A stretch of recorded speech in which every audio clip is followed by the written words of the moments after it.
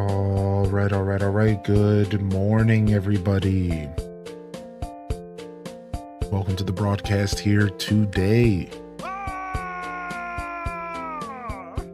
Oh my gosh. The sigh of relief I did when I saw this notification.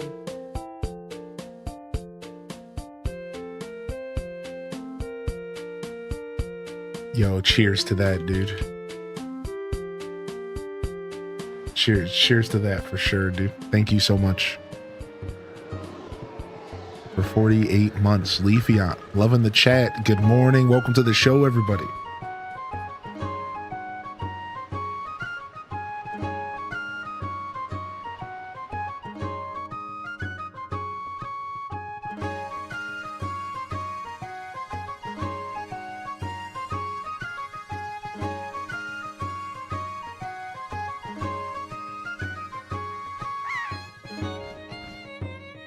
Oh.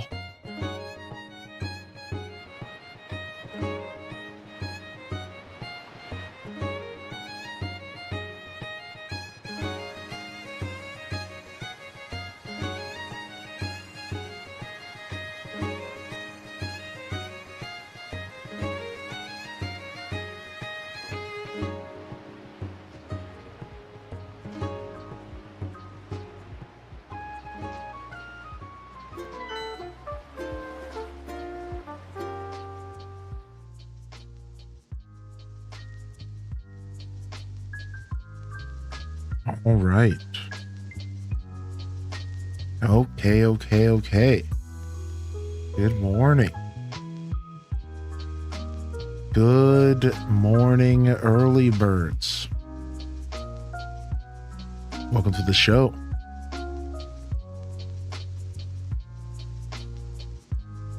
Thanks for your patience here this morning.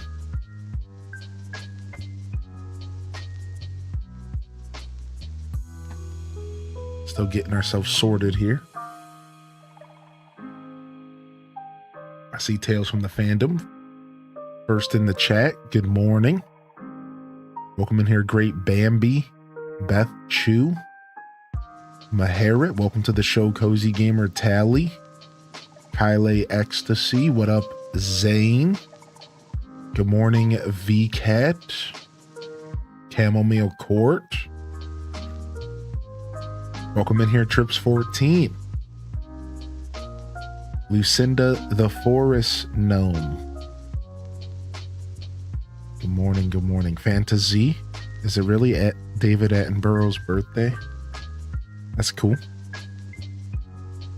Dire Docks. Dire Docks is the name of the song. Dire Docks. What's up, Fancy Mo? Sipping on our morning coffee. What up, G-Ski? Armazale, good morning as well. How we feeling? Happy freaking Friday. Hope we're feeling good out there. Quick beard check here. Took off the old Wednesday and Thursday this week. Building up to next week, because next week I got my cat's vet appointment on Wednesday, so I've just been taking off Wednesdays consistently since I knew it was coming.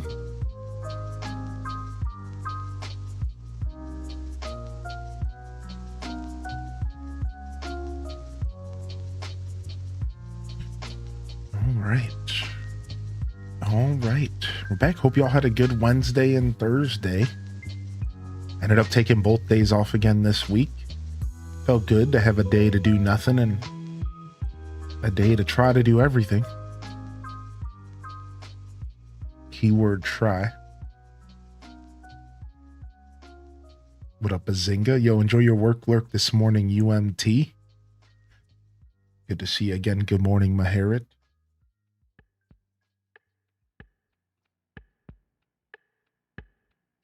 Morning, Stratocaster. Enjoy your work lurk, dude. And good luck. You got this. Not too long until that vacation.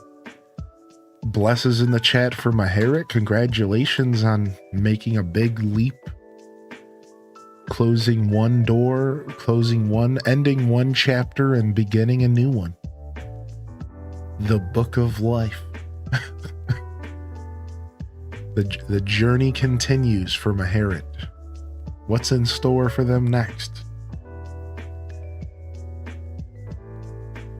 Beautiful.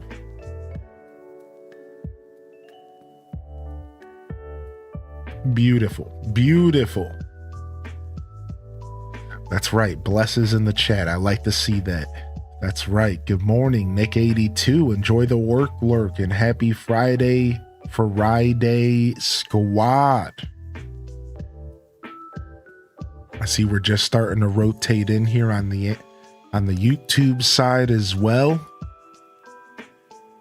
Welcome to the show. We're diving into some Animal Crossing. You already know. Gonna do some island design. Gonna dive into some island designies. Gonna get back into our Lost Woods design, which we made some decent progress in about 2 weeks ago.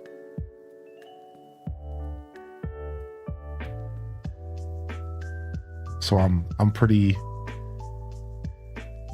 excited. What up, JC Violin? Good morning and welcome on in. What up, Dual Master D? The Double D Legend. What up, Poise Star? Welcome back. Welcome to the show as well. I hope y'all had a good Wednesday and Thursday. It's Friday. Love to hear what you're going to be getting into here this weekend. What kind of games you're going to be jamming on. Let us know. Jump in the chat. Let us know. Let's go ahead and let's jump over to the game screen. What are we getting into this weekend? I don't know, man. I think it's going to be dreary. I don't even have, do I have my phone? I think it's going to be a dreary weekend. Let's see.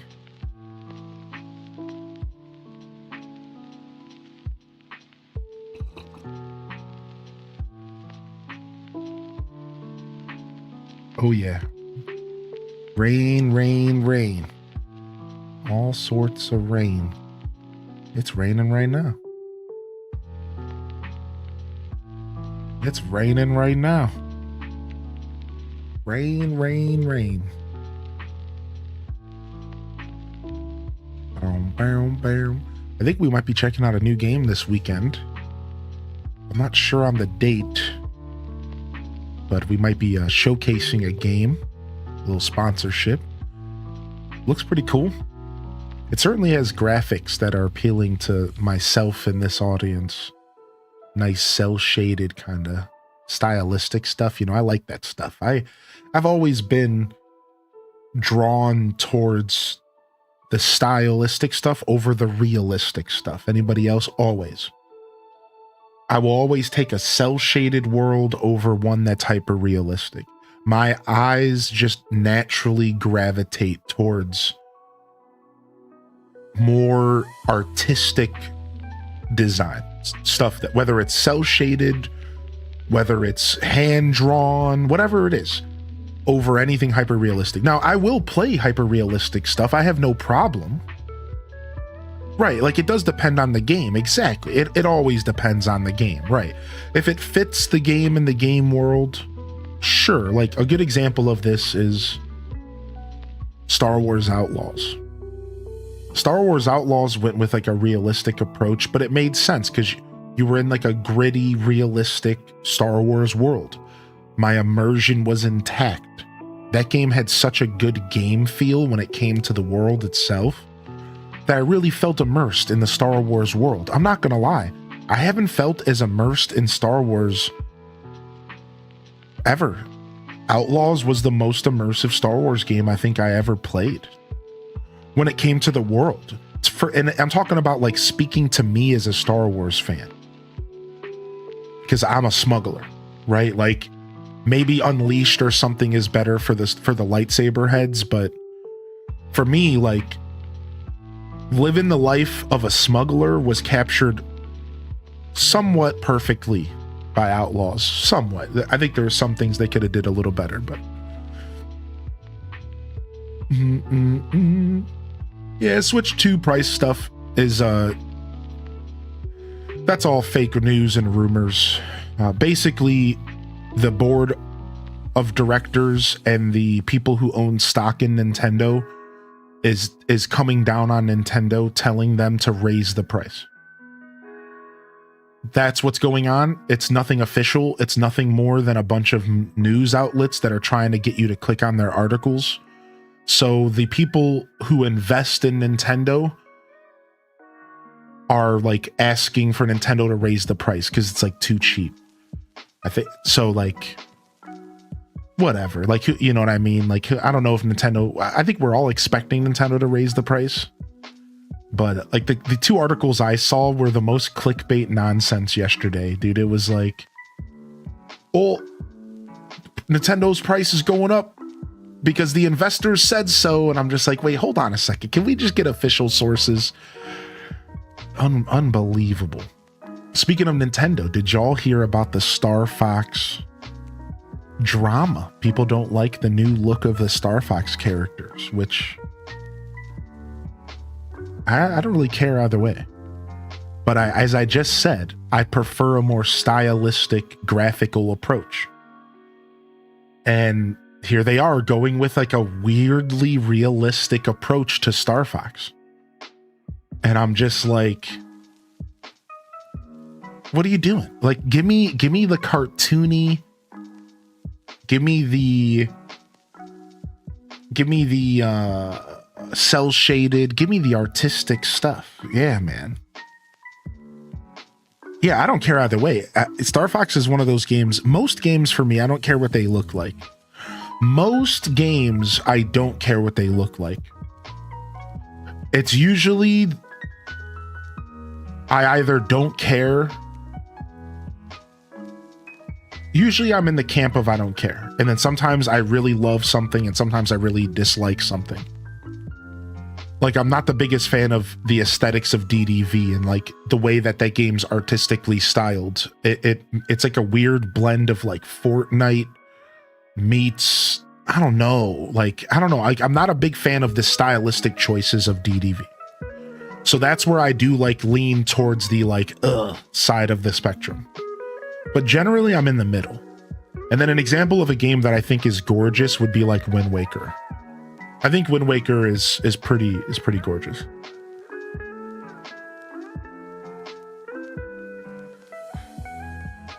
Oh, they did actually announce a price increase this morning. Yeah, this morning makes sense. That makes sense. Yeah, because like everything I saw yesterday was just a whole bunch of BS clickbait. Oh, Nintendo's gonna raise the price because investors are saying that they should. And I'm just like, will you guys actually report on something if it makes sense to report on it? Like, will you stop? Yeah, that makes sense. If it was announced this morning, I wouldn't have known. I'm still getting out of bed. Yeah. That Play-Doh style is not for me. The Play-Doh style? Wait, what are you referencing, if you don't mind me asking? It was only announced like an hour or two ago. Cool. I mean, not cool. Not cool. But thanks for the knowledge update. I appreciate you. Yeah, thank you. Thank you, Bookworm. Thank you, Daza. Legends. Good morning, Altanor. Welcome to the show, dude. Dude, the co-op is sick. Dude, the Star Wars announcement, they showed off co-op where one person can drive the ship and one person can fly. And I think you might even be able to do it online. If not, that's fine, but that's cool. That's the kind of stuff I live for. Now I just got to go find my perfect pilot or gunner. Let's see if they're on board. I feel like it's the meme where you're like, get in, loser. We're going to take down. Wait, what's his name? Dang it. What's the boss's name? Frick. How did I forget his name? Get in, loser. We're going to avenge your father's death. Get in, loser. We're going flying. Definitely get the Star Fox backlash. It looks Uncanny Valley to me. It looks AI generated. A little bit, yeah. Andros. There it is. Yeah, I get that. I think there's a little bit of that energy there. I'm not going to deny it. You know, at first, that was the first thought that came to mind, but I didn't share the thought out loud. G morning, everyone. H Dave. Right? Like, as I'm watching the Star Fox trailer and I'm hearing about the backlash later, I was like, you know what? This looks a little AI generated. Like it does, like a little teeny bit. It does. I'm not one to usually call that out. Like just like a little bit. It's like, I don't know. Like I don't know. It definitely is. It was definitely a decision. But I personally don't have a problem with it. I think people need to get over themselves. I think it looks fine. It doesn't bother me at all. What's up, Cricket? Yeah, I'm right there with you, dude. It doesn't bother me at all. So, you know, the original artist actually spoke up. Listen to the drama, y'all. Can we get some love in the chat for Spartan Leonidas? If I know one thing about Spartan is he loves coffee. So H-Des coffees, if you got them, I think they're tier 2. H-Des sips. So like, let me just share my opinion really quick on the Star Fox stuff. All right, let me just share my opinion really quick.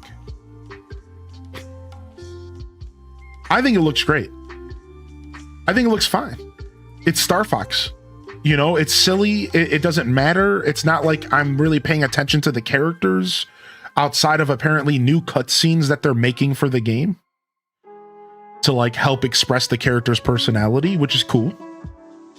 So I don't have a problem. However, the original artist for Star Fox went in an interview. I don't know how true this is. I did not check sources, but allegedly the original artist said, and I quote, this is what happens when they don't have me doing the art. That's what he said, dude. He got interviewed like, what do you think of the new Star Fox character's looks? And he said, this is what happens when you don't have me doing the art. Yeah, and he was like, the truth is he said after that little punch, he said, the truth is I think it looks good. And he said, but I think that Star Fox in the movie looked better. And that's what the internet's actually saying. He said that he thinks Super Galaxy movie Star Fox was a better design choice. And he says that the new game looks fine. However, he felt the need to punch him in the gut a little bit first. A little bit of pettiness. Well, this is what happens when I don't work for you. And like, I don't know what to take from that. But when the original artist speaks up, I always feel like it's worth noting. So I just wanted to share that with all of you this morning. I just think it was worth noting. Like when the original artist speaks up, I find it to be pretty entertaining. It's like tea. It's that morning cup of tea. Just, we like a little tea, dude. Like, give us some more of that drama, daddy. Yeah, dude, we love it, dude. He's just like, this is what happens when I'm not on the bill. Like, oh, okay. And then he followed up saying that he thought it was fine. He didn't think it was too bad of an approach. He thought that they did well for what they were attempting to do and yada, yada, yada. So I don't mind a direct and an announcement 2 months before release. I agree with that statement because then there's not that waiting game. And I'm not a big fan of the waiting game unless it's something that makes sense. I don't know. I honestly hate knowing about a game ahead. Weirdly enough, I want games to be announced years in advance because I want as many directs to watch as possible. But I also don't want to wait years for games. So I'm the problem. I'm just going to be honest. I'm the problem. Because while I simultaneously want to direct every month and I want to be knowing about everything happening possible, I also don't want to know about stuff too far in advance, because then it feels like you're teasing me for too long. And no one likes to be teased for too long. So I don't know, man. I don't know what I want. I kind of like what they did with Star Fox, because it just like, we didn't really know if it was coming until it's 2 months out, which is a pretty good decision, I think. Yo, what up, Kels? Good morning, Quelth. Good to see you today as well. And Cutlax, funny that you say that. So we nothing's official yet because I haven't signed a contract yet, but we're actually checking out this Forever game potentially this weekend. I'm not sure exactly when I'm going to be checking it out. I have to go sign the contract still. I told him I'd sign it at 3 or 4 p.m. today. But we're actually about to check this game out. Here, let's show it off on screen, since, you know, whatever. We'll throw him a freebie. But it looks pretty good. It's like, it's got a focus on exploration, combat. You know, I think the thing that actually makes me want to check it out is the graphics. And this is what started the discussion this morning. Because again, I like a game that's more stylistic and artistic, and this game is like in that valley for me. Whereas like if this game was hyper realistic, I wouldn't be interested in the slightest. I wouldn't be interested in the slightest if this game was hyper realistic. So I don't know, we'll see. I got reached out for it, and I replied to him this morning, and everything seems like it's gonna go well. Yeah, I'm excited to check it out. I think this weekend, maybe. We'll see what happens.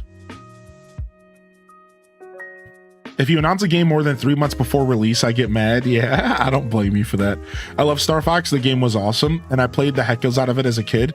But the bottom line for me is this: with this Star Fox remake, hopefully Zelda soon. Yeah, I actually had the first thought. My first thought was, you guys know Marge Simpson? Hold on. Let me see if I can find the meme real quick.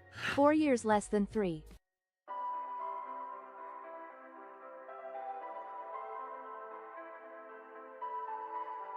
Let's see if I can pull it up. Dude, nobody's searching for shorts. Get your shorts out of here.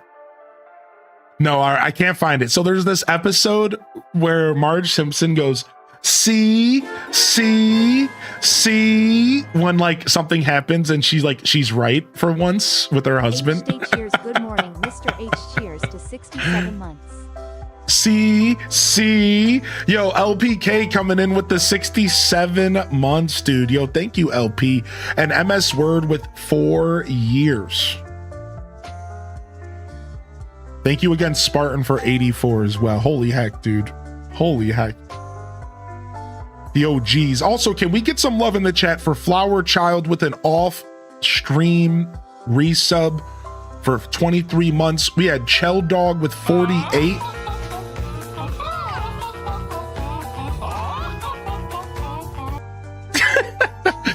We had Chell Dog with 48. We had Banana Universe with 31. And we had All Offline. If we get some love in the chat, please. Offline resubs are insane. Chell Dog, Banana Universe, and Flower Child. Thank you all. Thank you all. Thank you so much, dude. Thank you. Thank you, LPK. I appreciate the support this morning. Yeah,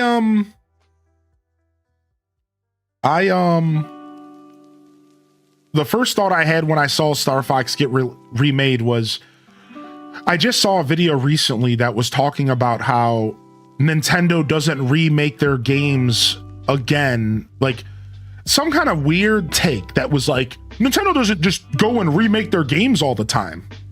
And I paused and was like, yeah, they do. It was that dude Arlo on YouTube. He was like, yeah, it's not like Nintendo makes a habit of remaking their games all the time. I like record scratched in my brain. I was like, what are you saying, dude? They remade Donkey Kong Country like 5 times on handhelds. Super Mario World has like 8 remakes. What are you saying? Like, what are you saying? they've remade Star Fox 64 already before. They do this all the time. They make a habit of remaking their games all the time. Like I don't know where that take came from at all. I have no clue what world we're in where you think that Nintendo is hesitant to remake their games that have sold the best in the past. They've been doing this forever. Like since the Game Boy, the brick Game Boy, they've been remaking their games. So I don't know where this take came from, but I had a Marge Simpson C pointing in C moment when Star Fox 64 got announced. I was like, see, like this is more proof that we're getting a Zelda remake, dude. Because Nintendo knows that they can tap into our nostalgia while also introducing to a new audience. It's a double-edged victory for them. Why would you not remake Ocarina of Time? Okay, so now you're selling to millions of fans that are 30 plus years old. Oh, and then also to the new fans that are interested in a new Zelda game. Why would you not do that? Like, it makes so much sense, dude. And that's exactly what they're doing with Star Fox 64. They're poking me with the stick saying, hey, remember Star Fox? Hey, remember Star Fox? Hey, Star Fox. And while they're also appealing to all the people who just saw Star Fox for the first time on the big screen. They're talking to both of us. They're double winning. It's like, of course you remake Star Fox 64. Like, it just makes too much sense, right? Why play new game when new old game do trick? Yeah, exactly. I've heard a lot of people say they've never tried a Zelda game before. Ocarina of Time remake would be a fantastic game to remake for both new and old gamers. Yeah, I agree. Yeah, it just makes so much sense, and it's made sense for like 5 years to me. 3 years. 2. But I thought about it for that 3rd year. Really hard.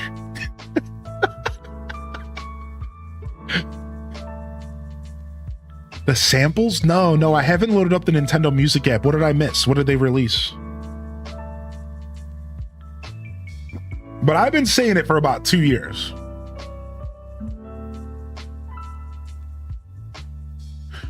I will say this though, I don't know about the other Star Fox 64 remakes they've done that were on like handheld and stuff, but this one seems like it has a lot of features that are going to be worth our time. Did you guys see the multiplayer features? Did you see the cool challenge modes and like mission challenges and stuff like that?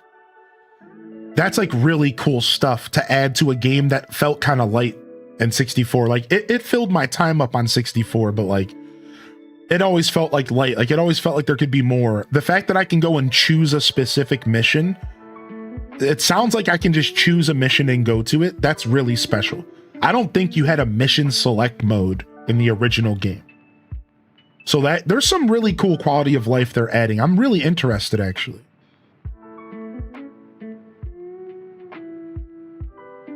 Yeah, I'm really interested. We'll see how things go here. Good morning, everybody. We'll watch the Star Fox trailer in a little bit. We'll watch the Star Fox trailer in a little bit.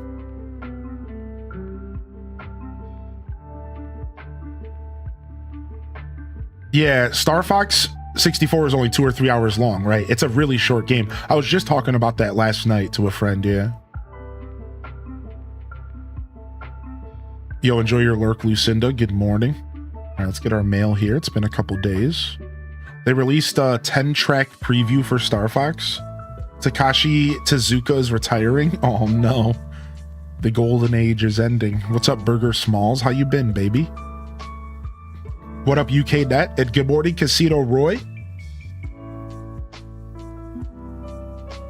So they said the multiplayer was 4 versus 4.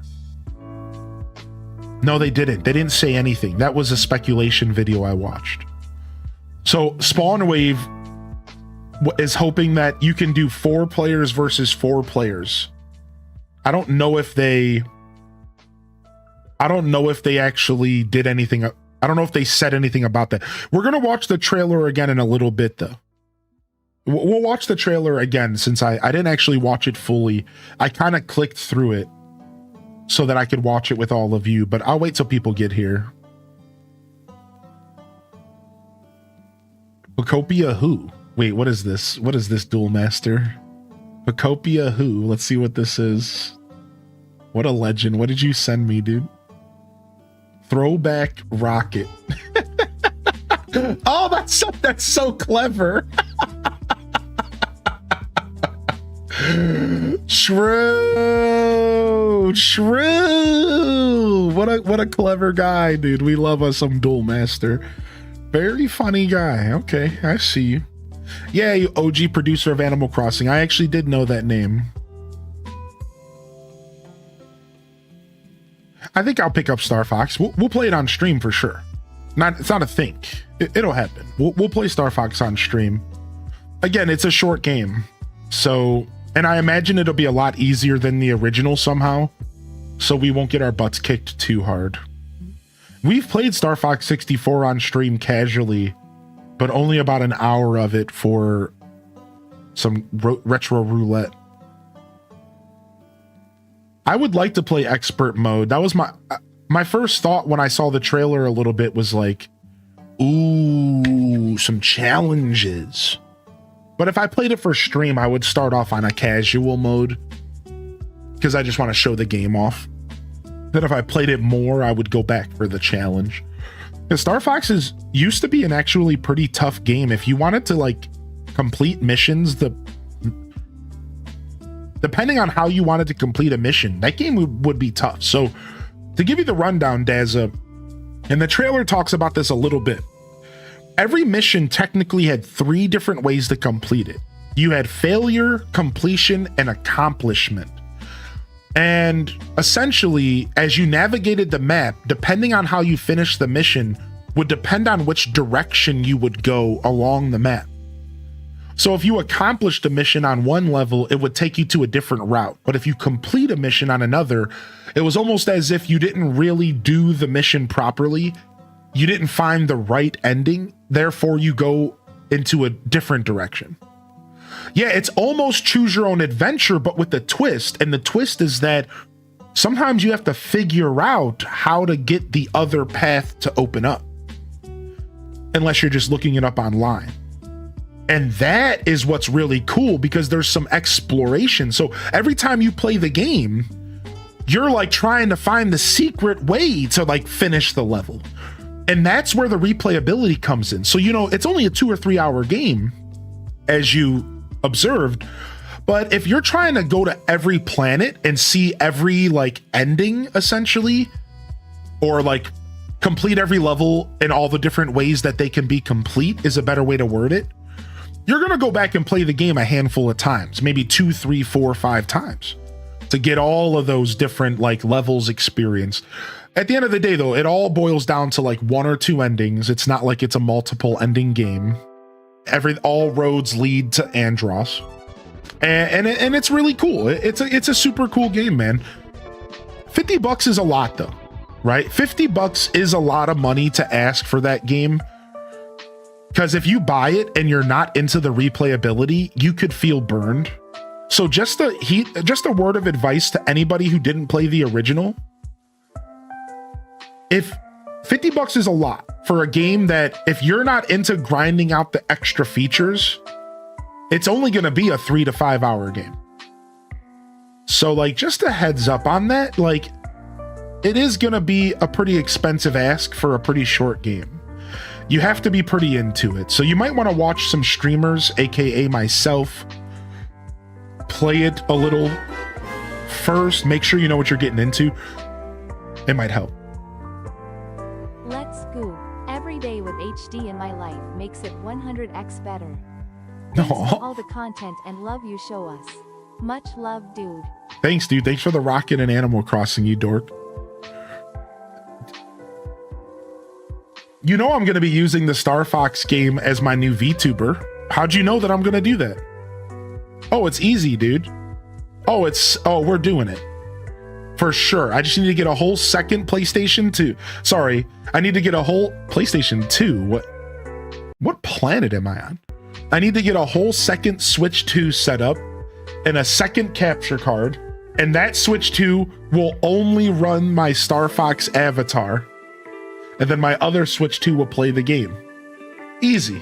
Just somebody donate me $1,000, and then, at that rate, it would actually be so much cheaper to just go get a new VTuber. I could probably commission a new VTube way cheaper. Probably like a really, really high-end VTube is like maybe a couple $100, I imagine. Thank you, Duelmaster, for 14, and thank you, Tales from the Fandom, for the gifted sub. And thanks for the biddies again, Cozy. I appreciate it. That I might have to turn that alert down a little bit. Let's see what is. Maybe a little. Don't turn it down. All right, I won't. It's perfect. Okay, good. Put it on your throne.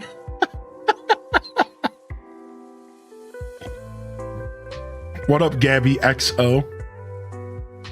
What up, Gabby XO? Good to see you today. All right, Tangy's not home. Star Fox Remake's coming out on my brother's birthday. Oh, wow. What a birthday treat. Is he a fan of Star Fox, or is this going to be his first? Losterous, dude. Here it comes. You're a psycho wiener.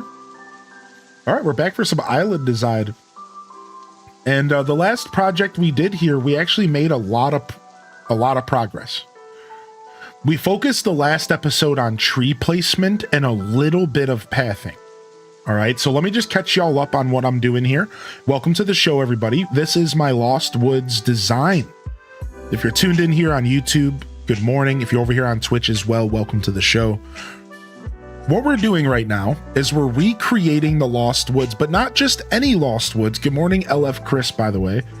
We're specifically going for Lost Woods from Breath of the Wild. And I have a really specific idea on how I'm going to make this work, but to give you the short of it right now, I want it to be an actual Lost Woods, meaning you can only actually enter it from one location, and every other location you try to enter it from is going to be blocked off by bushes and trees. So no matter how hard you try, you aren't going to be able to get to the center of the Lost Woods without finding the proper entrance. No matter what direction you try to enter the Lost Woods from, it's not going to work. You have to enter from this location. So I'm doing this by hiding tons of bushes and trees, and I'm really controlling and manipulating like all of the entrances. I even give you a lot of false hope where like you think you're entering and you start getting deeper into the forest and you're like, oh wow, this is actually the right location, the right direction, and then it dead ends. And I'm having a lot of fun with it. I'm having a lot of fun kind of creating my own Lost Woods experience and translating the Lost Woods, the iconic from the first ever Zelda game on Nintendo, translating that all the way to Animal Crossing New Horizons. Again, our main inspiration here is Breath of the Wild, Tears of the Kingdom. And we are going to be continuing this project here today. On the last episode, again, we focused on tree placement and we focused on bush placement, and we started doing some light pathing to kind of bring things together. I'm still in what I call the foundational phase, which is just a way for me to say, I'm not quite ready to really design anything. I'm kind of just trying to shape my creation is like the goal right now. I'm trying to shape everything and get everything prepared for some actual path laying and, flower laying, pattern laying, and the actual bulk of the designing. So mostly foundational designing has been what we've been working on again, and we've made a lot of headway. I think most of my tree placement is where I want it to be for the bulk of the forest. We're going to continue to do a lot of that today, a lot of foundational stuff. My goal would be to maybe get to some more detail-oriented decorating today as well. As you can see, we've started laying flowers a little bit. We've started laying paths down a little bit. So we're getting there. And then we started working on like Tangy's property. Like this fence is not going to be here. It's just my way to mark off Tangy's yard so we don't overstep. Yeah, we're gonna watch the Star Fox video in a little bit. Good morning, Rack Socks. I did click through it on my day off, just so I could see what it was all about. What's up, Dynamom Gamer? Dynamom, good to see you on the YouTubes today. Good morning. Just remember, there is a bit of a longer delay on YouTube to allow us to use closed captions. So the delay over there could be 30 seconds to a minute. I think sometimes 30 seconds for you to hear the reply from me once I read your message in the chat. That's not normally how I run my show over on Twitch. We have it down to a 3 to 5 second delay, but we're doing things a little different on YouTube. So YouTube chat, your messages just need a little bit more time for replies. So keep that in mind. There could be a little bit more of a delay over there. What's up, Demon in the Tea House, by the way? Spyro won 20% felt like a speed run. It's a yeah, it does. I don't have a PS5, but I was thinking about buying one before the price hike, but I think I already missed it.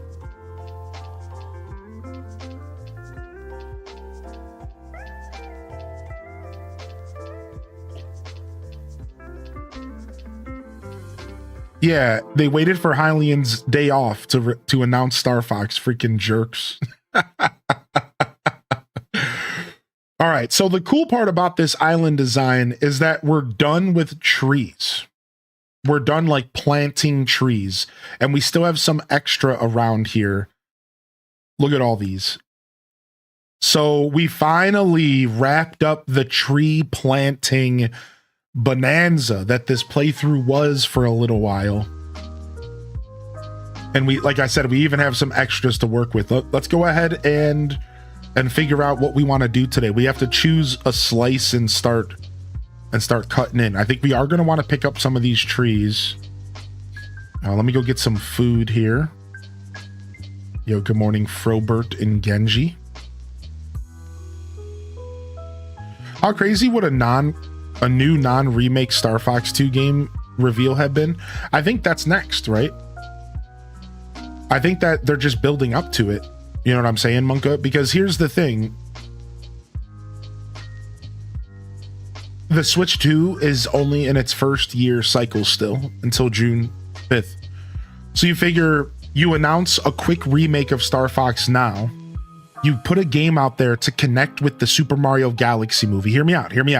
Let me just paint a scenario for you. So you just showed off Star Fox on the big screen, and you have a new Star Fox game in production, but it's going to take another 2 years. So you don't want to reveal it yet. So you say to yourself, what could we do right now to give them a game, release something for the new Star Fox fans that just got created by this movie?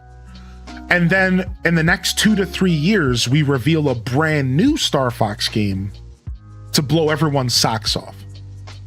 That seems to be what's happening right now, if I had to guess. Is that this was the quick solution to a game that's probably in development right now. If I had to guess, this is their way to be like, let's just get something out there so that we can get the new game continuing development. Yeah, so like, and I guess really what I'm trying to say is that it's the difference between them announcing a new game 2 or 3 years early. That's basically what happened. Because if they were to announce and reveal a new Star Fox game, it would have been 2 or 3 years out probably. So it basically came down to, do they tease us for the next 3 years, or do they give us something to hold us off? This is just a scenario I've made up in my head. I don't know if this is true, but I agree with you. A new game would have been ideal. A new game would have been ideal for sure. Happy to be here here HD love.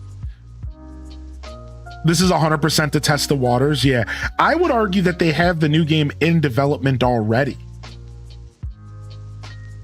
But yeah, like either way, I think they're still testing the waters, right? Right. Yo, thank you for the tier 3 for 82 months. Holy heck, strawberry grass. Thank you. Thanks for sticking with us. Good morning. How are you today? Hope everyone had a good Wednesday and Thursday. Hope everyone had a good Wednesday and Thursday. Good to see you, Gabby XO. And welcome to the show today as well. Console hikes are so predatory. So what if I told you that I wonder if it's like I wonder if it's like all staged. Like, so allegedly Nintendo's investors were crying out that the Switch 2 was too cheap. And they were sad that their investments might not be worth as much. And apparently Nintendo's stock has went down. And apparently the Switch 2 in Japan is like dirt cheap right now. Because they have like, it's close to home and manufacturing and stuff. So like, to make things worse, it's not even allegedly, unless it's all a scam. And I'll explain myself in a second. But what makes matters worse is that it's not even like the company themselves at this point. It's a bunch of greedy goblin investors. A bunch of suits who are on a board who are like, we're not going to continue to buy your stock, Nintendo, unless you raise the price for the people. Yes, ma'am. $1 million. Like what, dude? Like, yeah, like shareholder BS, dude. Now that could be fake. Like, I think there's a reality where the shareholders didn't actually say that, and that was just a fake news article that was ran so that Nintendo could justify raising the price. Like, oh, well, it's out of our hands. Like, look, it's our shareholders doing it, even though like they were already planning on doing it, right? So like, I don't know if you can believe everything you read out there, but either way, it's pretty frustrating that like these board of directors, these shareholders is the term that I need to be using. These shareholders are the ones that are pushing for a price hike. Like, will you shut your little dirty mouth? You know what I mean? Like, dude, if I ever met one of these shareholders, I would smack them across the face so hard. And I don't believe in violence. But boy, I would charge up. I would invoke all of my power. And I would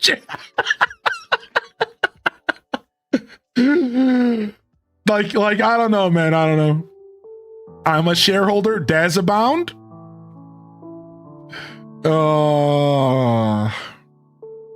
Dude, what's up? What's up, McBritches? Apparently, they just announced a price hike for $50 in Japan and US, and Europe's price hike hasn't been announced yet.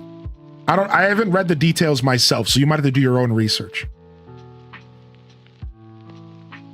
I wonder why the N64 was such a powerhouse system in terms of crazy iconic games in such a relatively short time when compared to the Switch and Switch 2. Were games just easy to make back then? Yeah, that's all it is. It comes down to, so this is, I don't know the details, Monka Man, but allegedly, game development has gotten harder and more intricate and more difficult. So the gap in between game releases has increased across the board. And you can see this because if you go back to the PlayStation era, Monka Man, all right? The PlayStation era, they were able to release games quickly. Like Spyro 1 released within like 2 years of Spyro 2, all the way around. And Spyro 3 released I think 2 years after Spyro 2. These games were like released within a small window of time. Like we got 3 Spyro games in the time that we get 1 game nowadays. Think about that for a second. We got 3 Spyro games in the time that we got 1 game in the modern era. And a lot of it has to do with the technology. Yeah, like you would think because technology has advanced, it would be faster, but that's not what happened. Instead, the advancement of technology raised the bar of video games. And that bar has been raised so high that AAA companies have to spend 5 years minimum developing a game unless they sell doo-doo. Like, look what happened to Pokemon Company. They couldn't release games that were reaching this new bar because they didn't have enough time. So this bar is set by society, it's set by standards, it's set by other really big bill games. So this is just the direction that the industry has gone. You know, like let's look at Grand Theft Auto 6. Grand Theft Auto 6 could raise the bar. It could raise the bar of our expectations for the whole rest of the gaming industry. That's what happened. Over time, the bar just kept getting raised. It just kept getting lifted up. And oh, now this is the next bar that if you don't sell a game that looks and feels and plays like this, it's not good. And that bar keeps getting to now that bar is in unrealistic territory. So this is actually a big detriment, in my opinion, to the gaming industry right now. The bar is in unrealistic territory now. And all of these companies are chasing to make games to reach a bar that no one should even be attempting to reach. And if they do, it should be a 10-year-long development game. You know, The Witcher 2, The Witcher 3, these games that were like massive, iconic, insane releases that blew people's socks off. Every game is trying to be that now instead of respecting that not every game needs to be that. This is where I actually love Nintendo, because Nintendo is still finding a balance in all of this mess. Nintendo knows that they have to have small releases alongside their big releases. They've actually said this in an interview. Nintendo has said that their strategy is to have games that they can release every year or two, while they have games that release every 5 or 10 years. So the Zeldas and the Marios are decade games, but the Yoshis and the Kirbys and the little bite-sized games that aren't so popular are 3 to 5 year games, maybe even less. And this is what Nintendo's plan seems to be. Again, they've actually talked about this in an interview, that's what their vision is for the company, is to have small bite-sized remakes and remasters and little games to release in between the big stuff. And this is what every game industry should be doing. Like, this is like, I have a lot to say about this, everybody, because we've lost an art form in the gaming industry. And the only place you can find it is the indie market now. And even the indie market isn't really good for this. I don't like the indie market sometimes, because the indie market is just a bunch of half-finished early access games and a bunch of developers that want to get paid before they finish the game because they don't have the money to finish the game because all the money is in the big games. So the indie market's stuck releasing half-finished games and asking for gamers to pay for the game that's not even done yet because they don't have real capital. And then the AAA games aren't willing to take risk and release a Spyro the Dragon anymore. A cute little bite-sized 1 to 2 year development long game that's new and fancy and risky and just silly, and it's only going to sell 500,000 copies, but who cares, because it's just a little game. It's nothing, and maybe it'll go viral, maybe it doesn't. So the AAA companies don't release anything small and cute and bite-sized anymore, except for Nintendo, basically. Meanwhile, the indie companies can't afford to do that, and they have to ask for our money before their games are even finished. So, like, I have a lot to say about this, because I think that it's, in a weird way, we've lost the art of, like, just releasing a cute little game that sells $500,000 that only took $100,000 to make, or something ridiculous like the PlayStation era. You know what I mean? Like I imagine, how much did it cost to make Pal World? Pal World cost $6.7 million to make, but they made, how much did Pal Worlds make? But they made $500 million. So they took a $6 million investment and they made $500 million because they went viral. They took a risk. They put out a game that was half finished, early access, and they somehow like quadrupled their numbers, like over that. Like an exponential amount of money was made off of like nothing. This is like how gaming used to be, dude. Like, how much did Spyro 1 cost to make? Spyro 1, it's not publicly documented. Oh, I wonder.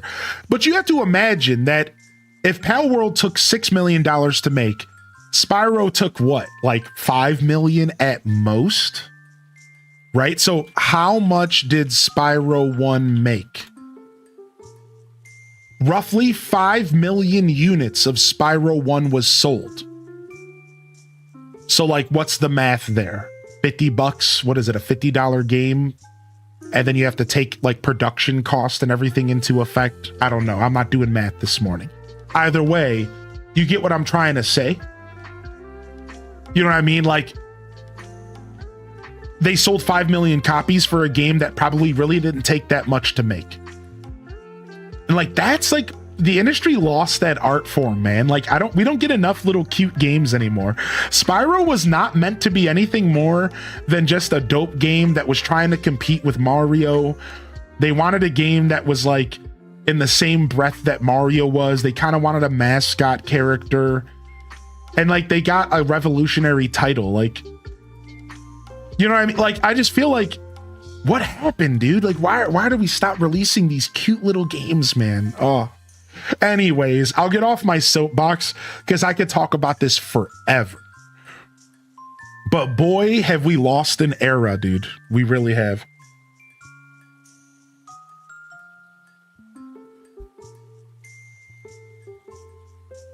What do we think? I didn't watch it yet. I clicked through it, Roxy. We can watch it here in a little bit. I was giving people some time to get to the stream.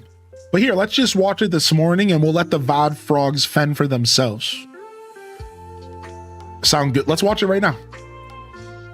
I haven't really watched the trailer, so. I clicked through the direct briefly.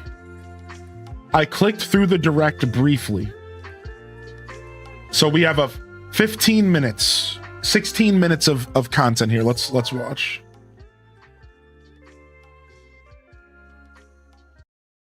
All right, pause, turn this up. Let's get this bad boy to 1080p.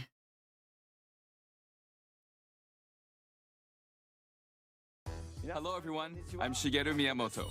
All right, you guys ready?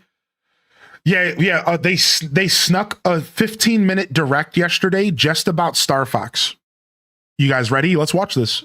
Get your HDes Ruffles in the chat. What up, Slay Manara? What up, Lori Lux? Yeah. Let's watch this and let's dive in. Yeah, Mrs. Pirate, by the way, same. I'm gonna go back to Pal World one day though, and we'll start a server up again because the game's a lot cleaner now. One day.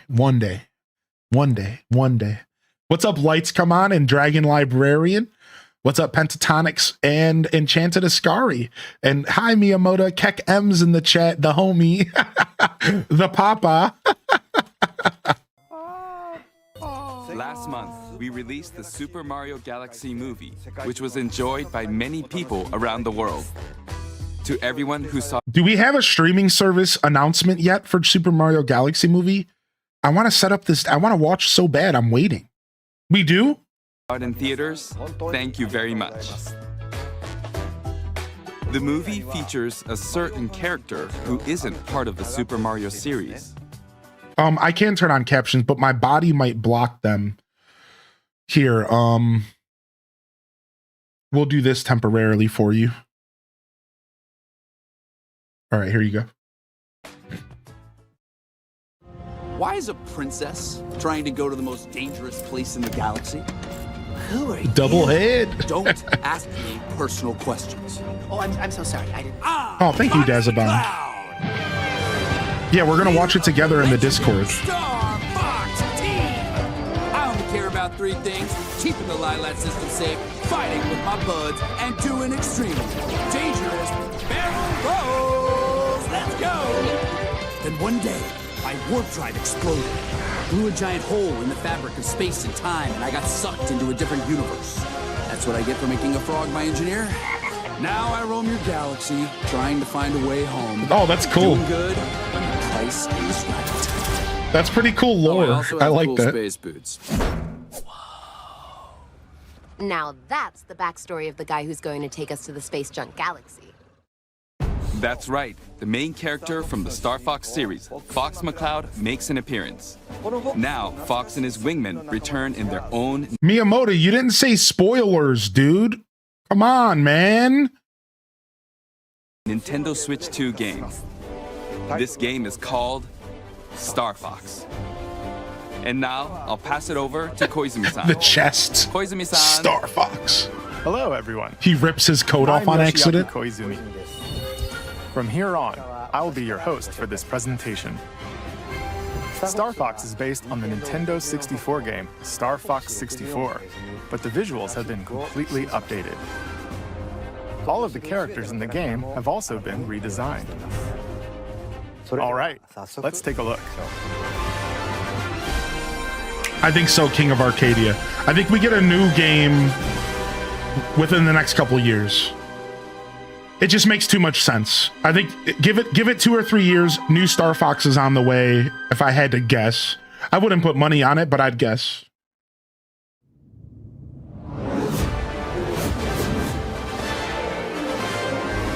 Dude, Corneria music is pretty epic, dude. It looks gorgeous. Look at the car. Dude, I would have given anything for the game to look this way as a kid. This looks amazing. Atmospheric entry complete. Extend the wings.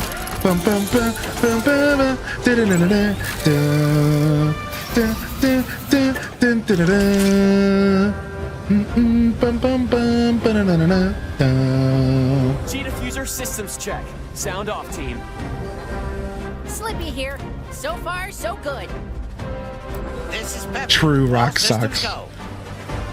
Falco here. G-diffuser seems fine. G-diffuser. Let's go already. Enemy targets up ahead. Let's rock and roll. It looks good, man. It looks good. This is cool. Yeah, this is a remake. Yeah, from 64. What you're seeing is footage of the game in Blood action. Raven. Good morning, While Blood stage Raven. layouts have been kept the same, the visuals have received a major upgrade. Major upgrade. Slippy. The realistic furry style is Banter between interesting. characters is also Yeah, the back. internet is going burr about it. Bogey on your tail. The internet's going big burr brain about the characters' look right now, Teddy Mackerel. It's divided. Half the camp of the internet's like, it looks great. The other half of the camp's like, ah! Fine-tune my sensors. Oh, you got him? Thanks, Fox. We need your help, Star Fox. Hey there, General. You seem a little on edge. But as it happens, my team's This is Fox McCloud, leader of the Star Fox Mercenary Squad. Prep the R-Wings. Slippy We've a got job did to do, dirty. Star Fox. We're gonna take the system back from their drops. One planet at a time. Falco Lombardi is their ace pilot and Fox's rival. Sounds perfect. There's no way Andros would expect us to launch an assault there. You up for another challenge, Fox? Scans are showing unidentified energy emanating from within. Dun, Toe dun, is the dun, team's dun, engineer dun. extraordinaire. I love Slippy. Incredible! Do you realize how rare it is to experience a stable warp channel?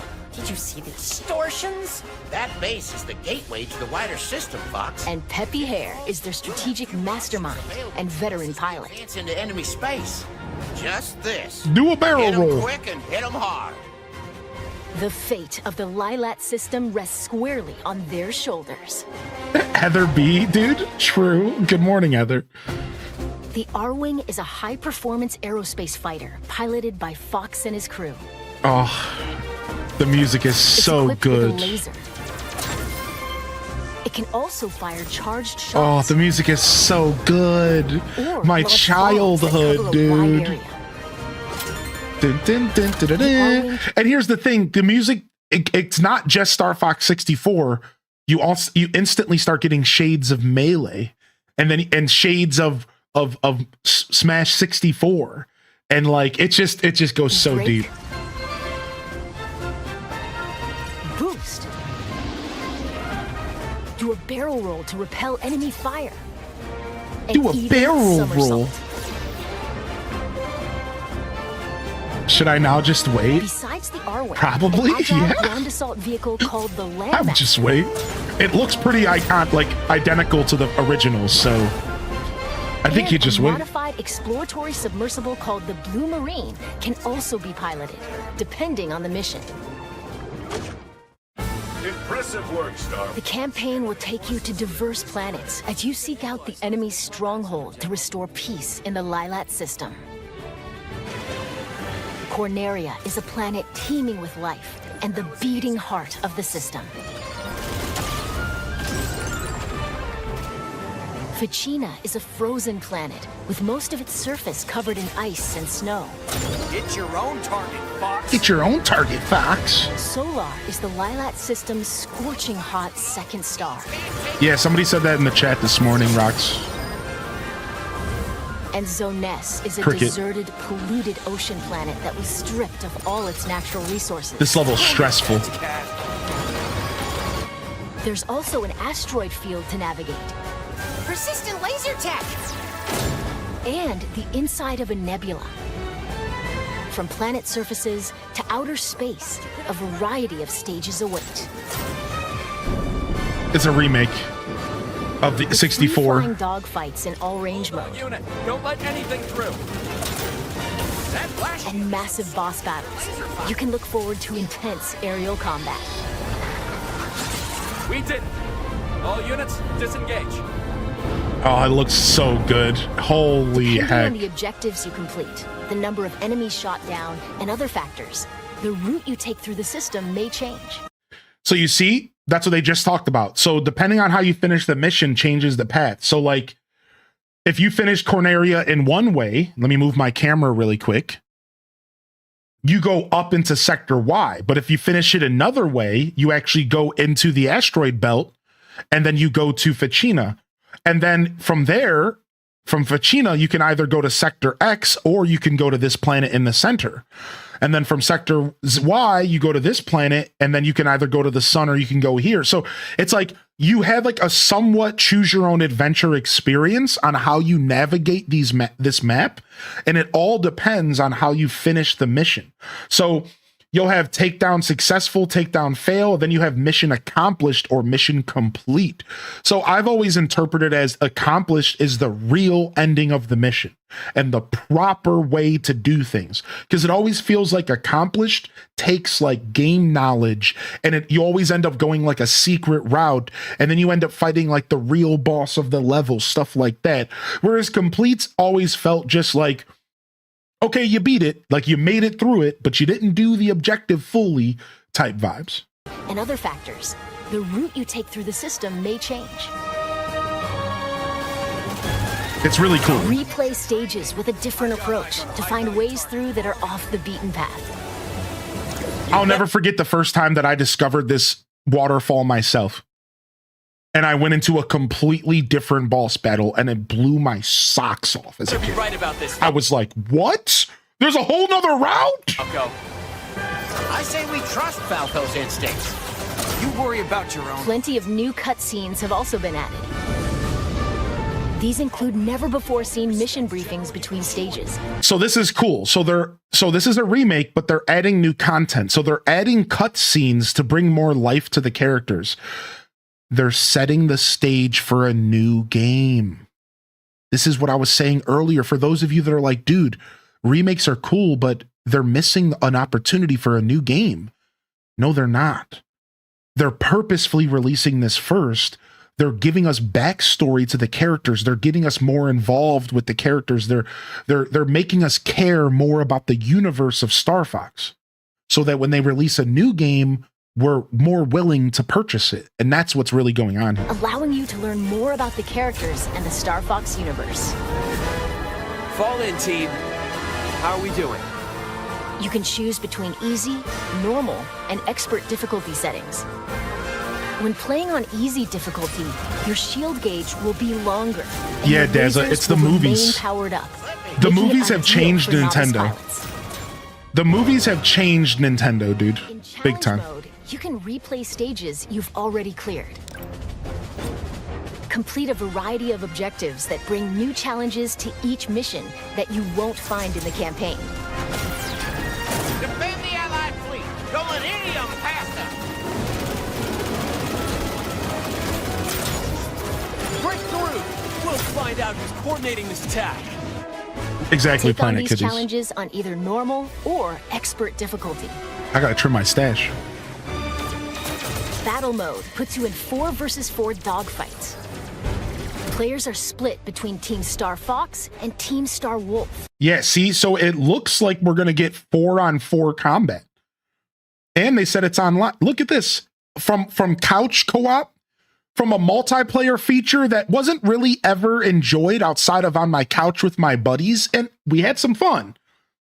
We had some fun couch co-op in 64, but look at this, 4v4? Wait a second, this looks like it could be really fun. Then compete to earn the most points by clearing missions and taking down foes. And it's not just about fighting. So for those of you that are like, I don't really want to get into PvP because people get sweaty. True, at least it seems like it's not all about fighting. It's not just fly around and shoot your friends. There's like there's 3 different levels and they each have like missions. You can select from 3 stages, each with its own rule set.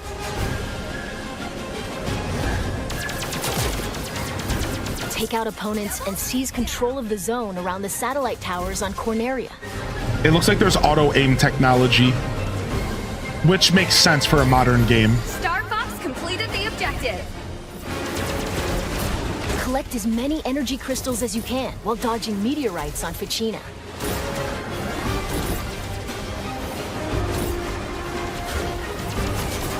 Yeah, auto aim is a good thing. Cargo from space pirates and take it to your base in Sector Y. I don't like it, but it's a good thing. Star Fox completed the objective. You can create private matches with your friends online, or match up with random players from around the world, making for Yeah, random player. Listen, Nintendo, we know your game. We played Jambet. I don't know what playing a frog would be like. I don't even want to get into that, but we played Jamboree. We know what playing online means randomly. It means you're getting booked up with a bunch of bots. We know, dude. I'm sorry to say it, but we know that all it means is that most of your games are going to be 7 bots and then you, and they're all going to be named human names. So you have no idea, like David and Jeff. Yeah, like this is it. You're gonna go into a game and you're gonna run into Eric and Jeff and David and Chris, and they're all gonna be bots. They're all gonna be bots. online, or match up with random players from around the world, making for a variety of ways to join team battles. Plus, if one person has the game, up to 4 players can take to the skies locally with GameShare. So potentially we can do game share online, because listen to the next sentence. Or online using GameShare via Game Chat. So this is what I think I might have did wrong with my lady friend and I tried to play a game online not too long ago with GameShare, but we couldn't figure it out. And the conclusion we came to was that the game just didn't support online GameShare. But I realized something. Maybe it did. Maybe we weren't loading game chat. I think you have to load game chat with the person to share the game with them. That was something we didn't try. So from what I'm hearing here, we could all get into a game chat and you could all play my copy of the game and we could do multiplayer together. That's what I'm like. If I'm understanding the game share system that I don't understand, oxymoron. We would be able to play the game together even if you don't own it via game share. It would be laggy. It might be a mess depending on your internet. But in theory, you could join me for just multiplayer. Just multiplayer. It would only be certain features of the game via game chat. I swear this is a real thing. And again, I didn't get a chance to try it yet, but this made me realize I might have messed up my first attempt. Yeah, so we should try to mess with this laggy nightmare and see if it's playable. Hi, Leia. By holding your Joy-Con 2 controller like a mouse, you can seamlessly swap to mouse-controlled targeting for intuitive aiming and This is kind of cool. I like seeing the mouse getting used. steering. Slippy, stay in formation. Now you've done it, Slippy. Bogey on your tail. By sharing one of the Joy-Con 2 controllers with a second player, you can split pilot and gunner duties in co-op. We're entering Corneria City now. I love these types of features. I love it, dude. I love it, dude. Yeah, 2 different players piloting the same vehicle. This is cool. Balloon in the Twitch Sure, chat. it's trashed the place.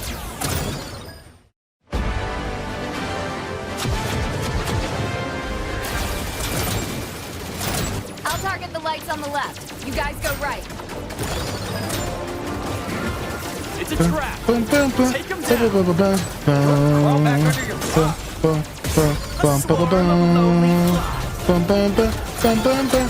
Get ready, team. We're approaching Venom airspace. Anybody want to take bets that they change the dialogue of the guy who says cocky little freaks? What do you guys think? Anybody want to take a bet? Who wants to bet with me? What do you think? What do you think? Do they change the dialogue from the boss that calls you a cocky little freak? Cocky little freaks! Do you think they're going to change it? Yeah, who wants to bet against me that they won't change it? I'll bet you. What do you want? 5 gifted subs? Who wants to bet me? Who's going to take the bet? 5 gifted subs on the house. I think they will change it. I think they are going to drop that dialogue. Yeah. I'll bet you. All right, lemons and limes. 5-pack, a 5 gifter. If you want to go cheaper, we could just do a sub. Like, I'll buy your sub if I'm wrong. Like, and this is coming out like the end of June. We could just do a sub. Is that cool? Like, you know, I don't want to break the bank. What did you think? As you just saw, Fox and Company have a more animal-like design in this game. Good to see you, Lemons. Reborn exclusively for the Nintendo Switch 2 system, Star Fox launches June 25th. By the way, this game also supports character avatars, which let you change your face in game chat to look like a character. Like this. Look at this. My new VTuber reveal is right here. I'm gonna be the pig. I'm just gonna be Pigma, and I'm gonna show up to stream every day, and you guys are gonna have to look at him. How do I look?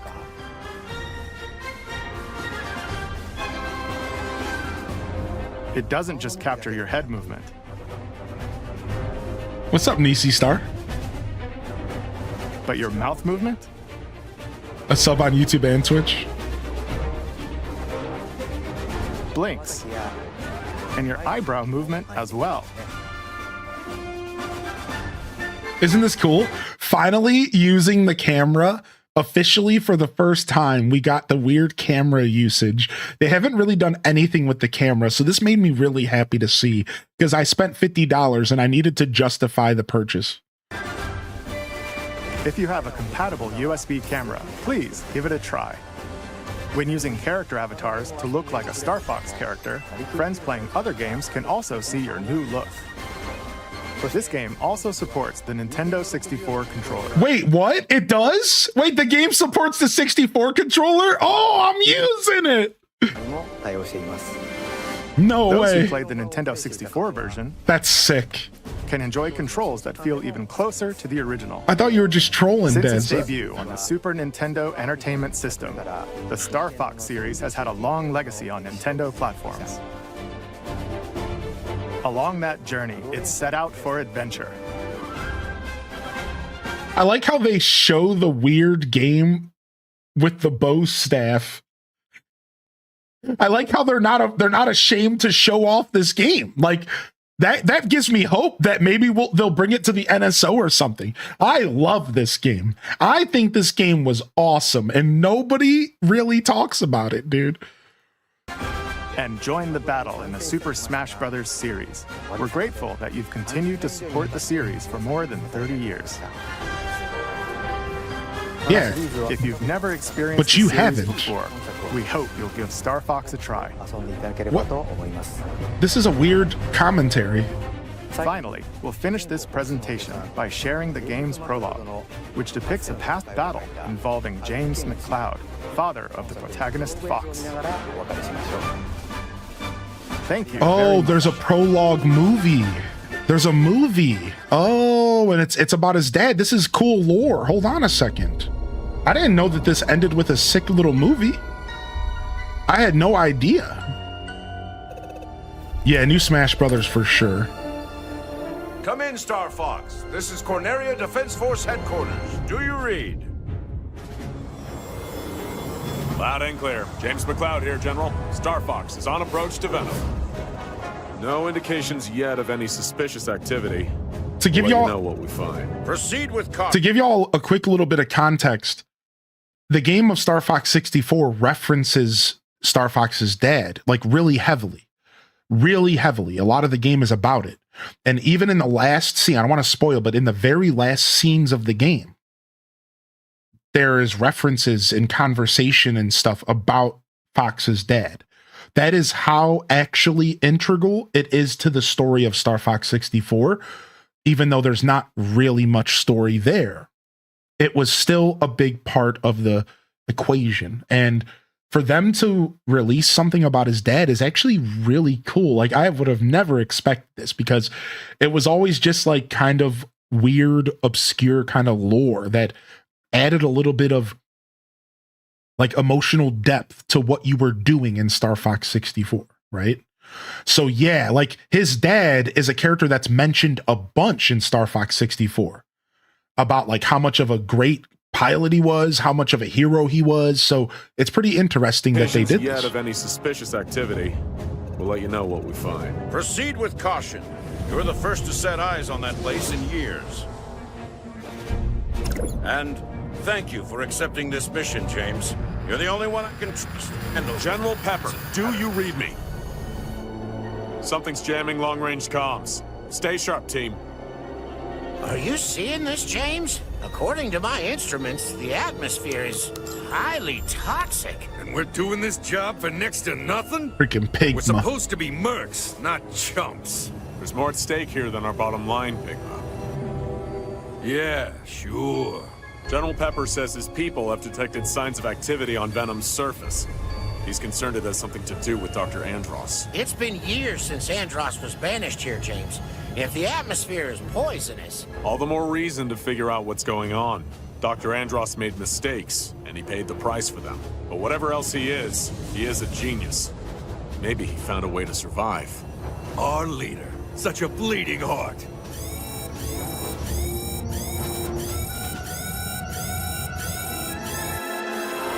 Where'd they come from? Defensive formation! Yeah, this is Fox's father, correct. Pigma, where are you going?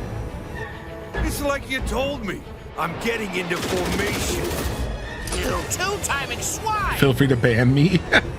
What can I say? My new boss pays better. Corneria must suffer. Oh, Pigma turned on him.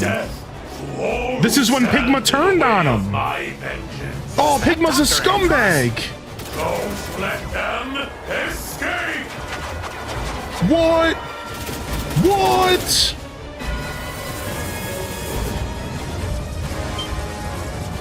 I can't shake him. Hey, Peppy, catch. No, why would he take the shot like that? James! What? You don't just body block a bomb, dude. What are you doing? I mean, I guess. Peppy, are you there? Come in, Peppy. Do you read me? That's crazy. I'm losing altitude. Peppy, you need to get out of here. Warn the general. Not without you, James. That's an order.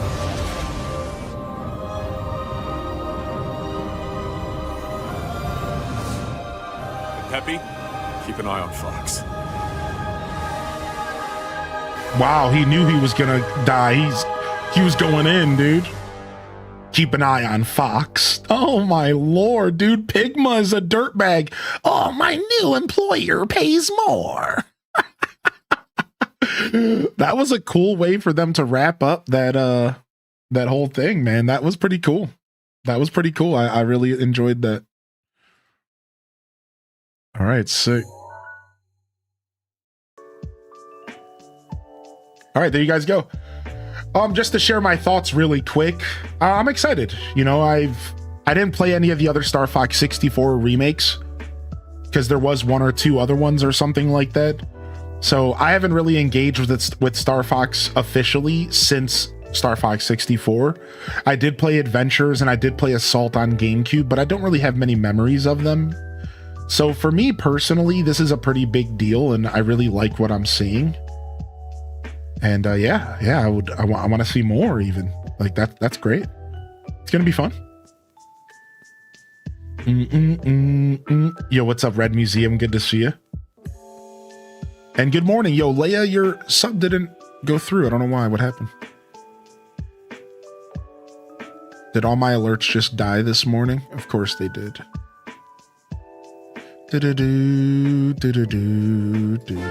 Oh. It's not dead. It's back. Nice. Thank you. Thank you, Leia.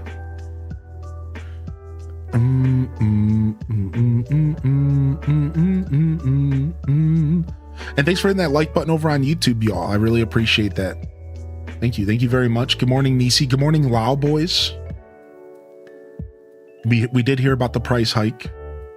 Nisi Sar says good vibes to all the beautiful peeps out there. That's all of you, chat room.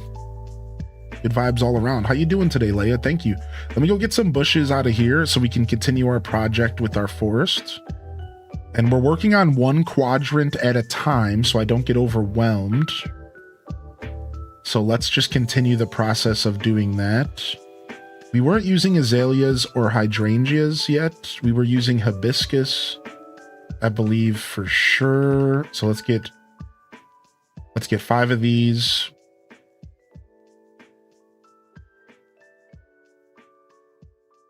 I know, and then we were also using some tea olive, but I wanted to be kind of done using tea olive. And then we were using these plumeras. Let's grab the last 3 plumeras here. All right. And I think we were using some camellia bushes, maybe. I'll hold off on those though. Yeah, apparently David Attenborough turned 100 today. Somebody told us this morning. That's pretty nuts, man. 100 years old is pretty crazy. That's pretty bonkers if you ask me, dude.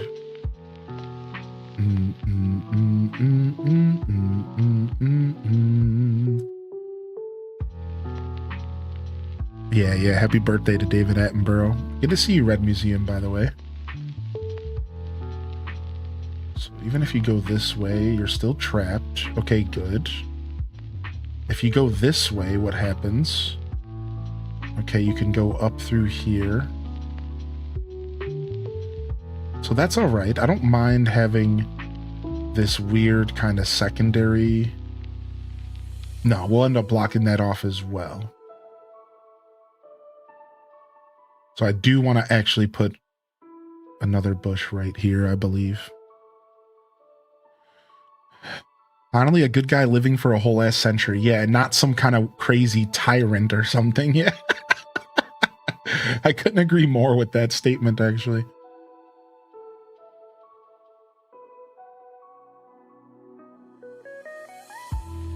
All right, what is this bush?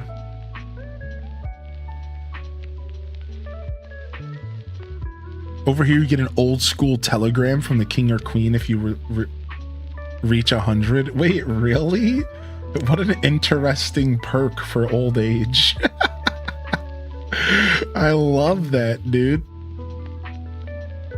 Congratulations. You made it, you oldie. Congratulations. That's cool.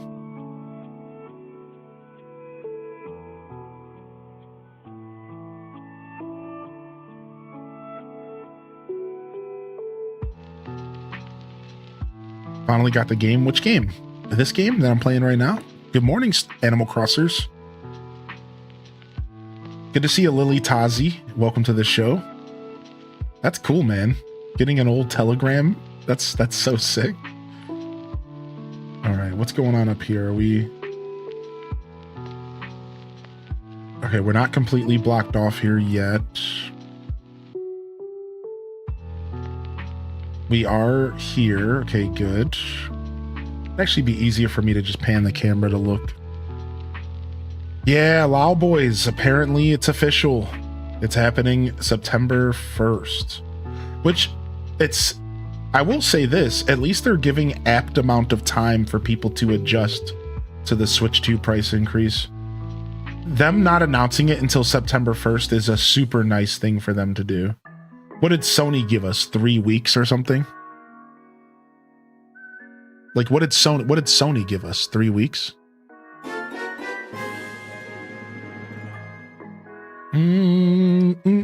Yo, Quacka stacked it with 35.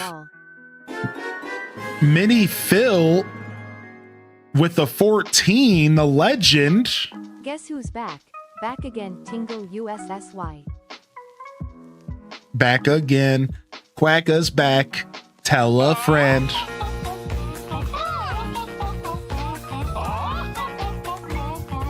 Am I checking out Suncraft? I'm checking it out right now. Let's see what it is. Let's see what Suncraft is.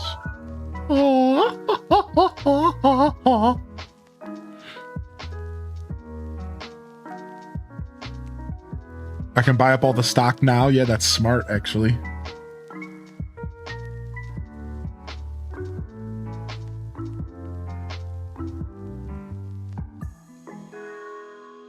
Okay, so it's like town builder, village builder. I mean, all of the different skill trees and stuff look pretty cool, actually.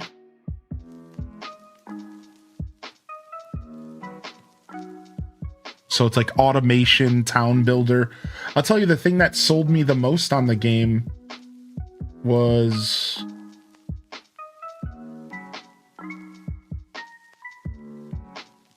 like this right here. This is the thing that sold me the most on the game art that I just saw. Everything else was like, okay, whatever. This is what sold me on the game the most right here. Skill points and big skill trees, dude. Sign me up. Sign me up on some skill trees. I don't know. I never heard of Suncraft until today. That's cool. How long's it been on your radar? What up, young Citrus? Good to see you, my dude. The legend returns.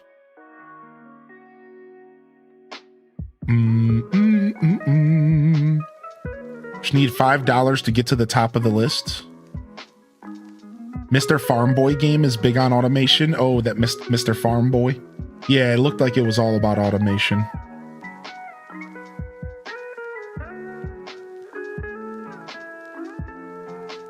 Just a few days when I saw the demo drop. Nice. Is the Zelda stuff still available in ACNH? It sure is. It sure is. Yeah, you can either get it from a friend or scan your own Zelda amiibo. And then you can order the items permanently. So you have some choices.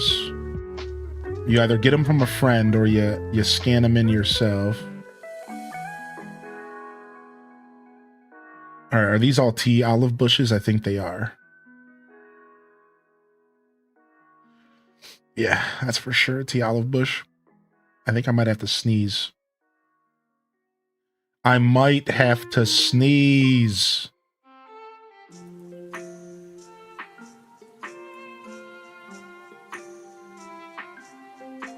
Nope. Stop playing when Pokopia came out. Missed Cherry Blossoms, but I did. But at least I can get my Zeldor stuff. Aw. Yeah, I saw Cherry Blossoms in City Folk, actually. I missed them in New Horizons this year, but I got them in City Folk, so that's cool. Say pineapple? I heard you say mayo. I heard you say mayonnaise. Mayonnaise. Growing up, that's what I heard about sneezes.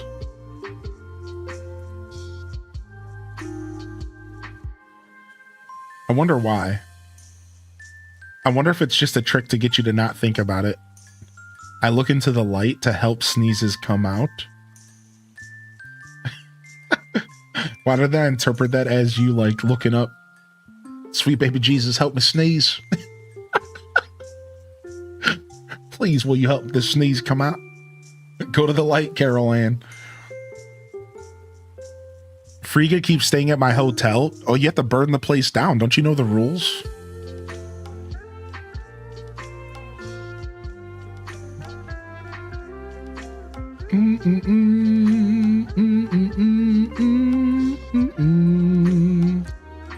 All right, so this is blocked off unless you go down here and you get trapped. That's fine. And then here, you can go through here. You can go around here. Okay. But this is all a dead end until here. Okay, so we have to solve that problem. Oof, that's rough. Sorry, Foxy. I am indeed a sun sneezer. You sneeze with the power of the sun?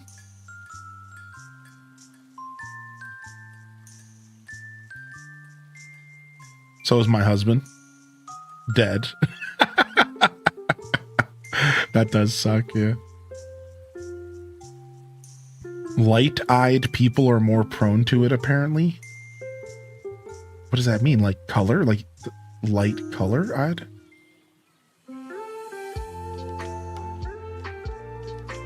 Boom, boom, boom, boom, boom.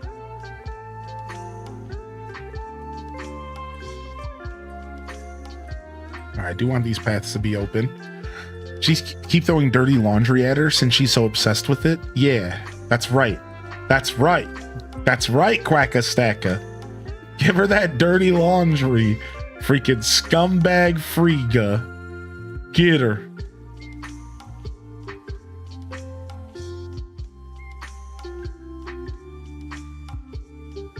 Do we have any special NPCs? I'm not sure. Let's check together. CJ. So you can either just do selfish or you can just do CJ fish, whatever. Since blue and green eyes are a genetic mutation, they're more sensitive than other eye colors. In the wintertime, when the sun hits the snow, I have to look away. Oh, same here. Is that really why I have to do that? Yeah, I can't handle the light that hits the snow at all. Like, there's never an adjustment. It just always hurts. Well, you know, not hurts, but... What up, Stormy Wren? Good morning. Good to see you today, Stormy. I hope you're feeling good today.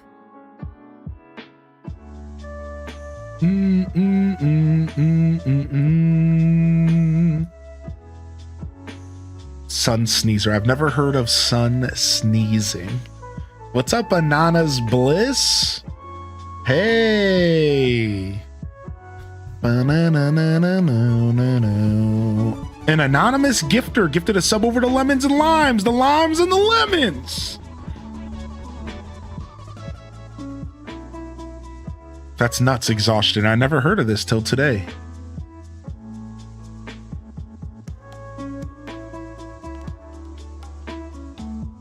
Bam, bam, bam. What up, Teddy Mackerel? Enjoy, Lemons. Enjoy your gifty. All right, we're doing our Lost Woods design right now. I'm just trying to figure out the logistics of my Lost Woods design. At a certain point, I do need you to get stuck down here. All right, so you're stuck here, you're stuck here. You're stuck here. Can you go through here? You cannot. I think I'll let you go through here. Oh. I'll let that happen. I think you'll be able to go through this little path here. Down here is going to all be dead ends. Okay. That should be it for little lag spikes. I got to figure out whatever's doing that. Every time Windows updates, it activates new problems.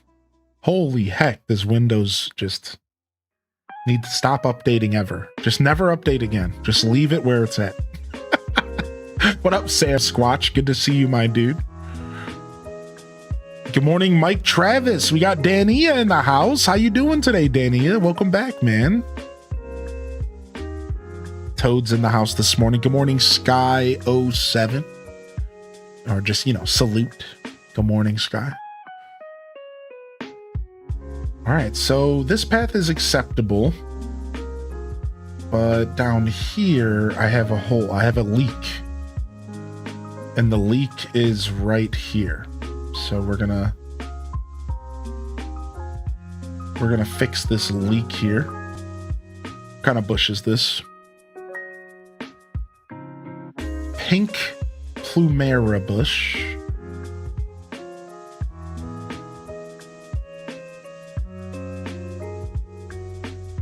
Is Ocarina of Time remake actually confirmed? Not yet, Slay Manara, unfortunately. There is nothing official yet. So we're all waiting on it. We're all waiting to see if Nintendo pulls the trigger. We're going to be waiting till September, though.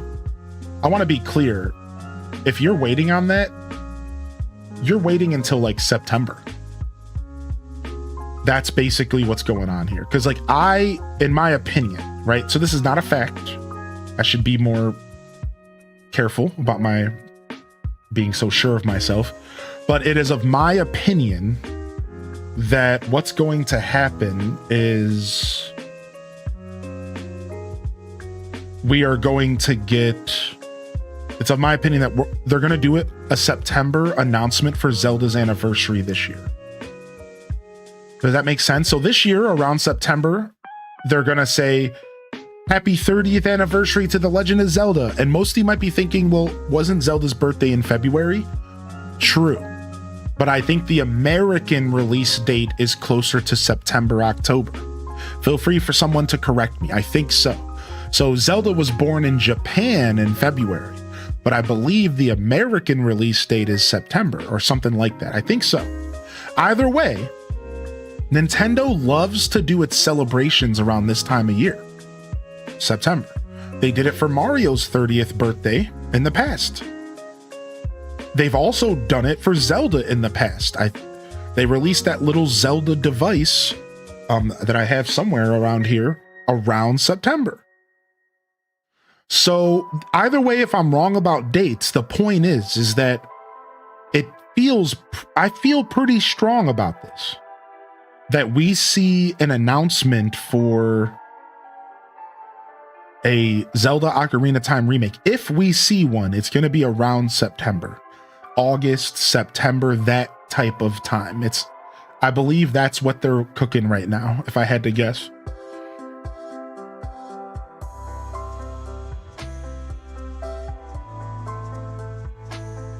Boom, boom, boom, boom, boom. Bo, bo, bo, bo. This is yellow again, isn't it? This is the problem with so much space between designs, is that I don't remember what colors I'm using, so I need to better figure out exactly what I want to do here. I'm just going to go ahead and go with a white Plumera. It was August in NA. Yep, see, there it is, August. So August, September. Right, so it makes sense that they might not do the Zelda stuff until later this year is what I'm trying to say.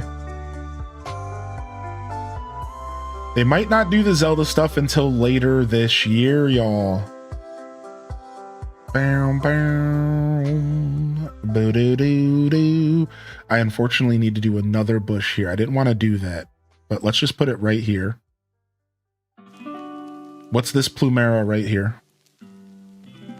See you then. See you then. It's a white Plumera here. So let's do another white one here and be done with white Plumeras for now. All right. And now we've officially blocked off this leak in my... So this is a super massive dead end that's going to... That you can go and you can go and you can go, but you can never enter the Lost Woods. This is the kind of vibe I want to give the player. I want to give this vibe that you think you're going in the right direction. You see the end of the Lost Woods, but then you still can't enter. And you maybe even are like, frick, like, how do I get in this place? The Lost Woods. So I have to create some false paths where you think you're going in the right direction. And the only way that I'm going to give you a clue is I'm not going to have many actual paths down in the false paths. So as you're walking through the Lost Woods, if you notice that the pathing kind of stops, it's like, wait a second, I shouldn't be here. And that's like the secret little clue. But I will be putting a little bit of pathing along the accurate path. There will be a little bit of pathing to kind of lead you in the right direction if you manage to find it.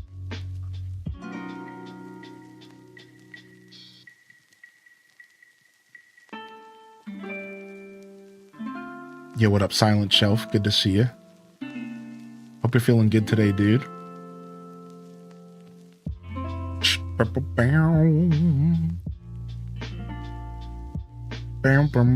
Now see that, now that's a smiler emote I can get behind. No sarcasm, no passive aggressiveness, no me questioning everything in existence because of my own personal trauma. Nothing like that. Just a smiler that makes me smile. That's what I'm talking about, dude. Sorry. Wait, we don't need you to apologize, and certainly don't apologize with the smiler, because now I think you're pissed at me, and the whole cycle begins again. Wait a second.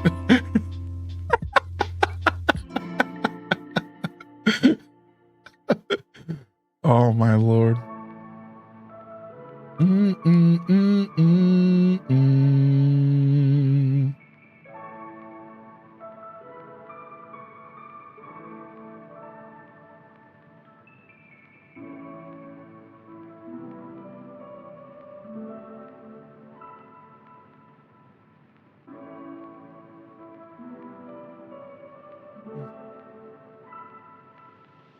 Feels Potato Man? Is that a real thing? Or were you just making that up?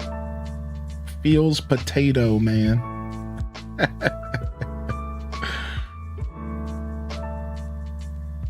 Yo, what's up, Cozy Mushroom Prince? How are you today? The Prince has entered the room. The Cozy Prince. I don't know. I use it a lot, but I think it's a fake. Feels Potato Man. It could be fake. Well, we could do some research for you. We'll find out. My favorite equestrian game. What's up, Sam Squatch? How you been? You been squanching over there? Squanch, squanch.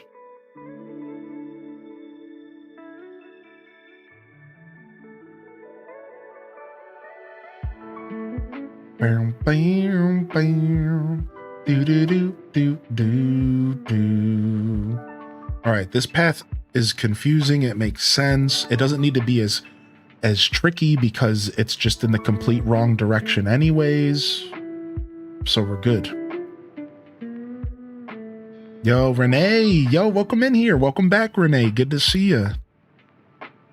Squanch makes me think of Merv the cat on TikTok.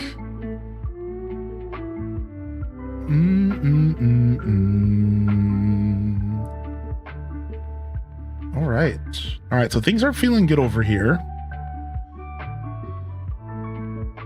To be a little bit trickier down here, but we're good now. We figured all that out. You can go this way, but you're trapped. All right, so I think we're good to start decorating this quarter of the Lost Woods. I purposefully wanted to break stuff up into chunks, so instead of only working on foundational stuff, we could actually do a little bit of decorating, which would be kind of fun. Some flowers, some very small details, some leaf piles, it's just something that we haven't had a chance to do a ton of since we've been so focused on the foundation of our forest. So I think we're good. I think we're good to do a little bit of decorating, which I'm excited for, if you haven't caught on to that. I'm excited to do a little bit of decorating, a little bit of decor. All right, we're gonna have the final dead end right here. This is gonna just completely cut off from the other side right here. All right, that's it. And then, you know, we'll be making adjustments as we go. We're big on iterating in our designs, so adjustments and iterations will happen naturally. Boom, boom, boom, boom. What's a bagagwa? Is that the bagger position at a Wawa gas station? What is that? What are y'all talking about in here?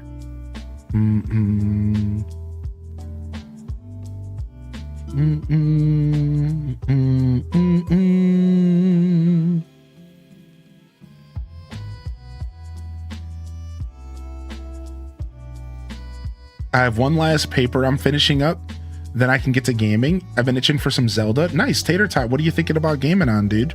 And congrats. I'm hoping that your journey's been a beautiful one as of late. I've never seen a Merv video. I probably have seen a Merv video, but I just don't know what you're talking about. Is more likely the chance, because, you know, I am chronically online, so like, you know, I've probably seen one.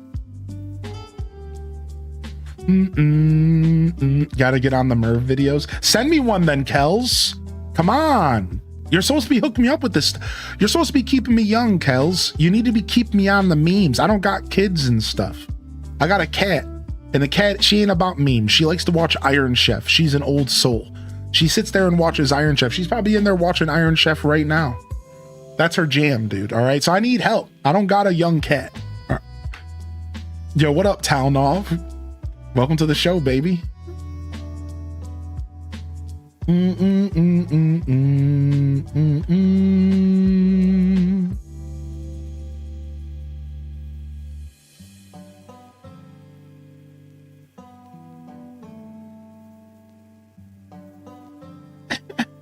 have no idea what these people are talking about either. I don't get on Instagram often, but every time I do, I always see a Merv video. Did my BTTV emote redemption come through? I think so. There's a couple that we're behind on. Did, if we have a moderator that has access,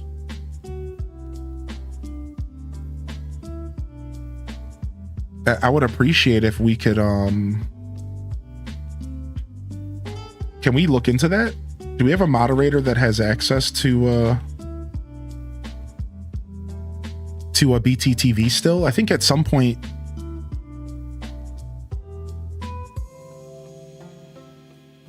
it like stopped working or something, and I had to like re-invite y'all. That's why I'm asking. Okay, we got it. Okay, you guys got it. Can we add these other ones real quick as well? Give me just a second. Can we add some other ones as well? We have, do we have Lloyd's spin on 7TV added? Do we have, let's see what 16-bit Gambit, do we have, can we get this one added as well? Here, oh, I can add this one. Channel. Okay, I got the Yoshi because I had a link for it. Or not the Yoshi, the Ditto. Okay, we already got Peepo Sailor. Okay, Peepo Sailor was taken care of. We'll give the Ditto for free to Pokemon Fan. Link Wave. I'm not sure what Link Wave means, but that's another one that was requested. So yeah, could we look up Lloyd Spin and Link Wave, Cozy? Let me know if you can add those for me. Would you be able to do that for me? I can do it later too. You're okay, Sky. No worries, man. Oh, Lloyd Spin is in. Okay, cool. This was like stuff from literally 5 months ago. So I just ignore me. Like, I just wanted to make sure we were good. I saw those the other day and I was like, did we ever add that stuff? Like, what happened? Because I wasn't paying attention, obviously. Okay, sick. All right, Bitsem, dude. We got some VIP badges that y'all are sneaksters in here. All right, exhaustion will give you an extra day since I took 2 days off. But you weak VIPers, some of y'all are overdue here. All right, who's getting cut off the list? Let's go. Let's go through the list. All right, let's see what's going on here. Hold on. We need different music for this. We need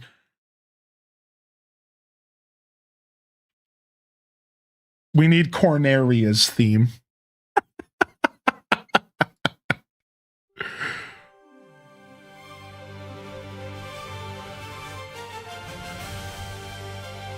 Whoa, this is new Corneria nonsense. Give me some old school real quick.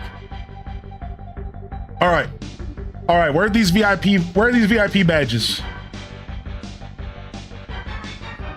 All right, let's go. Last month, I may have made a mistake.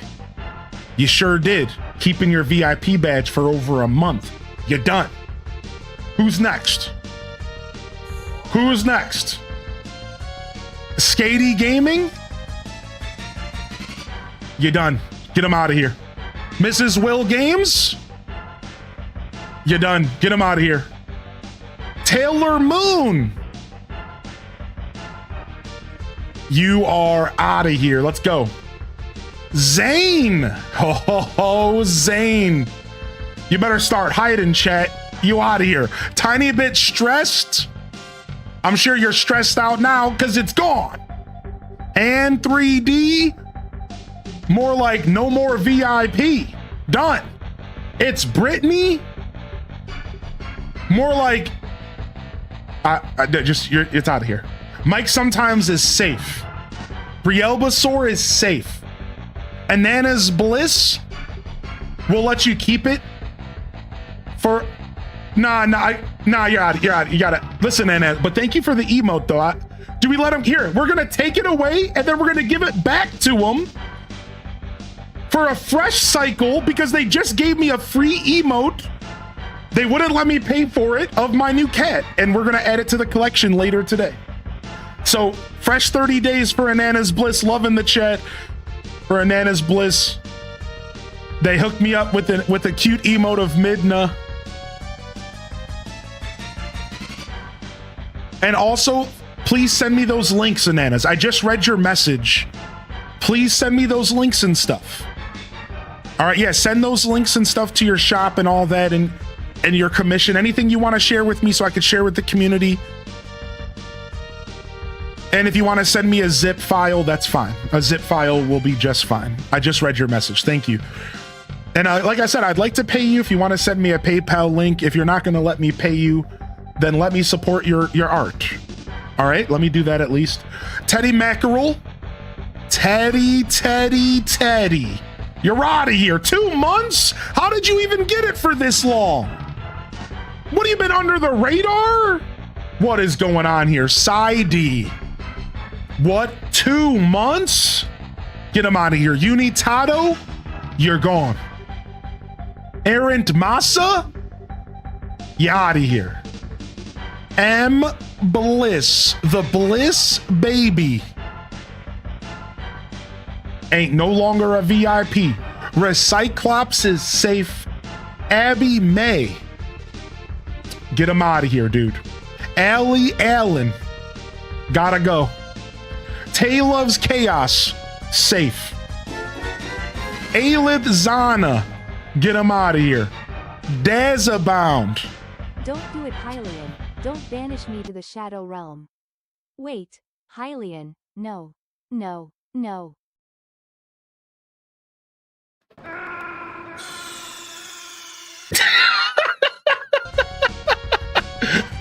Tater Tot Soup, safe. Nisi Star. Sorry, homie, not today. Mary 948. Sorry, homie. Leafeon with coffee. Safe. Cloveran. Clover, you were supposed to lose this like 2 VIP roulettes ago. I'm slipping over here. Mini Mansky, safe.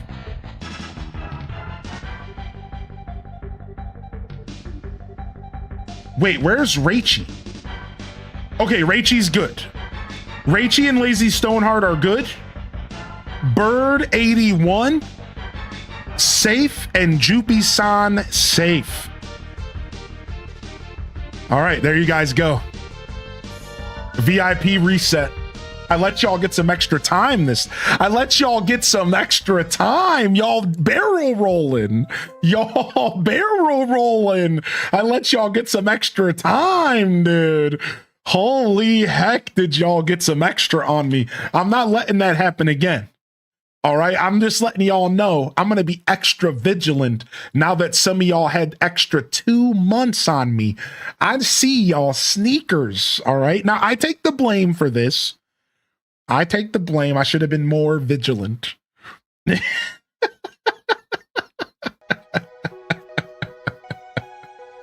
Use the boost to get through. Your father used to help me like that too, Fox.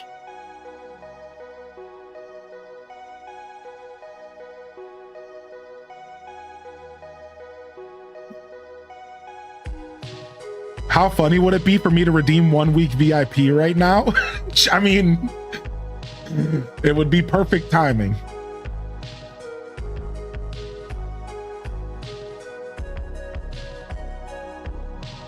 All right, let's grab a couple windflowers. I want those up by my house. Let's grab mums. The only place you're going to see mums in my whole island will be this forest. Specifically green mums is what I usually do. Green mums, what we'll do is we'll say only green mums in the center where the Hyrule sword, where the Master Sword is. The center of the Lost Woods. Yeah. Is that enough space for my green mums? Maybe a couple on the outside of the, maybe a couple on the outside. Do I have enough room to pull out 2 more of these? All right, so I'll hold off on the green mums for now, because we might do something special with those. I'm just going to keep going until I don't have any more room in my inventory. We have to be close. No? Okay.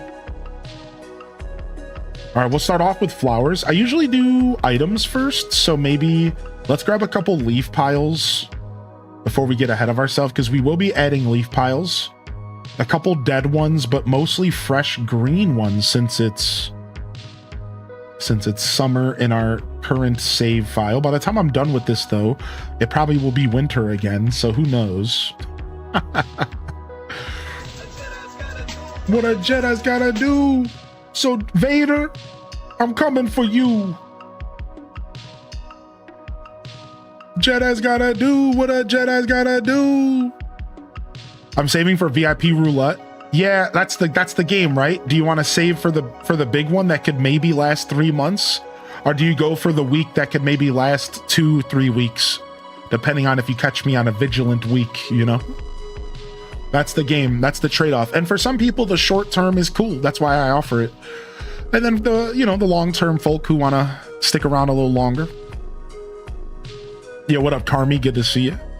So, it's kind of a just whatever your preference is. Whatever you prefer is the vibe.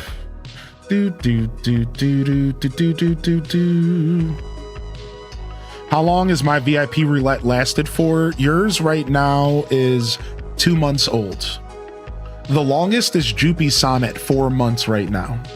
Jupi-san has held onto theirs for a while, and that's pretty long because usually it's 3 months.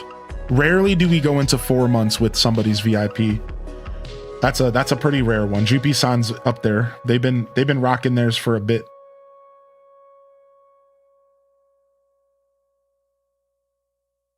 We'll do a white and a pink here. Boom, boom, boom, boom, boom, boom, boom, boom.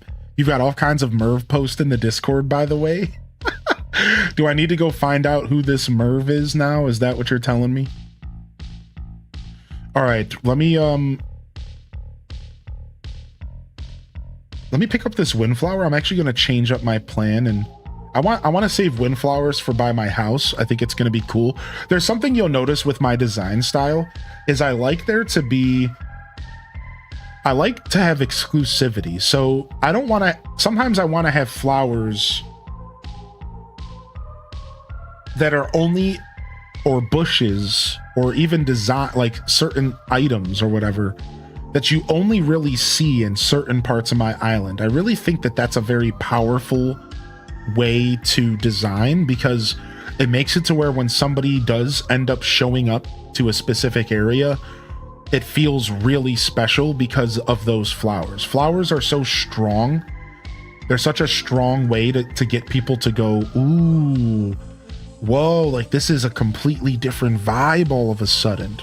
And you can do that different vibe all of a sudden shift pretty easily, in my opinion, using flowers. Flowers tend to be a really good source of that kind of, you know, vibe shift all of a sudden energy, right? I think flowers are really good for that. Same thing with bushes, but the bushes have to be flowering, which is all based off of, you know, like randomness. Like, so it's kind of hard to make that one happen. They do have to be flowering for that to make sense. So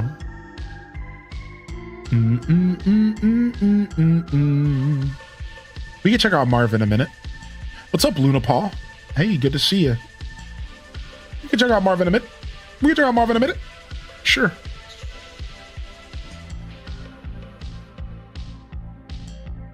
Sure. Give me a minute here.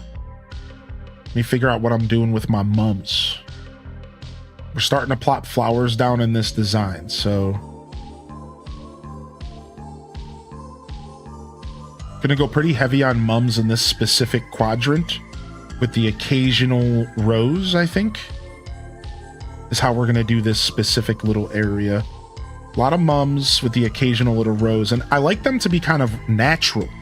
I like them to spread naturally. So what you're gonna notice is I'm not gonna be planting a ton of flowers. And instead what I'm gonna do is I'm gonna water them. And I'm gonna, for the next couple days, try to get this flowers to spread naturally. And then I just leave it. Because I feel like that really captures the most natural vibe that you can create. Is the flowers kind of spreading on their own feels really good. It's something that I really enjoy, right? So a lot of my designs actually go for this exact vibe. This is not the first time I've gone with this approach. So I love not planting the flowers too pointedly. I will plant them pretty pointedly. Like I will do some sessions where I purposefully put a flower in an area to make it look or feel a certain way, but a lot of my flower arrangements, I go for a very natural vibe. And it seems it's really cool. I don't know. It's something I really enjoy. So I guess that's all that matters, huh? All right, put this over here. Bum, bum, bum, bum, bum. Bum, bum, bum, bum, bum. The red feels a little bit strong to be putting at the entrance. I kind of want the red to be a little deeper because it just pops. It's just in your face, just screaming at you. Red! It's kind of a lot. All right, and then we will have some random wild flowers here and there. Stuff that just is kind of out of place and not really meant to be anything more than just here or there. And then again, I'll have like sections dedicated to certain flowers. So I'd like to do cosmoses again. I had a huge cosmos field in the past that I really loved. And I do like cosmos. So I think we're going to do a cosmos field this time down here. I think right here, I'm just going to have a big chunk of nothing but cosmos flowers to kind of call back home, kind of pay homage to my original island design. which had a bunch of cosmoses in this area. It won't be that big of an area, but it'll be enough to kind of create a cool little experience here.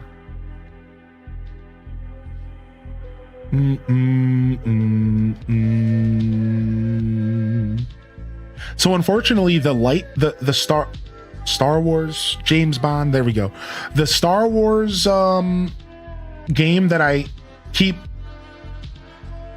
that's actually a James Bond game because I can't get Star Wars off my brain because I've spent the past 3 days playing Star Wars games and watching Star Wars. 4 days. The James Bond game is not releasing for the Switch 2 right away. How sad is that? How sad is that? They've officially announced a delay on the new James Bond game. It's not going to come to Switch 2 right away, not till like summer. They said it's too soon or something. So we aren't going to be able to play that unless I get it on PC, which is an option, don't get me wrong, just not the option I was looking for. Yeah, Graveyard Keeper is getting a sequel. I just signed up for Graveyard Keeper's content creator program so that I could get exclusive early access looks at the game. Hopefully they accept me. I just answered the email last night. So there's a chance that I might get some exclusive early access looks at the game. I'm excited for Graveyard Keeper too. Is the Darth Maul series any good? I've heard people are liking it, yeah. I've heard people are enjoying the Darth Maul series. I don't know how good it is, but I've heard people are enjoying it, yeah.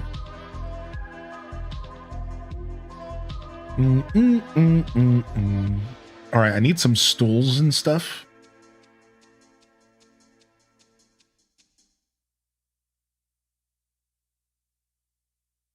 Yeah. Apparently Lego Batman's pretty popular. I'm going to be real. I didn't know. I know that sounds ridiculous, but I didn't know that Lego Batman was already a thing. I thought this was the first ever Lego Batman game. What a naive Buddha I am, eh? What a naive little Buddha I am. I was under the impression this was the first ever Lego Batman game. And I didn't realize this until like 2 or 3 weeks ago. Somebody in my chat was like, I'm so glad they're making another Lego Batman. And I was like, another? So I went and looked into it and I'm like, oh. Like, oh. Hope you have a good weekend. Oh, thank you, Cool Stardew, man. Dude, that was so kind of you, dude. Thanks for the biddies. Oh, let me pull up YouTube chat again. I lost it. Sorry about that, YouTube chat. Let me catch up on you real quick. Untamed, yo. What's up, Untamed? How are you today? Sorry, thanks for your patience over there. What's up, Misty Darka as well? Okay, so I didn't miss too much. Just a little bit. They used Kissed by a Rose in the trailer. Did they really? Baby, not a little daughter.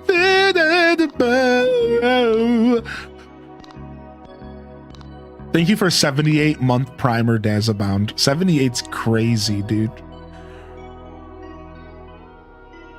Baby.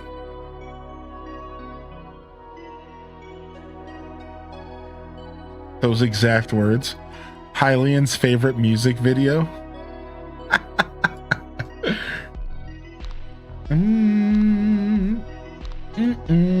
All right, here it is. The best of Merv the Cat.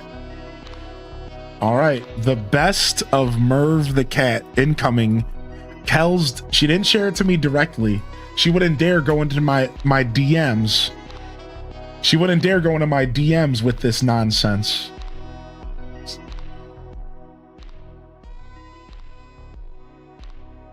All right, here we go. Let's see what this is about.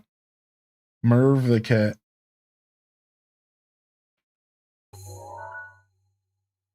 Am I muted? No. Oh, I'm muted up here. We have to go to Ohio. Merv. We're gonna go visit Grandma in Ohio. We have to go to Ohio. Merv, we gotta go to Ohio to see Grandma. Should we tell her about Ohio? Oh no. What is this anti-Ohio propaganda? That's what this is. Washing your underpants. No. Merv, we have to go to Ohio. Merv, we're going to Ohio. Merv, Grandma wants to see you. Oh, Merv. Merv. Oh. Merv, you gotta pack your underpants. Go. Oh. There's your underpants. Merv. We're gonna go visit So Grandma. Merv's a cat. Merv's a cat that hates Ohio. Well, I've seen it all. I've seen it all, dude. A cat that hates Ohio. I mean, I don't blame him.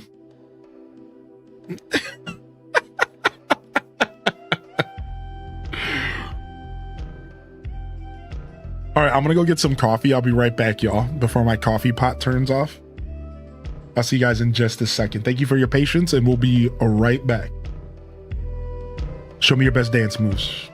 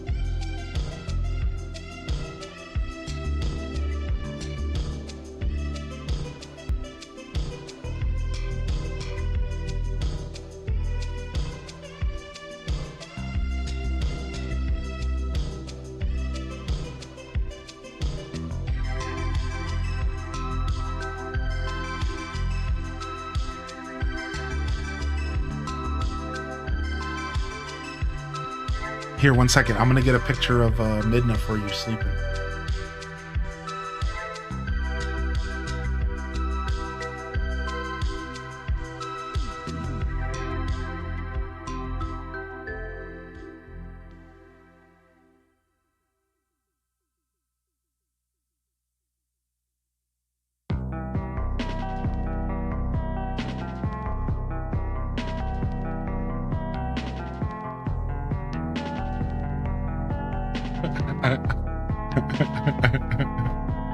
Hold on. She is so not amused in this picture. It's incredible.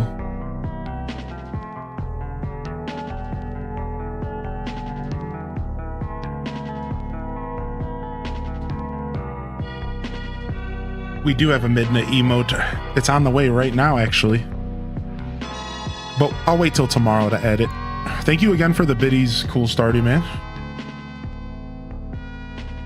Thank you, Anana's Bliss. Yeah, we'll edit tomorrow just because when I add emotes during the live stream, it's like you have to refresh a bunch to see them, and it's like mega annoying. So it's not. We'll edit tomorrow for the show. So come on by. We'll have some new emotes tomorrow. All right. So in the meantime, I present to you all. In the meantime, I present to you all my sleepy baby. Cracked out, half asleep. Look at her.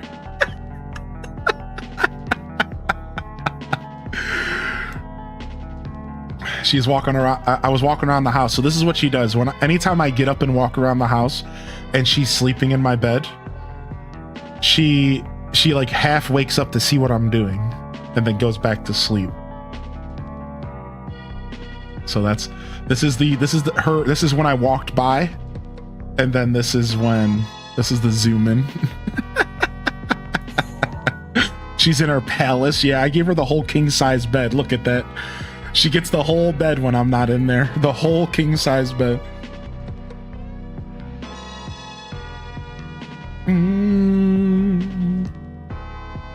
I share the same expression with Midna when I wake up. Yeah. She's so cute.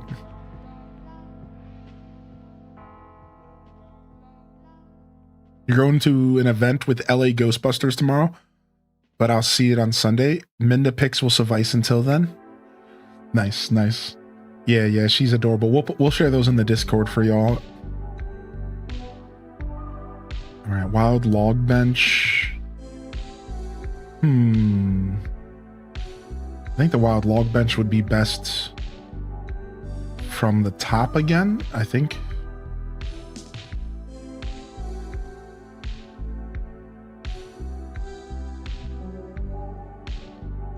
All right. Is that too close? Oh, that's too close. No. I was really hoping that this would work. It's technically not too close because you can just do this. So it's good. It's technically not too close.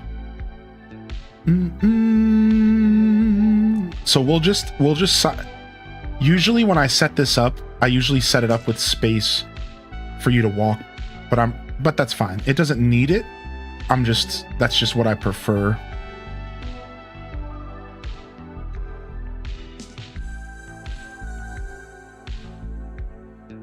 And maybe we want to have these a little closer. And they don't have to be perfect. You know, these can get a little weird. I want to have a tree. We're going to have a tree right here. Let me go ahead and grab another tree real quick. Should we do a regular tree trunk or should we do... that's the question here. Do we do a regular tree trunk or do we do a pine tree trunk to sit on? I'm actually thinking we do a regular tree trunk. I think it's going to look nice. Yo, what up, Cosmic Prismo? Welcome to the show. How you been, Cosmic? I was poking around Tim's Twitch last night looking for the New Vegas VODs. Do you know if Tim puts his stuff on YouTube? I was looking for the New Vegas VODs. I don't know if they're on Twitch. I was poking around. I didn't see them, but I was also distracted, so I might have missed them. But VODs only stay on Twitch for 60 days.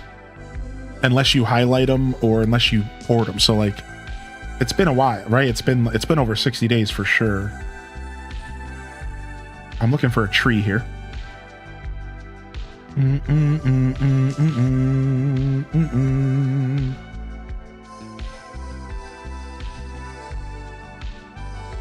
He hasn't uploaded in a hot minute. Let me check with him to see if he's planning to upload them. Yeah, no problem. I just missed my opportunity to watch some New Vegas and I was thinking about him. But like, no pressure to do it for me. Like, I'm fine. However, if they are uploaded or if there's any plans, I would totally love to check it out. Thank you, though. Thank you. What up, Band Slam? We had to upgrade his PC for work and stuff and spent all day yesterday trying to get the thing to work. That's the worst, man. It's simultaneously a wonderful but also terrible experience getting a new computer. It's like, yay, new computer. Yay, 3 weeks of setting up new computer. Yo, Patty, holy heck. Patty, dude, thank you, man. 2 years? Do I have an axe? I do. All right, let's see if I like this or if we're going to waste a fully grown tree. You guys ready for this? Do we like it? Yeah, I do. It's a nice little seat around the fire. Look at that. I always like to do one real tree stump around the fire. I don't know, I think it's super cool. One real tree stump around the fire.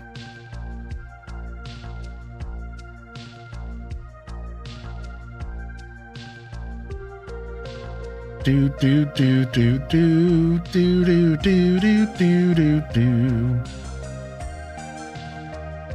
I'm not sure I actually like the birch because there's no birch trees around here. So it's like, where the hell is the birch coming from? So I'm like, I'm not sure I like the birch. I can't help but ask myself that question. That's where all the birch went. Fair. Actually, funny enough, I think the wild log bench is going to be better from the south this time due to how I accidentally set this up. So let's move that real quick.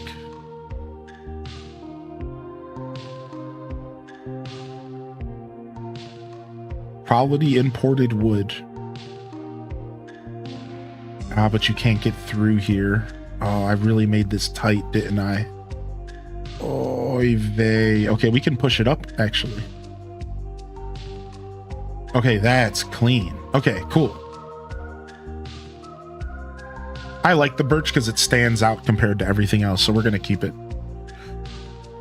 It's supposed to just be a new CPU cooler, then ended up deciding to buy a new case to have more room. Exactly. And then we decided to get him a new GPU, and then we had to get a new PCU. Yeah, that's how it goes.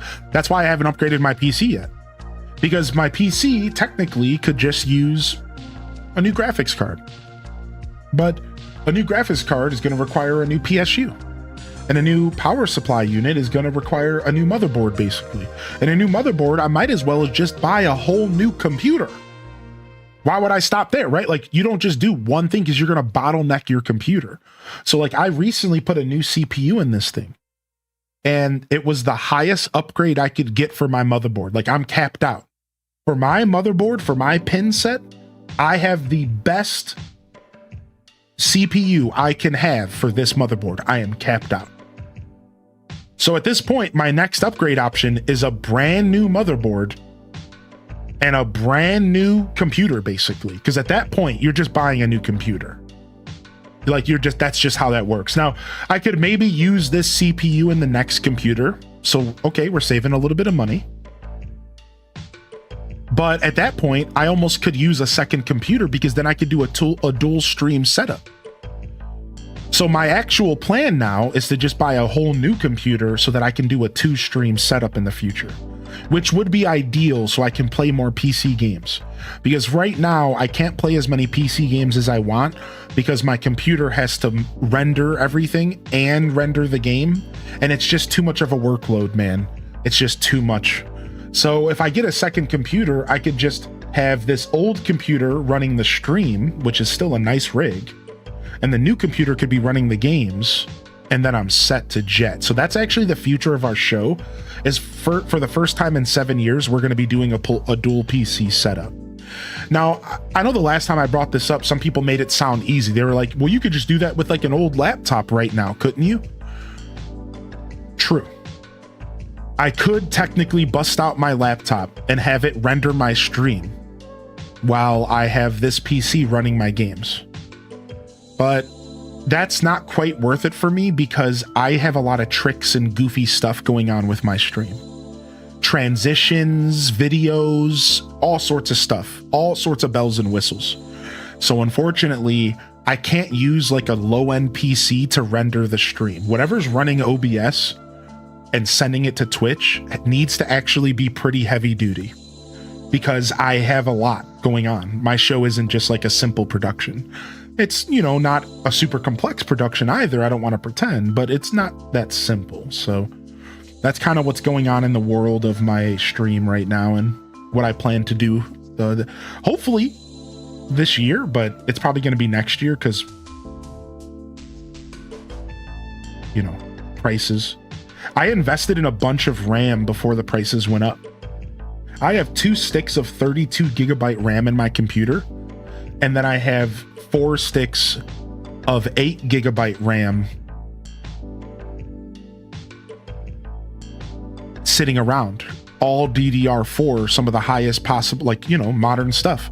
So the really fun, the cool part about it is if I do upgrade to another computer, I don't have to buy the RAM. Technically, I don't have to buy the RAM because RAM isn't that outdated. Like, I don't need DDR5. I don't think that's what I'm using. Maybe I am. Either way, it's not like I need new RAM. RAM is RAM, and it has been the same about the past 5 years. Like, there's been upgrades, but it's not really necessary.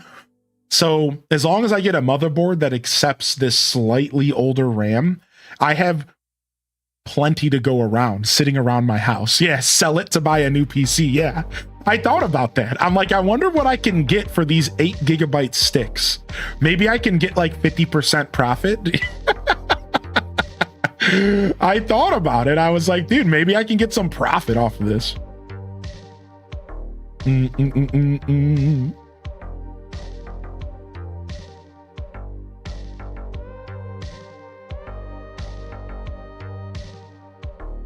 All right. Good amount of space between the seats, but that fits. And then let's do every other. Let's do every other. I think it's going to look better. And we'll have these seats kind of close to each other. Let's do every other. I need another regular log stool. I don't want to double up on the birch, I don't think. Just made yourself a jumbo coffee and spilled it. Oh no, that mega sucks. That jumbo sucks. I'm real sorry, man. That jumbo sucks, dude.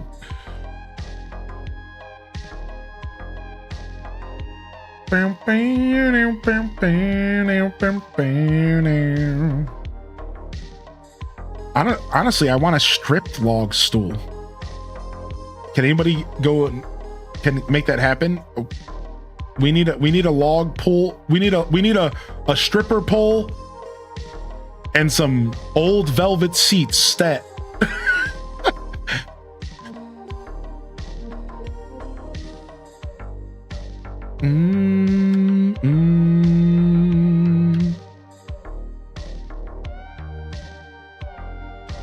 We'll do white wood here, sure.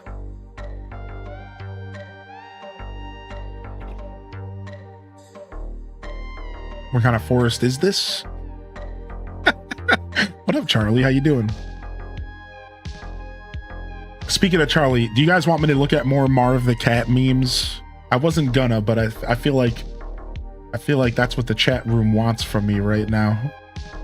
Everyone's silently thinking it. I know, I could feel your brains. Stop it. Stop thinking it.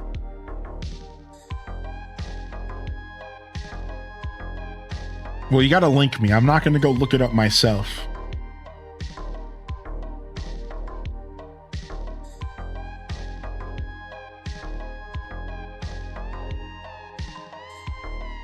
All right, I guess this works. All right, 8 seats, 8 players. There's more in other channels. 8 seats, 8 players. Kels, will you just slide into my DMs already? Why are you making me scavenge hunt this stuff in my Discord? Unbelievable. I'm going to the memes channel. I'm going.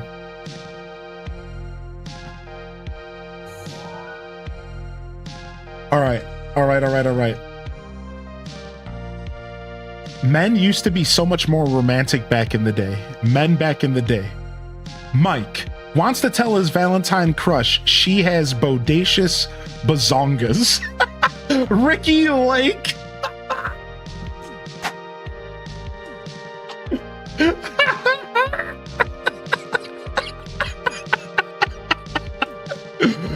Not Ricky Lake, dude.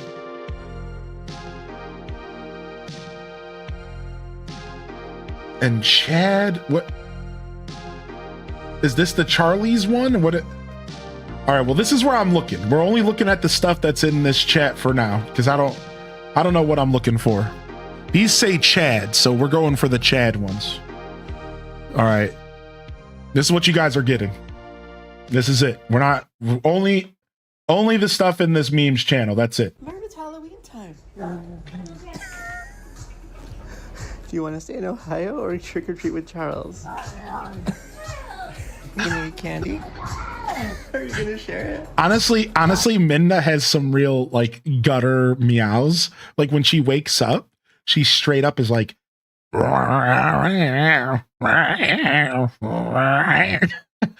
and she's running up to me to get pets from me, because that's every time she wakes up, the first thing she wants is love from me and pets. Like she wants to confirm I'm here. She wants my attention. So when she wakes up, she runs up to me and she's just like,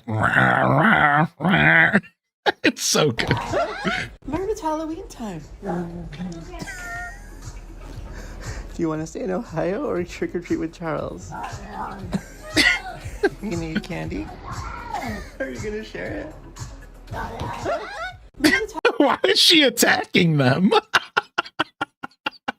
She's throwing her body at them sideways. All right, here's one more. We'll do one more. All right, here we go. Watching TV. Merv, guess who's here? Listen. Who is it? Okay, Merv, you gotta let him cook, Merv. Merv, please don't do that. Merv, where are you going? Merv, you can't be watching TV. Merv, guess who's here? Listen. Who is it? What a crazy cat, dude. What an absolute wild cat, dude. That's so fun. I've never heard of Merv. So that's my first introduction to Merv. There you guys go. Thank you very much. Thank you very much for getting me hip to Merv the cat. I was not hip. Did you see the cat music video I sent you? I did see the cat music video you sent me. It was great. Dude. I didn't watch it on stream, though. I did see it. Good to see you, Neanderthal, man. Did you have a good week, dude? I was thinking about you. We were doing Star Wars stuff. Chewbacca took over Twitch. I hope you've been well, man. Happy Friday.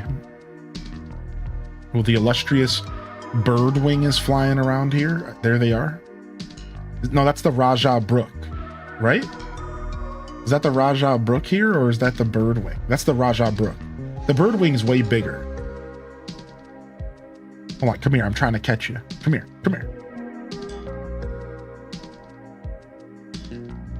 Yeah, the Birdwing's even bigger. No, it is the Birdwing.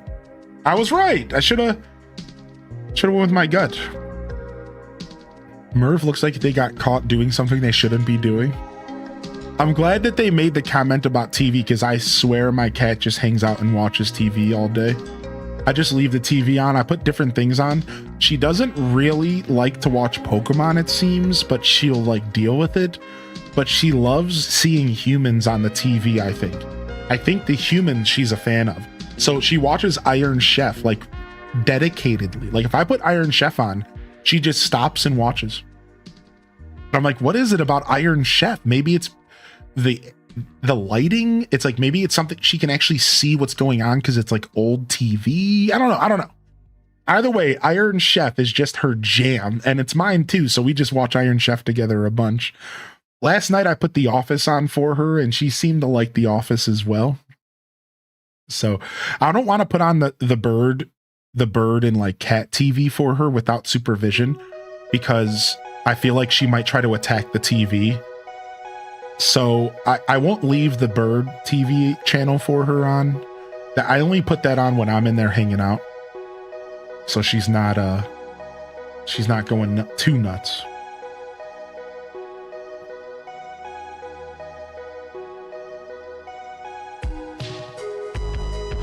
Because I swear, as soon as I put that bird TV channel on, she goes nuts, but like not in a bad way. Just like as soon as it's like she is just ready to go, and she starts to get ready to pounce, and she wants to attack the birds. It's great. How are your days off? I was watching Chewie, wondering why a Sith Lord didn't take over on May the 5th. You know, I didn't. I'm not a Sith. Like, the truth is that I didn't plan on celebrating May the 5th, and my plan was to show up the day after, just like I did, and call y'all out and be like, why are y'all celebrating a Sith holiday? I'm a Jedi. I don't know about y'all. And that's how I handled it. But in hindsight, it would have been fun to be a Sith the next day. So maybe we'll do that next year. Maybe we'll embrace the dark side next year. You guys down? That could be fun. That could be fun, right? So, my plan was to ignore the dark side. I'm not a Sith. You bunch of dark side dwellers. Get out of here.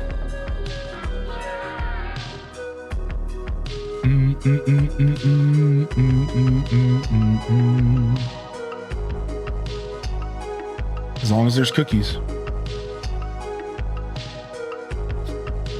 Yeah, we're playing Lego Star Wars finally right now. Like, we're officially going through the game since Christmas. It's been so much fun. Lego Star Wars is actually such a treat of a game. I seriously enjoy playing it so much. Gray Jedi.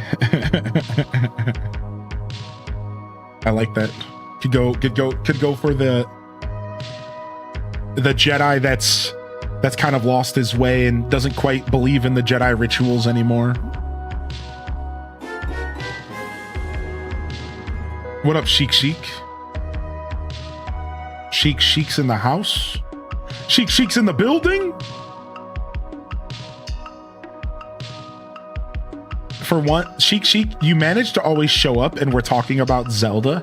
And I don't know if it's because you just so happen to show up during Zelda discussions, or it's that I'm always talking about Zelda.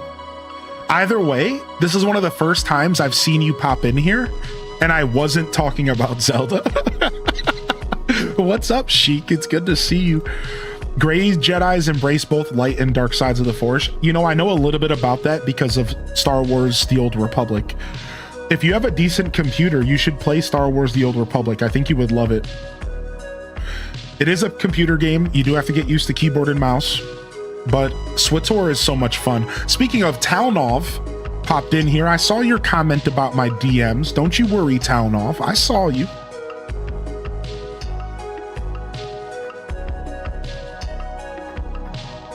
And have you been playing, or did you already give it up? I've been playing SWTOR, dude. I almost showed up the other night playing SWTOR on stream, but I really needed the time away. I'm feeling good about my days off, my decision to take that time off. So I don't regret not showing up, but I'd like to show up. I'd like to show up more offbeat. I've told you all that this year. I'm trying to get my brain to accept outside of my normal time slot streams. We're getting there. Yo, Nisi Star said Saturday my nephew will be over and I'm going to play my VOD with Chewie and Lego Star Wars. He's gonna lose his little mind. Aw. That makes me excited. You'll have to let us know how it goes. My Sheikah senses tingle and I gotta show up. That's right, Sheik. That's what I was trying to imply. I'd be here for SWTOR or any Star Wars games. Yeah, SWTOR is fun. Yeah, I'm playing the free version of the game, right? So, Slay Manara, I played SWTOR since release. I actually was for day one adopter of the game. And I fell in love with it. And I saw it grow and I saw it change for better and for worse, mostly, unfortunately. Eventually, they found their stride, and now they do the subscription service, but they also offer... At one point, they offered you to buy the expansion separately from the subscription. Now you have to subscribe to do everything. I'm not willing to give them money right now, but if I'm done playing World of Warcraft, I would. I'm already subscribing to WoW, so what I did is I canceled my WoW sub, and I told myself that when my WoW sub is up in 2 weeks, if I'm still playing Star Wars The Old Republic, then I will maybe give them $15 for a month. And so right now I'm still stuck at level 65 and level 80 is the cat, but I can't access it because I'm not subscribed. So I'm just like, just playing. I'm actually, all I'm doing is Datacron hunting. I'm gonna be honest, all I'm doing is Datacron hunting. I'm not even playing the game. I'm hunting for Datacrons. That's all I do. I just hunt for the knowledge in the galaxy. I found 3 Datacrons by myself, no Google. Every Datacron in the game I have found without looking it up, but some of them I got help from players in the game. So for those that don't know what I'm talking about, Datacrons, Star Wars The Old Republic is an MMORPG, and they have these items strewn about the world called Datacrons. And it's like they're all pretty much puzzles to discover on how to unlock them. And a lot of them are platforming puzzles, all right? So you have to go around the world and you have to find them, and then you have to figure out how to get to them. I had the luxury, the beautiful luxury of finding and actually acquiring 3 Datacrons in my days off by just running around the world. And I'm so proud of myself. There's nothing, yeah, it's a treasure hunt. And there's nothing more prideful than going out on a mission to do something and then achieving it. Specifically one that is harder than it sounds. The worlds are massive. So, dude, I was so proud. I found 3 freaking Datacrons, dude, all on my own, man. Very proud, dude. I have so many more to get, though. I only have about half of them in the game, so. But I should say I have about half of them in the game, dude. And almost all of them attained by myself, so. I've seen SWTOR Republic game, but I've never played it. I've played Lord of the Rings Online. Yeah, I'm thinking about playing Lord of the Rings Online. I've never played it. It's been on my mind for a while. Zelda and dogs are my longest running autistic special interest. You bring up Zelda and I'm blasting off from 0 to info dump at the speed of light. I love that. I only need to finish the Trooper story. Wait, really? Town of, I only have 1 story finished, and it's the Smuggler. I'm obsessed with playing my Smuggler, dude. Holy heck, that's so funny. I'm working on 2 other stories, Trooper and then 1 other. I did watch the Star Fox Direct this morning. I watched the Star Fox Direct a little bit ago. Good morning, Jupi-san, and welcome to the show. I'm super excited about it. You're welcome to watch the VOD. Come back and I can come on back and I'll let you know what I think. If whatever you want to do, feel free to ask questions. Dude, I've been thinking about playing KOTOR and I forgot that it's on the Switch. So I might reinstall KOTOR, or I might purchase KOTOR and play it on my Switch.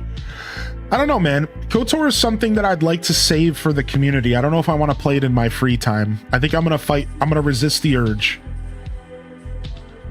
I think KOTOR would be a really cool game to play on stream as a casual night thing at some point down the road. It's really slow paced, it's story driven, it's kind of a beautiful game in that sense. For those just tuning in, welcome to my Zelda inspired Lost Woods Island. We're basing what we're doing here off of the Breath of the Wild Lost Woods. There's a hearty amount of you here today, and I just want to say thank you for tuning in. Thanks for hitting that like button over on YouTube. And I really do hope you're having a wonderful Friday so far. If you haven't gotten a good morning from me, jump in the chat. Let me know you're out there. And I'd love to hit you with a proper good morning, as well as just love to hear how you've been. How was your past 2 days? I was off Wednesday and Thursday. You know, how's your weekend that's coming up ahead? Do you have any plans? Are you going to be gaming? We are starting to enter game announcement season. I just signed up to be a proper creator, showcasing the Summer Games Fest, Future Game Show Live, and many more of the announcements coming this June. So hopefully y'all are as excited as I am, because the first week of June we're going to be popping off. Like I said, I just did my yearly sign up to be an official creator to showcase all of the Summer Game Fest shows to all of you. All that means is that I won't get into any trouble. They'll put me on a list so that my stream doesn't get muted from basically the difference between being an official co-host and being somebody who just streams it is that I get put on a list, a white list, so that my stream doesn't get muted when they play real music. That's the only difference. It's basically that if for some reason YouTube is like mad at me for playing real music, I will be put on a white list and my channel will avoid that. Like I won't get in trouble. I won't get muted, that kind of stuff. That's the only difference, but it's still really important for the show, as you would imagine, to get into the official standings so that we can just play the show and I don't have to rap over the yearly Just Dance announcement. You know what I mean? Because I usually end up like rapping over it, which we're still going to do because it's fun, but I digress. So yeah, we're excited, man. We got another month here and we're going to be diving into game announcements after game announcements. Hopefully we get a Nintendo Direct within the next month or two. There is a chance, but we could be waiting till July for that Direct. So don't get too excited. We don't know what Nintendo's doing right now. I heard an old story from a friend telling me that Ubisoft isn't on the MMO Knights of the Old Republic. They gave it to a third-party company. So now that the game isn't good anymore. Yeah, the MMO Knights of the Old Republic was actually an EA game and BioWare. So BioWare, the company that's known for some of the best games of all time, actually did SWTOR, the Old Republic. And I don't know if they're still working on it. That's what you might be talking about. Maybe BioWare sold it off. And maybe that's why the game is kind of dropped in value. Maybe that's true. I'm not sure about that. But BioWare and in turn EA, who owns BioWare, are the team that was originally behind Star Wars Online, SWTOR, I believe. Correct me if I'm wrong. And yeah, I don't know anything about that, but I believe it. I believe that they probably sold it. I 100% believe that, yeah, because it's been a long time. You got to realize that that game is over 10 years old. I have a weird connection with Star Wars Online. First off, can we get some love in the chat for a first-time primer? Tennis Court coming in with the first-time prime. And Chic again with the 35. Thank you again, Patty, for 2 years. Thank you, Tennis. Welcome to the show, dude. If you have any questions about my broadcast, you're welcome to ask. Thank you for using your prime here. It means the world to me, dude. Seriously, you could have used it anywhere. But welcome in here. I hope you enjoy my emote collection. We got a solid 70, 80 of them. And thank you for tuning in today. We do a lot of Animal Crossing content here, a lot of designing style stuff recently. And I'm hoping to bring back our hide and seek island so we can start working on that again and playing some hide and seek. So don't worry, all of our projects from AC are still standing. It's just taking us a while to get through them. The Ohio island, I just checked up on it the other day. We're feeling good. We're going to eventually go through that data and parse it and see what we need to do with it. I want to work on this island first. I can only do one project at a time. So let's just get our Lost Woods going and cooking and feeling good. And then we can start to go check out some of our other projects that we worked on. So far, the projects in Animal Crossing are Hide and Seek Island, Ohio Island, and then this island. Those are the main projects. And then there's a couple little things that fell through the cracks, like that video I wanted to release of our 24-hour stream. And we'll get that released. I'm still working on it. So we have some other little projects in between. And then of course we have Pokopia. Pokopia, we're doing designing in that game as well. So that's like a lot of designing. So I'm not going to overload my plate. I'm only going to do one AC island at a time so that we're not, burning ourselves out of. I've talked pretty extensively about how I unfortunately burn out from designing. It's just how my brain is. I don't do well if I design too much. I start to feel like I'm not gaming and I feel like I'm not actually playing video games. I don't know why my brain does this to me. It just does. But after a while, I just start to feel like I'm not actually playing video games. Yeah, it's weird. Basically, what I'm trying to say is that if I go too long without entering stat points into a skill tree, I start to lose my mind. Can anybody else relate to that? If I go too long on my gaming journey without plugging some stat points into a skill tree, I start to lose it. I need that every couple months at least. I need some skill trees and some stat points or I'm gonna lose it. That is the kind of gamer I am at heart. I want leveling. I want progression. I can only do the creative stuff so much, dude. I can't live off the creative stuff. It's fun. It's not. I can't live off of it. Valid AF. Yeah, thank you. Thank you for confirming that.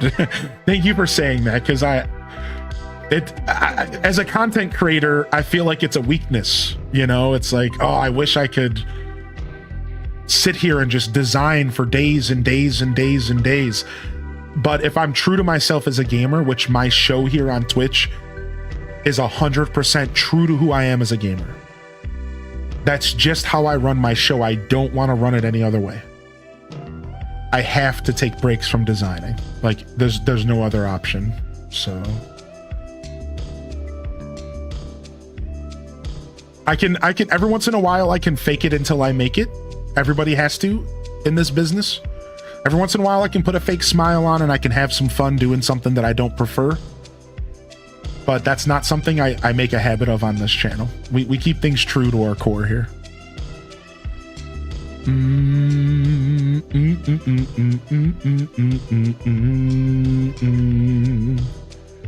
It feels too good to accomplish and move further. Yeah, definitely valid. I'm not a big fan of just designing for games. Sometimes I just want to be brain dead game. Yeah, I agree with that.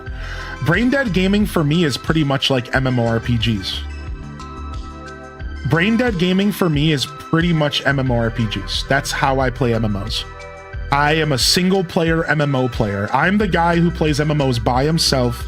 I barely use my brain. I barely interact with other players. And I play classes where I can be a sneaky jerk and I don't actually have to fight you unless I want to. Which is why I play so many archers and why I play so many stealth classes. Because I just want to have the option of not doing anything if I don't want to. It's like, whatever. I'm just going to be over here, hidden behind in a bush. Leave me alone. I need design breaks. Yeah, right. That's exactly what it's about. When I complete 100%, I need a DLC package with more grinding aspects. Agreed. Yeah. Hey, Sister Honey, welcome in here, dude. Good to see you back. Hope you're feeling good. Yeah, we're trying to actually splash a little bit of more gaming news back into my journey. I'm not going to say too much because I don't think there's too much to say. I don't think we'll ever see Blather's broadcast return the way that it was. Not on Twitch, not live. But I am starting to go back to curating a gaming news segment that I will be casually going through on Fridays. I think we are going to go back to some casual Friday/Monday gaming news segments. Very lighthearted, nothing official. I think the official stuff is going to be on YouTube if I find the energy to do it. Because the official stuff is just better for YouTube. It's just better for YouTube. So for now, the plan is to just kind of rotate some gaming news segments back into our schedule and to have a little bit more gaming news adjacent content here, you know, going back to our roots. That's all. And for those that are new here, this is something we've been doing for years. And for those that have been with me for a while, it's a return to form. I kind of took a break from doing anything like official. I obviously still talk about gaming news every day, so we've been fine, but what I mean is like a little bit more curated. I might actually go back to some of the energy from Blather's broadcast where I'm kind of purposefully sitting down and watching certain things, talking about certain things, and presenting certain things that I feel like we all want to talk about, you know, games. We love our video games here, so yeah, for those old school Blather's broadcast enthusiasts, for those of you that enjoy getting your gaming news from myself and the community and I, you should know that that's something that I'm looking to kind of cook on again. I'm finally ready to kind of iron out exactly what I want to accomplish with that. I needed some time to think about, you know, how deep I wanted to go with it. You know, did I really want it to be something, you know, that I wanted to pursue, basically. So you're hanging in there, sister honey. Dope. Glad to hear it.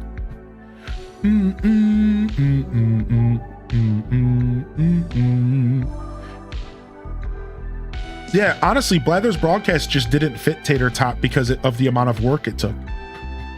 That's it. When I stepped away from Blather's broadcast, I asked myself, I was struggling to keep up with it, and it was keeping me up late on Sunday nights and all sorts of stuff. So at the time I was a little overwhelmed, and I asked myself, am I valuing the amount of work I'm putting into this segment for what I'm getting out of it? What am I getting out of this? And for a while, Blather's broadcast was a personal thing. It was all for my personal enjoyment. That's the best content, when I'm doing it for me and I'm bringing value to others. The problem is that the experiment ran its course and I stopped doing it for me and I got burnt out. And that's it. That was it. It was that simple. I was just like, you know what? I'm not having fun with this anymore. So instead of forcing it, why don't I bring it back in a way where I can have fun with it again? And that's where we're at now. So I spent some time, about a year or so, thinking about, letting it lie and just saying, what can I do with this segment? How can I make this something that doesn't take a ton of work from me, but also can be fun and engaging and still provide the value that I'm looking to provide? Because I had two options. The option was to go full in on it or to step away. Every once in a while as a creator, you run into a crossroad where you have to either go full in, you have to put your whole heart into something, or you need to back off and move on. With Blather's broadcast, I did make the decision to back off instead, which is, a little sad for some of us, I know, but I had to make that decision. I was like, I can't keep half stepping. I have to either do it or not. So I decided to not, and I'm going to bring it back in a way that makes sense for what I want to accomplish, what I'm trying to do with the show. So, not by no means did I ever plan to stop, and did I really ever stop doing gaming news conversations and stuff? I've always kept it a little bit a part of my identity as a creator. But I think this time around, instead of it being a newscast, it'll just be something that we casually partake in. Fridays and Mondays, our usual dedicated chatting segments, and we'll just watch some stuff. We'll talk about it. I'll have some curated content for us to go through. I'll premeditate some of it, and it'll be fun. It'll be a nice balance between what we used to do and then what we're currently doing. Right down the middle, a little bit extra serious, but not so serious as Blather's broadcast. And then if I ever want to do gaming news again, like I said, I'd probably do it on YouTube. I think if I ever did it again officially, in that very like workload style, really spending time researching, doing overlays, graphics, doing it all myself. It was taking 5-6 hours a week to set it all up. It was a lot. If I ever do it again, it'll probably be something I do for YouTube, and I try to find a system where it's not so much work, Yeah, sometimes stuff is just a lot of work, and you just have to decide if you want to put the work in, And that's basically what I'm saying. Blather's broadcast, in the end, I ended up gaining a lot of respect for gaming news YouTubers and stuff, because I was like, man, this is a lot of work. Like you have to check your sources and stuff, right? Like you can't just go out there and be like, yep, this is what's going on. Like I had to check all my resources, my sources. I had to, find assets all around the internet, get stuff made. Like it was fun. It was a fun time for sure. It's important to me to challenge myself as a creator. So I learned a lot about myself and my content through that.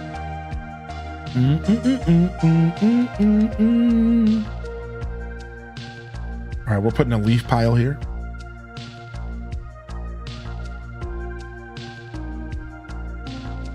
Bam, bam. So yeah, we're gonna start doing a little bit more gaming news, and then I actually might be, now I'm like over talking, but I'm in the mood. I might be repurposing the Blather's broadcast name, and this is something that I've actually. Does anybody remember when Blather's broadcast first started? It was like half gaming news, half Animal Crossing news. Anybody remember that? When I was experimenting with that? where I was like, it was like half gaming news, and then it was like the second half was just pure Animal Crossing news. Well, that's the very first, right? The very first thing was a podcast. Then it was an Animal Crossing style like thing, and then it was a gaming news, half Animal Crossing, and then it eventually went to all gaming news. It was like an evolution, right? And I really enjoyed having Animal Crossing specific content, and I might be repurposing the Blathers broadcast name to just go back to that, dude. Because I really do think that I have a unique voice in the Animal Crossing space, and I think I want to bring back a dedicated Animal Crossing segment where we show off stuff from the community of the Animal Crossers all over the internet, and like literally what we did before. It's tough because there's not a ton of relevant Animal Crossing content out there.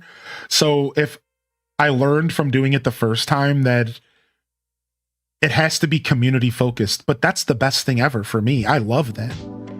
I love the idea of creating a segment where I uplift all the different beautiful minds and the gamers in the space, and we show off cool stuff that people design for a segment like once a month, maybe, right? Is where I'm thinking I might start it. Just like once a month, your monthly Animal Crossing report, and we just talk about the Animal Crossing space, and we just share our favorite designs and stuff that we literally did at one point in the past. Because like I really love the idea of that, and it's something I'm kind of cooking on right now. So like I said, I don't want to say too much, but it's something I've been thinking about for a while, and I went back and I watched some of my original VODs, and I was like, dude, we would go through the ACNH Reddit. I would have a couple of my favorite builds. I would have like my build of the week, and we would share that. We would also share stuff from the Discord every week, and we would do like the build of the week there. And it's pretty cool. It's pretty cool stuff. So that's like what I was focusing on. Happy to share some creators I've seen. Yeah, the term creator, I just want to be clear, I'm mostly talking about uplifting gamers. But of course, like other content creators would be in the mix occasionally as well. But I'm talking about a segment that is solely focused on the gamers who don't have a voice outside of like, the chance that one of their posts goes viral or something. That's what I'm talking about. Like, that's what we used to do. We used to uplift just all of you, the gamers, the people who are in our Discord, the people who are, on Reddit, like just regular gamers, people who are creating content for the game that aren't necessarily doing it for like a living, like they're doing it for fun. That's the kind of stuff that I'd like to focus on, just to be clear. Yo, what up, Kate Nicholas? Yo, Hardy welcomes in the chat. We got Ariana over on YouTube as well. Welcome to the show today. I hate PvP, especially in MMOs. Dude, I'm a massive PvP fan, but only when I'm in the mood. Yeah.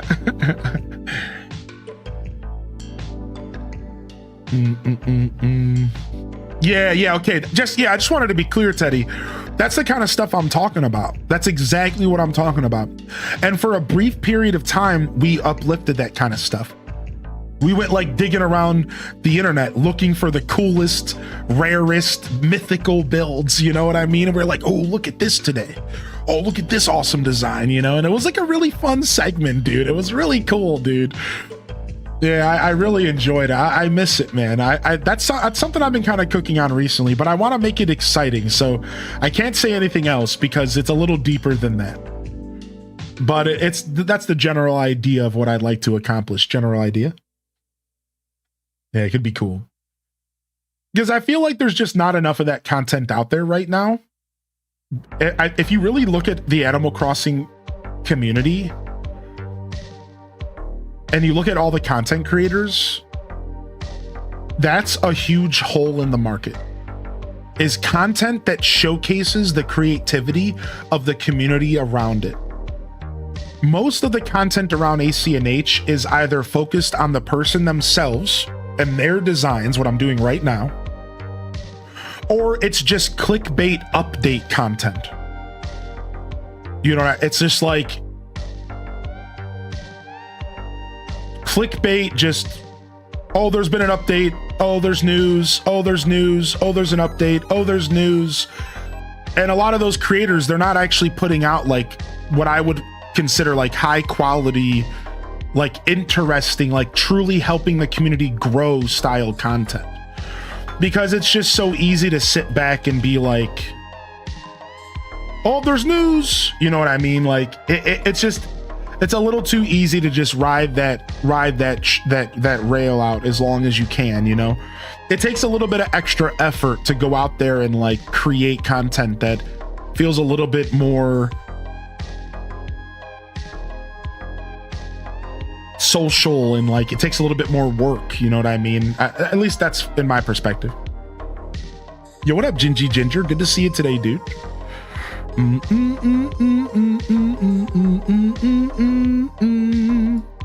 Give me 1 second here. I'm actually kind of curious.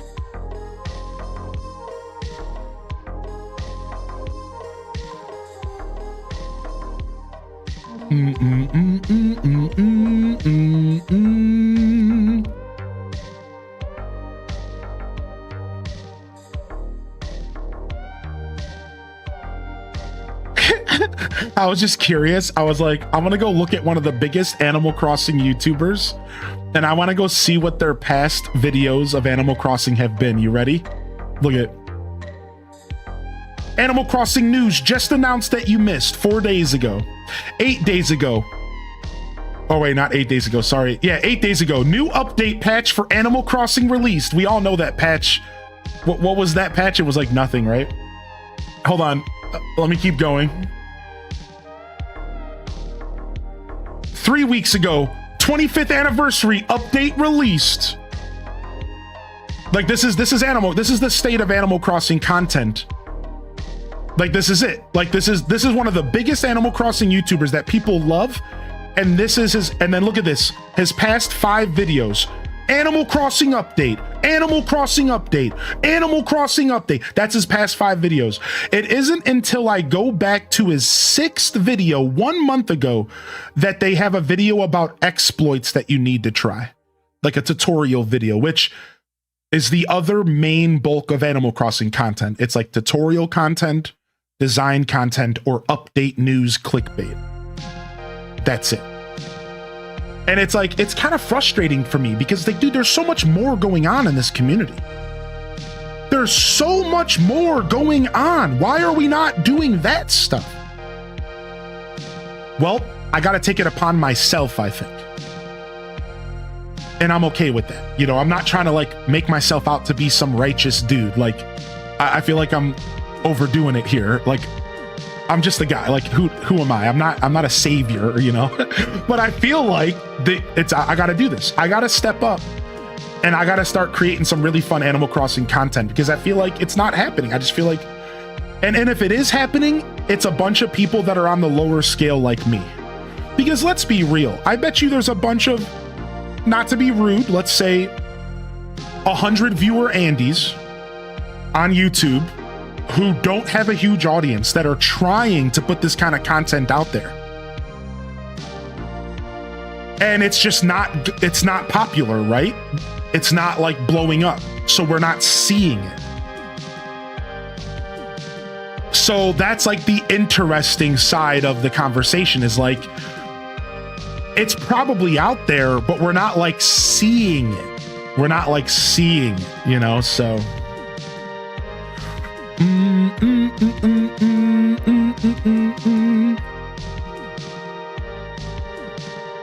If anybody has a list of all the AC clickbaiters, well, I don't like to bring up content that like that because we're just giving power to them by mentioning their names. Yeah, if you don't like something, you don't talk about it. You don't say their names. You don't give them a bunch of power. Yeah. Like that. So no, I'm not going to create like a hit list. It's just up to you to go out there and pursue quality content. And you're here right now. I consider my Animal Crossing content to be some of the most unique content on the platform and in the Animal Crossing space for 7 years. You're here. You know, it's about going out and purposefully supporting the creators that are getting overlooked by all of these channels that are taking a lot of the attention away, right? That's what it's about. Because all of these big Animal Crossing channels have been around since like New Leaf. So they're all grandfathered in. Every Animal Crosser's already subscribed to them. So their content gets uplifted easily without any effort. So we have to like make our own personal effort to go out and support smaller Animal Crossing creators. And hopefully we can uplift them, because otherwise, you know, you don't need to make like a hit list, right? You just need to go out there, and the next time you see a video come across your YouTube feed that has 10 views, watch it, check it out. Give the Animal Crosser a chance. The next time you're looking through the category of Animal Crossing on Twitch, scroll past the 15,000 treasure islands and go watch a 10 viewer Andy, because they're probably a sweetheart and they're just enjoying Animal Crossing. That's like how you do that, right? You can't make a list and give them a bunch of attention and do all that. Like, that's all weird stuff. You know what I mean? Like, yeah, like I've never been a big fan of that style of, you know, we're not trying to be haters. We're not trying to point any fingers at anybody. We're just trying to call it as we sees it.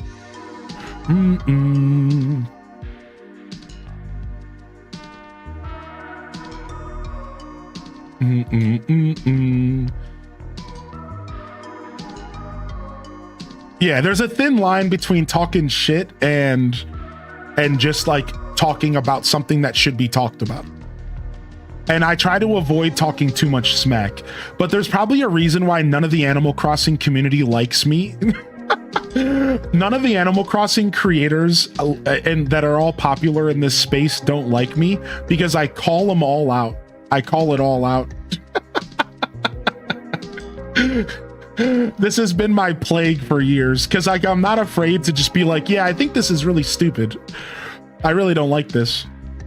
Yeah. There's a reason why. I've learned over the years that I got to be careful about how much smack I talk, I suppose. I have to be careful about that. I have to be careful. Yeah, what's up, Indie Loon, by the way? I'm sorry to hear that. Yeah, I'm probably over exaggerating. I'm sure most people just don't even know I exist. But I've always felt like there was a little bit of a stigma on me because I'm just a very different creator. Yeah, I've always felt like there's a little bit of a stigma on me in the Animal Crossing space, because I'm just a different guy, man. I'm not like your traditional cozy. I don't do a ton of designing content, and I'm kind of okay with calling out when the Animal Crossing community is getting abused by clickbaiters. I think that's a super fair thing for me to call out, you know? Working and hanging out on this beautiful Friday. You know, it was pretty dreary when I woke up this morning. Pretty rainy and dreary. But it looks like the sun might have come out. The game is matching my vibe today. Let me see what it's like now. It looks like the sun's coming out right now. It's cloudy, but it's not raining. Yo, what up, Sage? Welcome in. Whenever you want to do that, Sage, you're welcome to pop over to YouTube and we can take care of that. And then we'll chat more in DMs. But thanks for offering to take up a sword over there. Hope you're feeling good today, Sage. Good morning.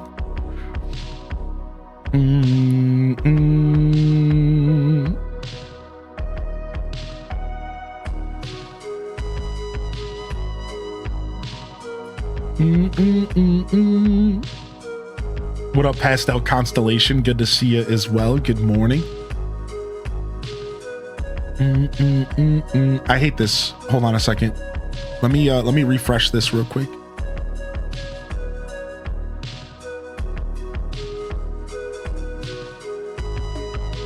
Okay.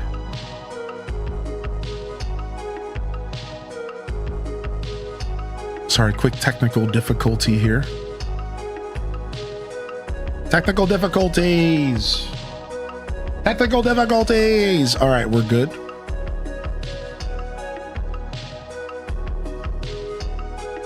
We need some of that rain in South Florida. What's up, Hula? Are y'all dealing with a drought down there? What's up, Abby likes nachos?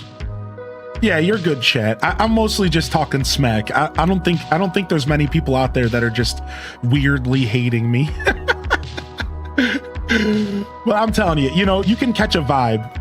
You know what I mean? Like, you could, like, you know that feeling when you walk into a room and you're like not welcome there? I've gotten that vibe before in the Animal Crossing community. I'm just like, I'm kind of on an island, I think. I feel like I'm on an island as a creator.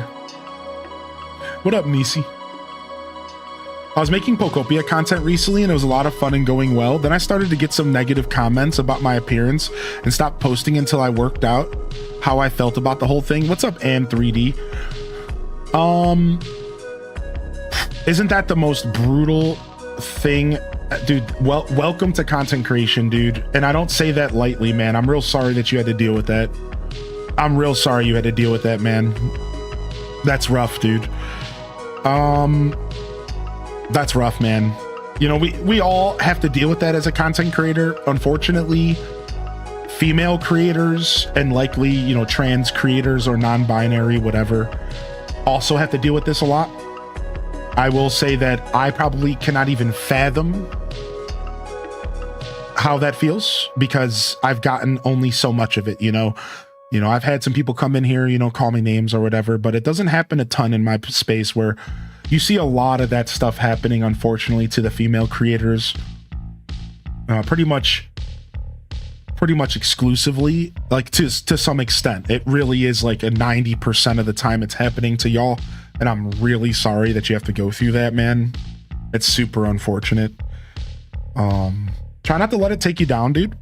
There is always the option of VTuber and stuff, if that's something that you're willing to take on. I don't think that you should switch to VTuber because of that, though. I want to encourage you to fight it. I want to encourage you to get a good team of mods working with you and start banning that stuff out of the chat as soon as it pops up, no questions asked. Consider blocking your DMs so people can't send you dirty messages directly. And I really encourage you to find your own system to how you address messages like that. It's going to take some time. My only advice for you that you didn't ask for, so unsolicited, is that try to take time to understand that the way you interact with Twitch chat, it's really important to understand this fact I'm about to say. And this helped me a lot on this journey. I'm going to talk about this.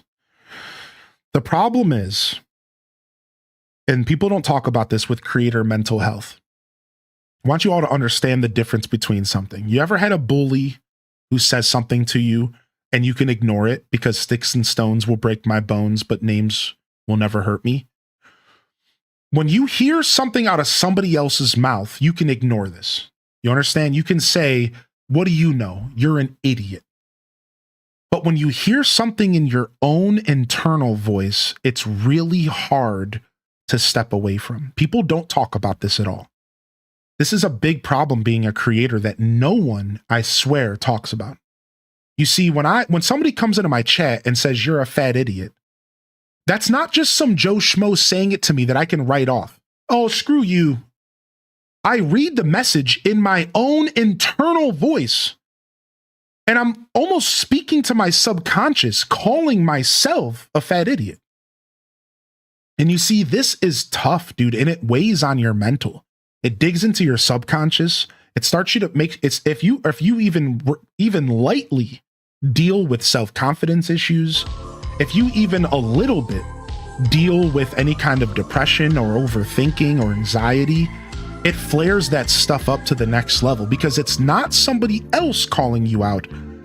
Yourself is calling you this stuff because you're reading this message, and reading something is very different than somebody calling you something. So my biggest advice for my creators out there is you need to understand that this is happening and you need to figure out how to separate this from your brain. This is a huge step. You need to figure this out. Like, and it's going to be your own journey. You have to go down this journey yourself. You need to start to learn how to separate that. Do not let your brain internalize this stuff, because you will get dragged down into the dirt. People don't care. They will destroy you if you let them. You have to learn how to separate that from your brain. That when you read a message, you are reading it from that person in the chat. I can't tell you how to do this. I can't tell you what the answer is. I can tell you that for me, I slowly figured out how to attach a person to the tag. And I started creating almost image sometimes of what the person looks like who's saying the message. So nowadays, I've told you guys this. Remember I told you guys about my chat Sona? You all have chat Sonas, and I did this because this was my defense mechanism. I create chat Sonas for people so that there's a human attached to the tag, so that when somebody says something to me, I can disregard it, because it's not just myself reading it, it's a person reading it. And I figured out over 7 years how to navigate this through my own brain, my own self. I figured out how that when Tater Tot Soup is in my chat, I don't just see, I don't read the message from my own self. I don't read your message like I'm reading a book. I drew a line. And when I'm reading Twitch chat, it's like I'm talking to you. In my mind, we're having a conversation. And your words are your words and mine are mine. And that took 7 years. That took years of like figuring out how to like mentally separate. So Twitch chat is not like any kind of reading I do. Any other reading I do, I sit down, I read a book, I internalize it, I read the words, blah, blah, blah. But when I'm sitting down and I'm reading Twitch chat, I try to envision that I'm having a conversation with someone.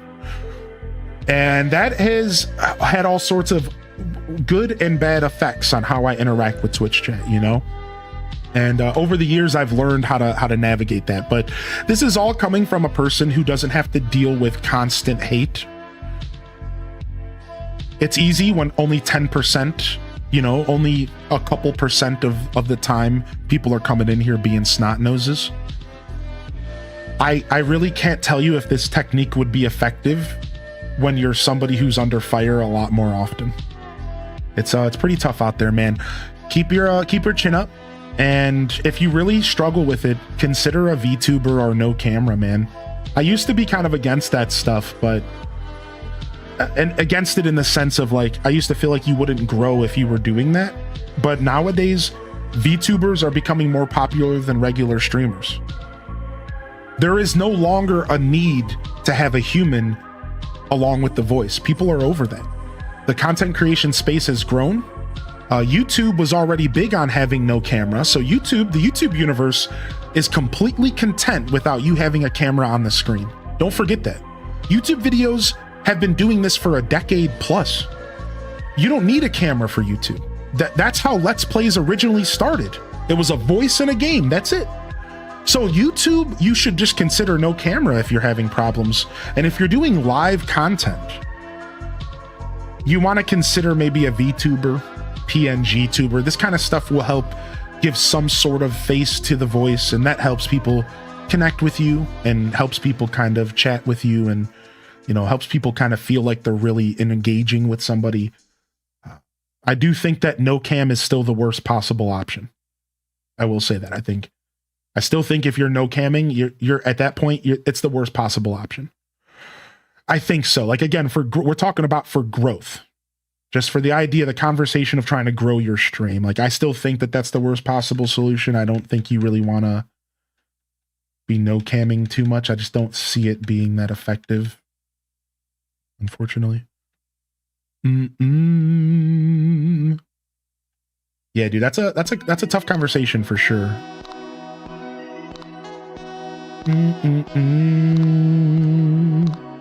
Yo, what's up, Hordsack? How you been, man? Dude, congratulations, man. Dude, can we get some blesses in the chat? Townov, I wonder what my chat Sona is. I bet I'm cool like the Fonz. Talnov's Chat Sona. I don't know what yours is. I don't have one for everybody. But now that you said the Fonz, it's kind of the Fonz. So, well, there you go. You just kind of created it yourself. Now that you mention it, I guess it kind of works, actually.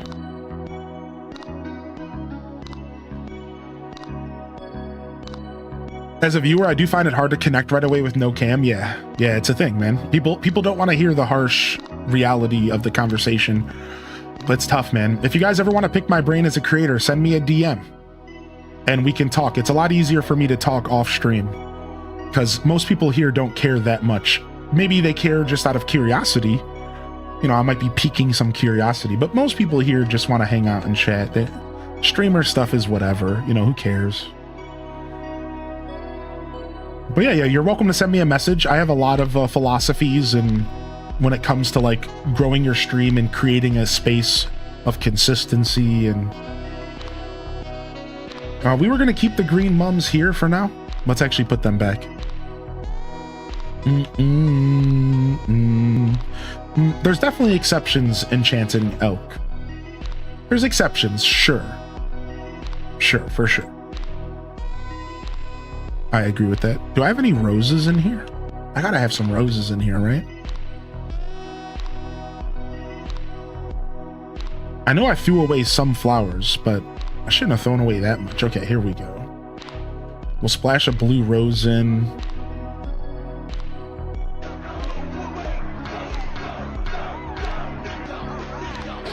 The tier 3 from Minty. Oh, we gotta splash some lilies in. Splash a couple lils. 59 months with the best on Twitch. Thank you for all the years of crying while laughing, eating ranch on pizza, and socks with sandals. Hopefully on to many more. Pizza crust, at least. Come on. At least the crust only? Oh my lord. Monsters, the whole lot of you. Bunch of rancher monsters. What's the crop that's most likely to just be random in the forest? We'll do a potato and a carrot. I'll save the sugarcane for around water, maybe.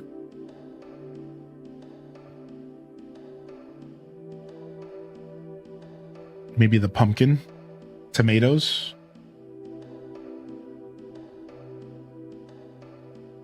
Bum bum. Just doing a little design. Designing my island and it's Zelda themed. What up, Tampert Perpetrator? What up, Tampert Perpetrator? Good to see you.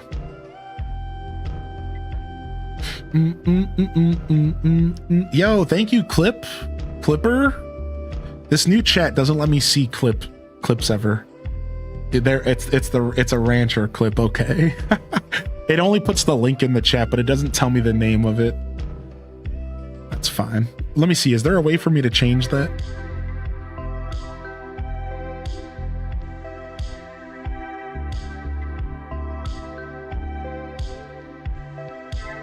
Is there a way for me to maybe make links show? No, I don't think so.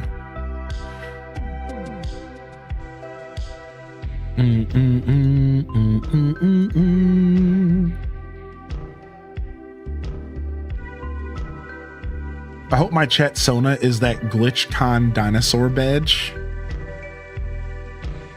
I don't know, but whatever it is, it's riding a Mario Kart and kicking my ass. Yo, hope you're doing well today, Doomed. Good morning.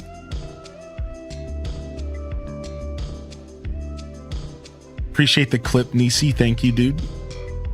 Also, Starling, I didn't get a chance to say hi to you, but thanks for being over here today, Starling. All right, add as a moderator. We'll just do standard moderator for now. And thank you, Sage the Spirit, for picking up the mod sword over on YouTube. We'll eventually get y'all a space in the Discord so we can talk amongst each other. Thank you. And Starling, I hope you're feeling good, man. And I'm glad you managed to push past that. So just for An3D, just to wrap up that last conversation and a little bit more encouragement, Starling over on YouTube said that's for a long time, that's actually what stopped them from making content, but they pushed through it. Oh no, they said that's the big reason they don't make content, but they've wanted to for a long time. Ah, I see.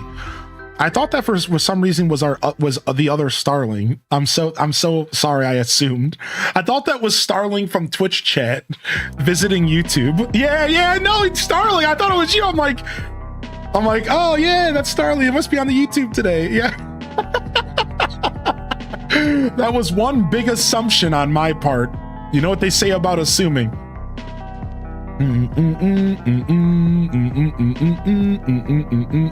Yo, good to see you, Enchanting Elk. Thank you again, Minty, for the support.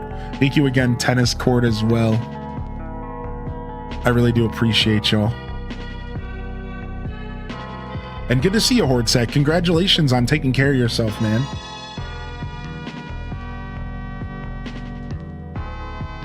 Oh. Yeah, send me a message if you ever need to chat, and 3D.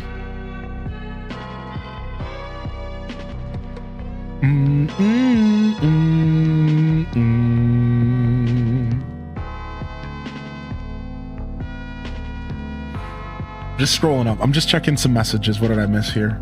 We've just been yapping all day today. Yapping and designing. That's what design streams are all about. All right, we got some more flowers, some random vegetables to plant in the forest. Let's go this way. I like a random vegetable in the forest. I think it just adds a little extra flavor. I guess literally. Just a little extra something, you know? Bum bum bum bum bum bum bum bum.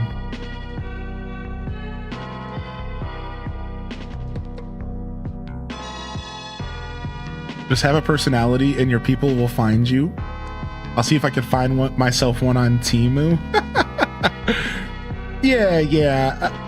That whole conversation's tough, but that is kind of the gist of the best advice you could give. Find a niche through your own personal journey and who you are as a person. And, you know, I've given out that advice before to someone who they were struggling. So there was one of my favorite little creators in our stream team.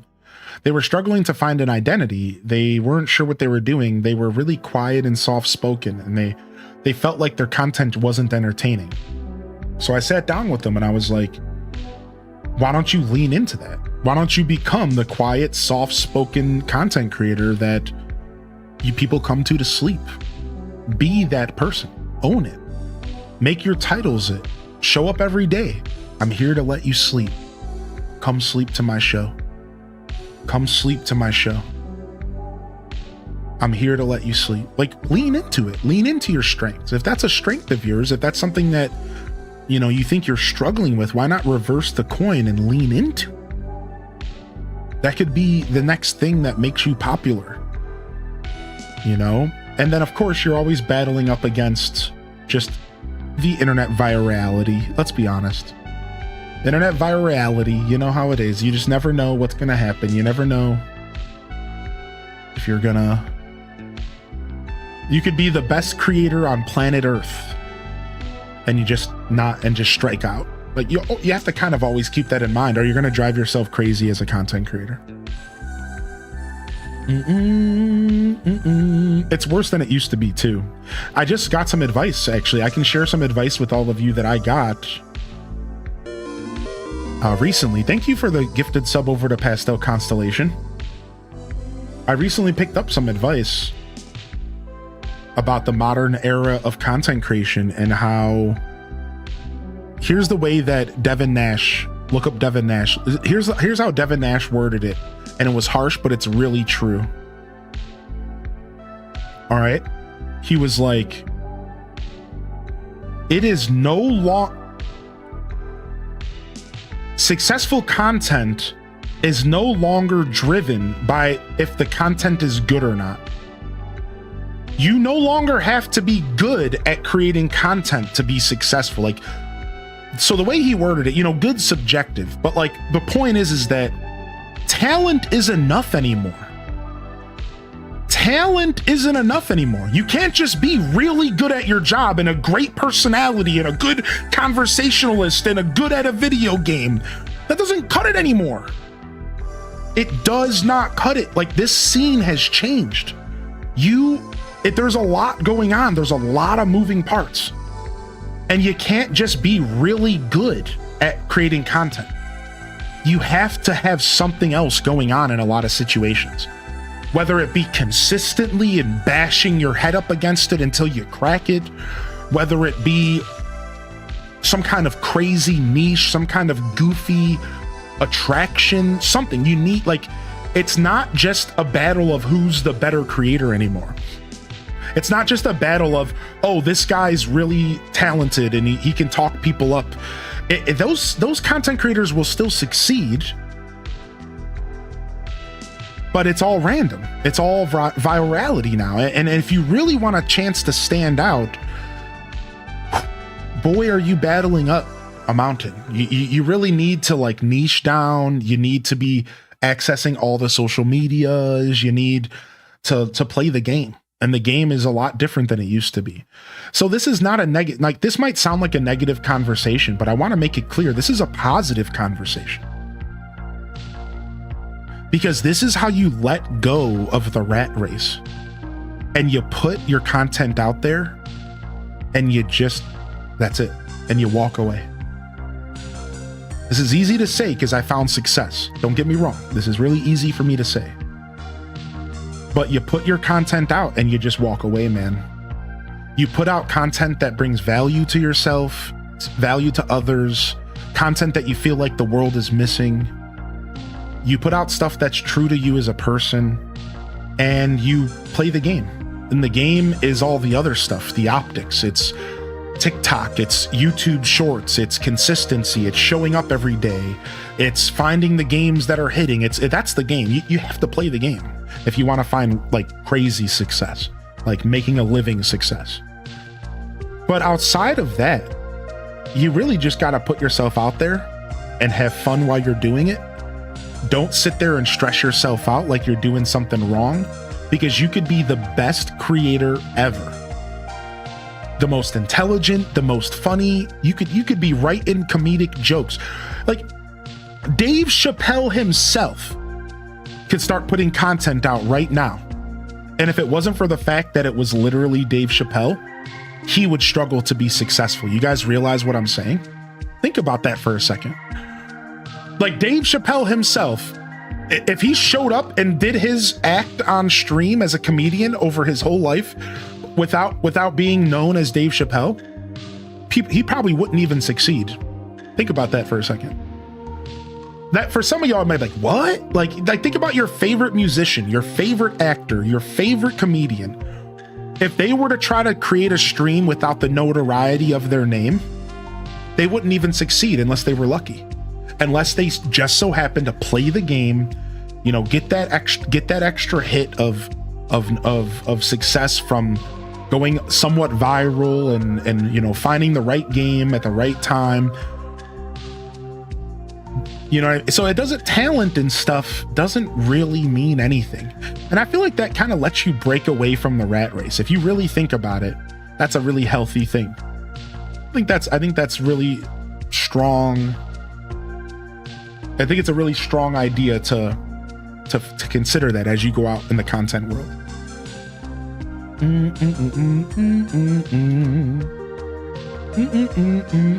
What's up, Tamara? Was Justin Bieber really discovered on YouTube? That's insane. Is that a real thing? Yo, Sage, enjoy the Lurky Turks. Enjoy the Lurky Turks, and thanks for being here today.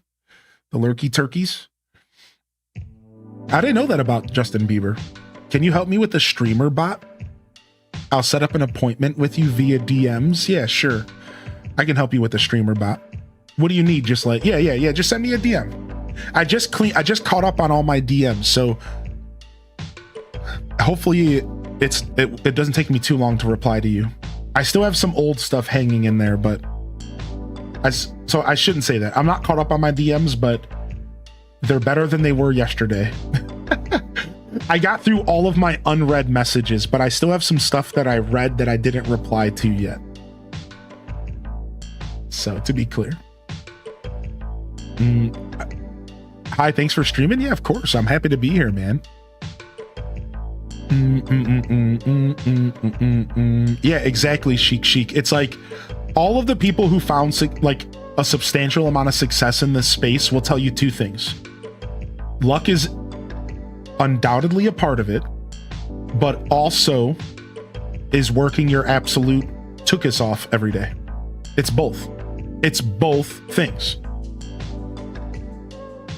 That's it. You know what I mean? Like, that's it. Like that. It's both. It's both. Here's the way that I worded it on my journey, Chic.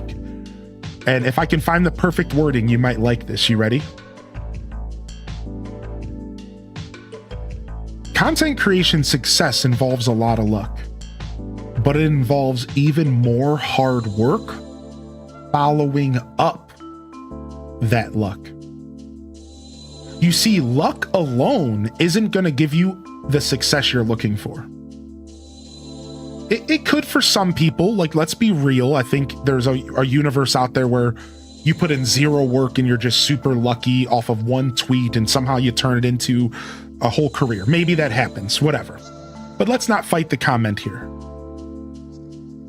Luck alone isn't going to give you the success you're looking for. And hard work alone isn't going to give you the success you're looking for. It's both. It's both. You need to, when an opportunity falls into your lap, you have to follow it up with as much hard work as possible. And you also have to work really hard to create those opportunities. Right? Like, and here's the best example, and then I'll move on, I promise, because we've been yapping on this for a while. All right, we'll talk about something else. Here's my best example.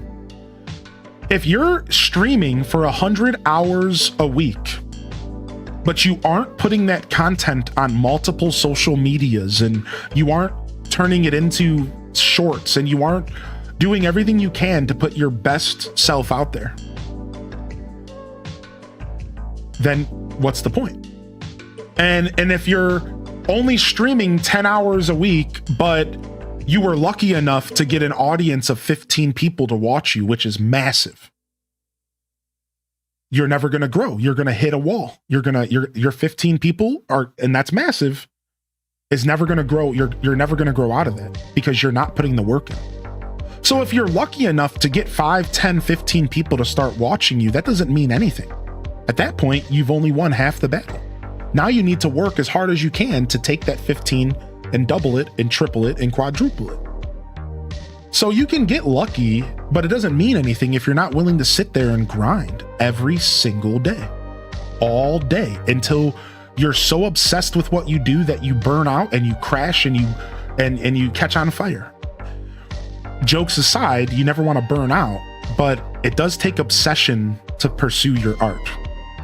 And that's what I'm trying to say. And that's exactly what Jacksepticeye is talking about.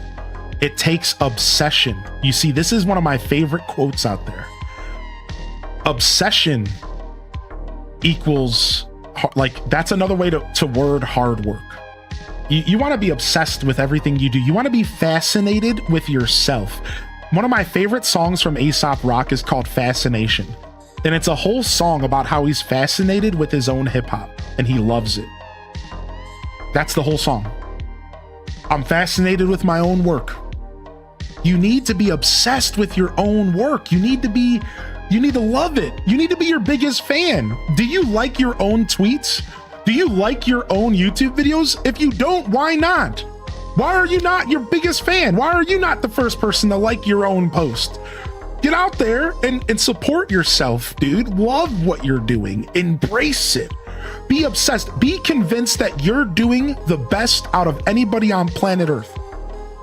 Lie to yourself. Tell yourself every day that you are putting out the best content on planet Earth every day. And then work like that. Present yourself like that. You know, I used to tell myself every day I was streaming to 1,000 people.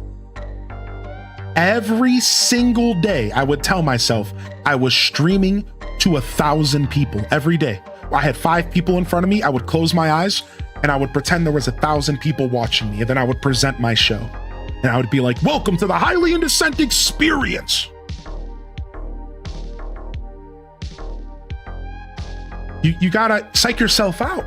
You gotta present yourself like you are the most important thing in the room, in whatever niche you're in.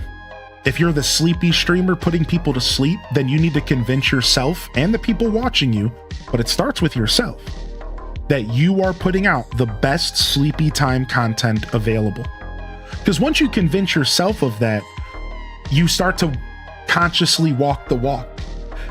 It's like it's a mind game. It's like you trick yourself into thinking you're doing the best, and then you start to do your best. We all know what I'm saying. This isn't like science, right? You all know exactly what I'm saying. How many times have you guys heard this before? For different situations from different people. Yeah, it's the fake it until you make it. That's all we're talking about. You've been hearing this your whole life. I'm just saying it a different way. You fake it until you sit there and pretend until it's a reality. Literally just fake it until you make it. Like that is like what most content creators are doing. They're just showing up every single day as if they're successful until they are. And again, this is where the harsh truth comes out. Everyone's definition of success is different. In your mind, you might think success is living off of your content, but in all reality, your success might be 15 viewers and a side job. That's still success. And I think you should acknowledge that if there's one thing that I don't ever want to do in the content creation space is make it seem like what I do is realistic. And that isn't to gatekeep. That's to be real. What I do is not realistic. So don't strive for 1,000 viewers and living off of the content. Don't strive for some unattainable goal. I know I make this look easy, but it's not that easy. And I'm not trying to talk myself up. I'm just being honest with you. Content creators are really good at making it look easy. That's kind of our job. In fact, if we make it look easy, people like us more. Because if it looks like we're putting work in, then the younger generation just calls us a bunch of tryhards. So we are forced to try to make this look easy. And while we're doing that, you're missing that, like, it's not like that. Like, your goal should be way smaller, way simpler, way more obtainable. Success for content creation should start in your mind as nothing more than just building a community, a way to meet people. Money should be so far down the pipeline that you're not even thinking of it. Like it really is such a game. It's such a game you have to play, man. But like I said, I did say I would stop yapping about this after a while. So let's pump the brakes there. And somebody in YouTube chat requested that I talk about buttered sausage. So good morning, Ham Labs. Let's talk about buttered sausage. What do y'all think? So what is buttered sausage? Is it just sausage that you rub butter on? Or is it like sausage that's made with butter in the creation process before you cook it? Like, what is a buttered sausage? I don't actually, I never even heard of this before, so I'm not sure. I don't know what that means. Yo, what up? What up, Hammy?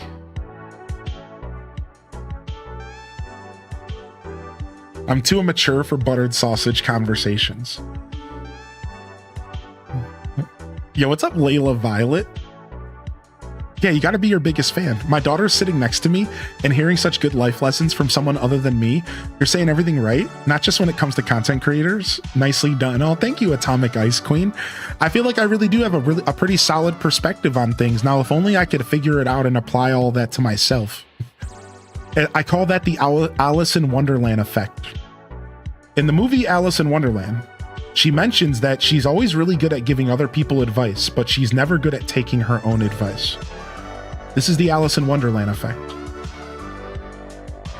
We all fall into this trap, dude.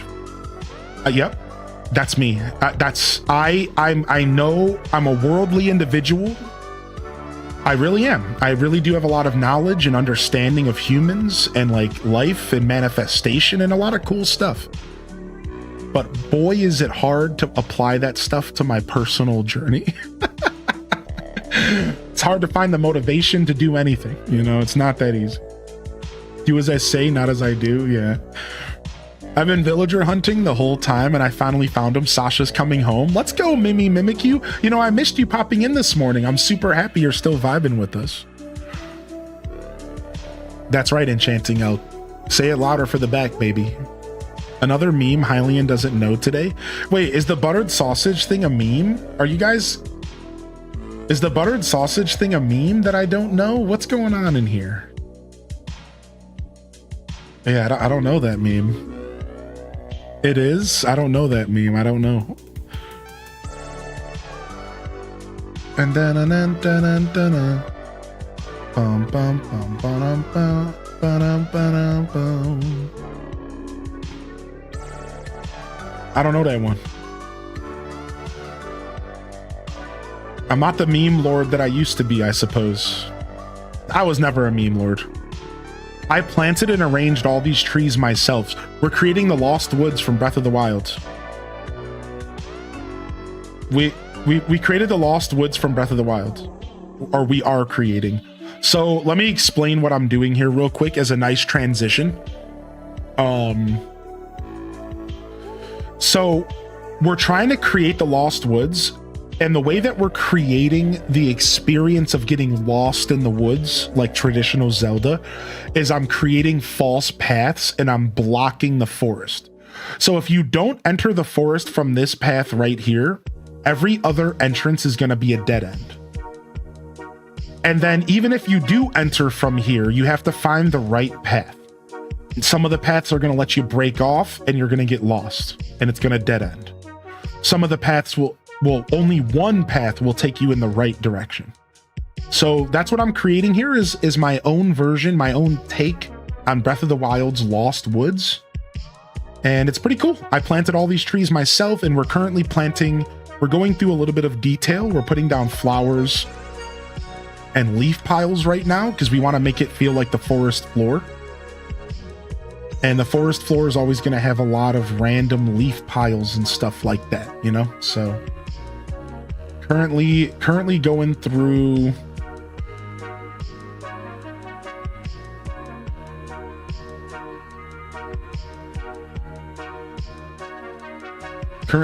and doing a little bit of detail stuff. Cute. Yeah, it's going to be fun. It's going to be super fun. I excel in memeology. That's your new name, memeologist. What up, Frosted Chill? What up, baby? Yo, if I missed anybody rolling into the stream, please don't be shy to jump in the chat and let me know you're out there. Highlight your message, whatever you got to do. Whatever you got to do. You posted it in the meme channel. Oh, here we go. Here we go, dude. Let's talk about buttered sausage. Gary's Bussy. What? What are you sharing with me? Yikes, dude. This is the wrong kind of content.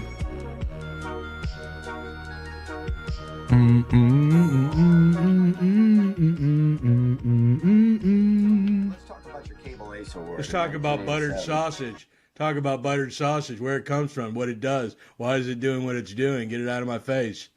What about buttered sausage? That's not your jam. It's not your thing. You don't like it? It's not my jam. I don't buy jam. I buy honey, and I kiss it on the lips. Dude, this is scary. Is this real or is this AI? This is freaking terrifying if this is real. Let's talk about your cable ace. This is terrifying. I hate his eyes. This is terrifying. I hate this. I literally cannot stand it. That is freaky to watch. That is freaky, dude. That is freaky. I don't know if I'll be able to come by for the midnight emote drop. I hope y'all enjoy them. Oh, no worries. We'll be here all weekend, Ananas. Yeah. I'll put it into I'll add the emote to the collection so that it could be there for the next stream. Was the plan. What do you got going on today, Ananas Bliss? Are you getting out of here? You're about to do some prep for your little trip? Okay, no worries. Enjoy your lurk. Enjoy your lurk, homie. Thanks for being here today.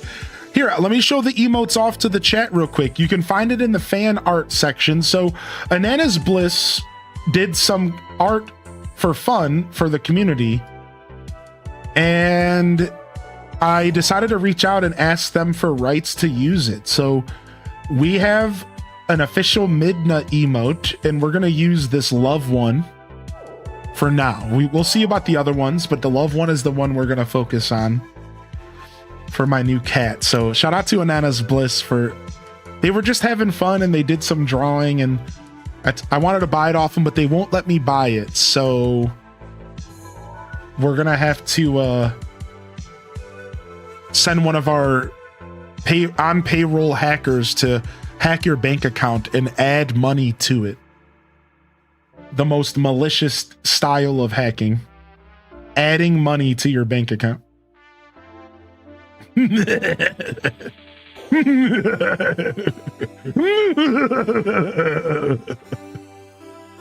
I would die for Midna. She's cute. Can you hack mine too?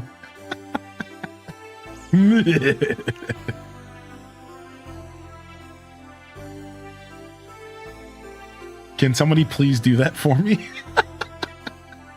This chat room. I'm okay with that kind of hacking. We all are, huh? Yeah, you did mention that, Chic. You did mention that when she first came home, I think, which is such a sweet thing. I'm so happy there's others out there in the world.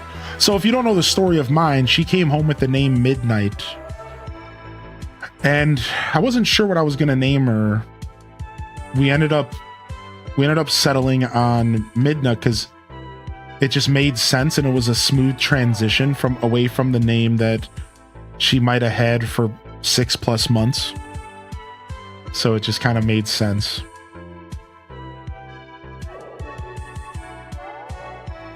Stop teasing us. Yeah, I'll get the emote added tonight. I'll get the emote added tonight here after the show. I just got to figure out what I'm going to take away from it. That's all. It usually takes me a long time to figure it out. Yeah, thank you, Anana's Bliss. Being a budget freak, I would go nuts if extra money was in my account. I just started being a budget freak again. I wasn't doing as much hardcore budgeting, and then I recently started just going back into full budget freak mode. I like how you said that. Budget freak. Just sitting there and documenting I went and I canceled almost all my streaming services. So here in the next 2 weeks, all of my streaming services are going to be over. I think I'm the only one I didn't cancel was TCG Pocket, Spotify, and YouTube Premium, and Amazon Prime. I think those are the only 4 I didn't cancel. And I might cancel TCG Pocket. I might do it for a month.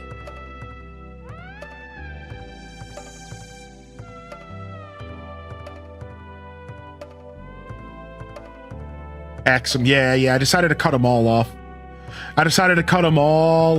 Dude. I'm sick of them snatching up my dough before I even see it. It's so easy to forget you got that stuff going, and then before you know it, it's gone.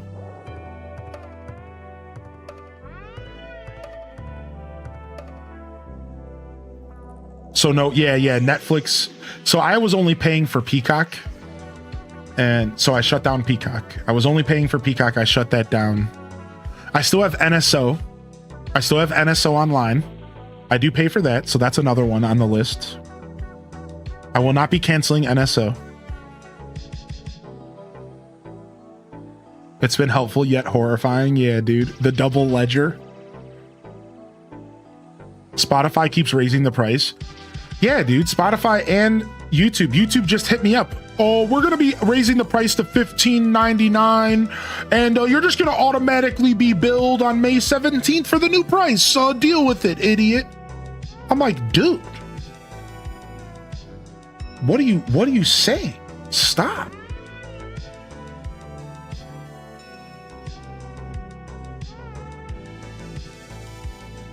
Crunchyroll's been doing the same thing. New Vegas VODs are gone. That's okay, it happens. Believe me, I've lost a lot of VODs, dude. No need to worry about little old me. Same thing with Premium Light. Ah, brutal, man. They're really out here just snatching it all up, aren't they? No, leaving no crumbs for me, sir. No crumbs from the porridge. I know, Teddy Mackerel. We were talking about it this morning, dude. Oh, oy vey. I canceled Spotify to migrate to YouTube Premium. I should do that because most of the music I listen to is actually on YouTube as well. And I pay for both right now. I've thought about canceling one, but I haven't pulled the trigger yet. I should do that though. I should switch to premium to YouTube for all my music on stream. I really do like Spotify. I grew up with it, you know. I've been using Spotify since it first showed up. Like since its conception. In fact, does anybody remember Pandora back in the day? I was using Pandora on its release way back in the day too. I'm a big music buff, so I was using Pandora in its first like 3 months because my buddy actually figured out an algorithm fix for their website and got sent merch from them. So in their first year of development, my buddy Coda, we called him, his name was Matt. We called him Coda. He actually emailed them, and he was a really smart guy, and he was like, you guys, he told them that if they changed the way that their algorithm or something worked, that it would be better. And they messaged him back and they were like, you're actually right about that. Thank you so much. And they sent him a free hat and a bunch of merch and stuff. Isn't that so dope? they were like, wait a second, this guy's right. This guy knows what he's talking about. And they sent him a bunch of free merch and stuff. It was really cool, actually. Like from Brother Bear? Yeah, we called him Coda. Yep. That was his nickname. He was a big guy, that's why. He was a big dude. Like I'm talking this, he was like a 6'5", like 300-pound dude. Like he was a walking like thwomp from Mario. He was a brick house. I hope he's doing well, man. He was a big dude. Holy heck, man.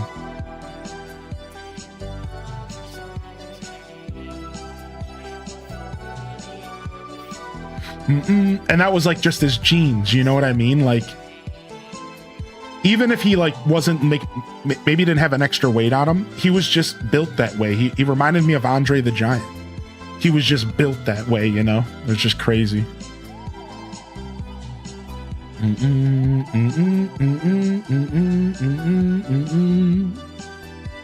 All right. Your hairstylist still uses Pandora? Yeah, Pandora still exists. I haven't thought about it in a long time, but I used to love making Pandora playlist and having Pandora make playlist for me. Funny enough, I don't like that feature on Spotify at all. I despise it. So I've definitely changed. I don't like any of Spotify's recommendation stuff. I hate it all. I couldn't even all the way tell you why. I kind of just hate it all. I don't use any of it. I don't want them to recommend me music. I don't ever like their rant. Artist radio. No, get this out of here. Get it out of here. I don't use any of it. I don't know why. I just hate it.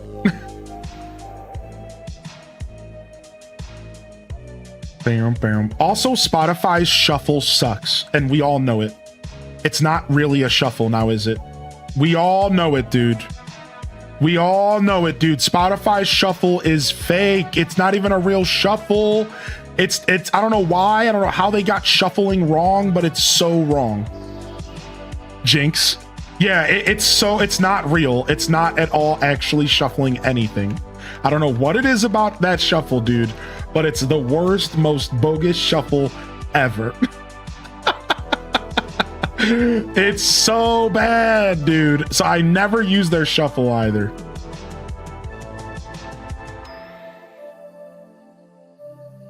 I feel like Pandora was different and better at suggesting songs. I agree with that. I think Pandora, that's why I brought this, that's the rabbit hole I'm going down, is that Pandora had a way better service, and probably still does, at delivering music to your ears based off of what you like. I feel like Spotify is just a paid algorithm that feeds you music based off of how much money it's gonna make off of you. I'm probably not wrong, am I? Let's just be honest.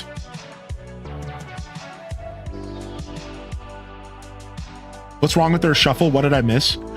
I don't know. It's hard to say, but when you use shuffle on Spotify, it feels like it doesn't actually shuffle the music. I don't know. It's hard to describe, but anybody who understands what I'm saying could maybe better say it. It's hard to express, but for some reason, when I use shuffle on Spotify, and let's say I put on a 100-song playlist into the shuffle, it weirdly just like doesn't shuffle it. It'll play like 5 Sonic songs in a row, then it'll shuffle over to like another artist, and then it'll play like 3 of their songs in a row, and then it jumps over to back to the other song that it played. Like, it doesn't shuffle at all. It doesn't like mix it up and just deliver it like an iPod shuffle. Like, iPod shuffle did what it should do. It shuffled the music. Like, I feel like Spotify's shuffle doesn't really do it. It's I don't know what it is, man. I don't know what it is, man. It does not shuffle the music. Yeah, it's so hard to put into words. I know I know I sound ridiculous right now. I know what I sound like.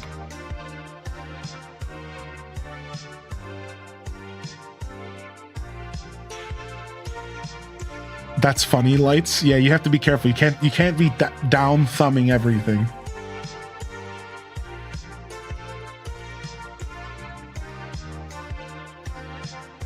I find now that you mention it, it's like the same songs over and over. Yeah, something's wrong with it for sure. It doesn't quite hit the same.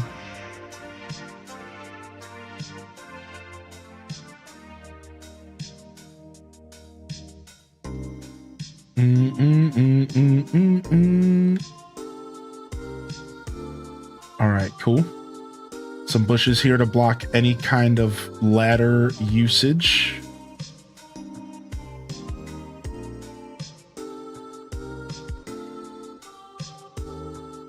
Some of the actual curated Spotify playlists are good though. I found some new artists through those. I don't want to have another bush here. I'm thinking about putting one up top and blocking that a different way. Let's just put it down here. It doesn't matter. It'll be fine. Oh, I was gonna maybe put an item here. Well, we can do all that later.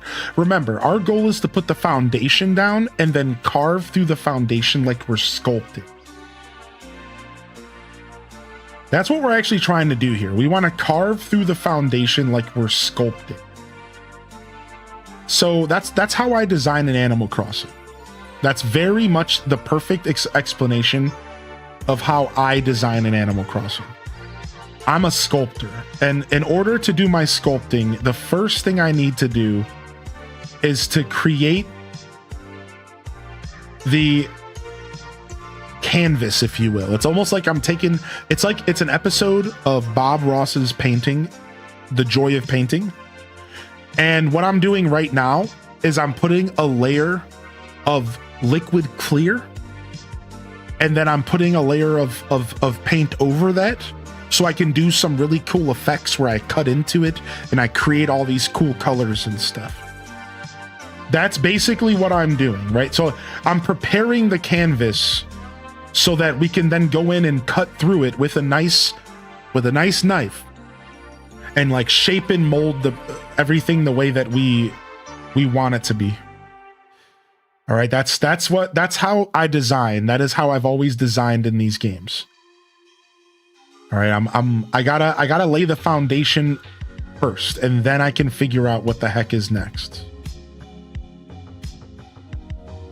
Switch order to Amazon Music. Worst mistake I've ever made, and I'm divorced.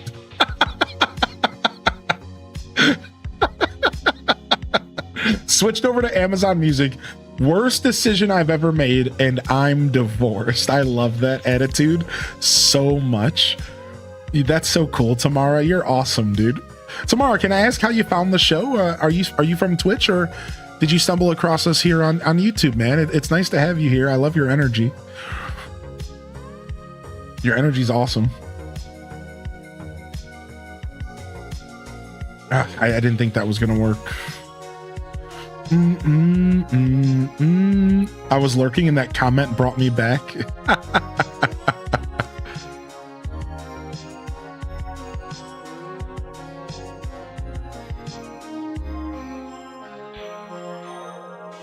My mom just sent me a video of a scorpion crawling around our house. That's enough. That sounds like nope. That's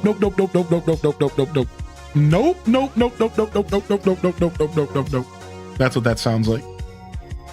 Yeah, time to move. That's a day in a life for a Floridarian, though. That's a thing that the Florida people don't tell you about. Do you have Nintendo Land? I'm about to grab it at the store. No, I don't have it yet. No, thank you. I was just chatting about this the other day with somebody about playing Nintendo Land on couch co-op. Yes. Yeah, I don't own it. No, I don't own it for the Wii U, right? I do not own that game.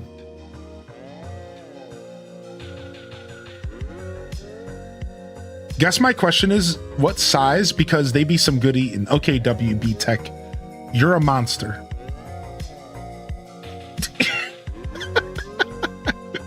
That's it. That's all I have to say. Carry on.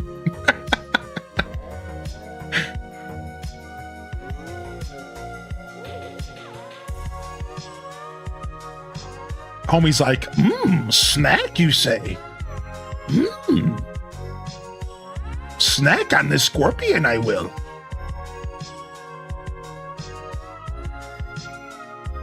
I'm from Florida, and we have some wild food sold in restaurants like bats and gator. In what universe? Why would you eat a bat? What? At that point, you might as well eat a rat. That's the same thing. It's a flying rat. At that point, what? A bat? Been there, done that? All right, dude. This is Shrek in my chat, isn't it? You're just Shrek, aren't you? Hold on a second. Somebody's pulling my leg. Is that you? Is that you? Mike Myers? Yo, Mike. Yo, Mike.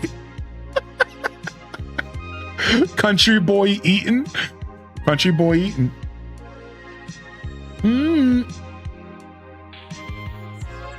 All right, we're gonna put bushes up top for this spot, but right here, I need one bush right here.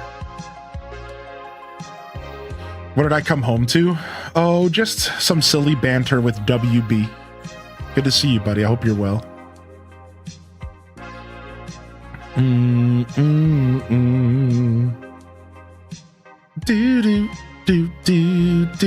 Do. Pastel Gongju's in the house, the legend. I could go for some grasshoppers. Now those are tasty and crunchy. I don't know. Or you could go eat a potato chip. Okay, y'all are, I'm done. I'm not reading any more of these messages. What's up, Dragon Tamer Mum? Or you could eat a potato chip. Like, it's also crunchy. It's also tasty. Like, what do you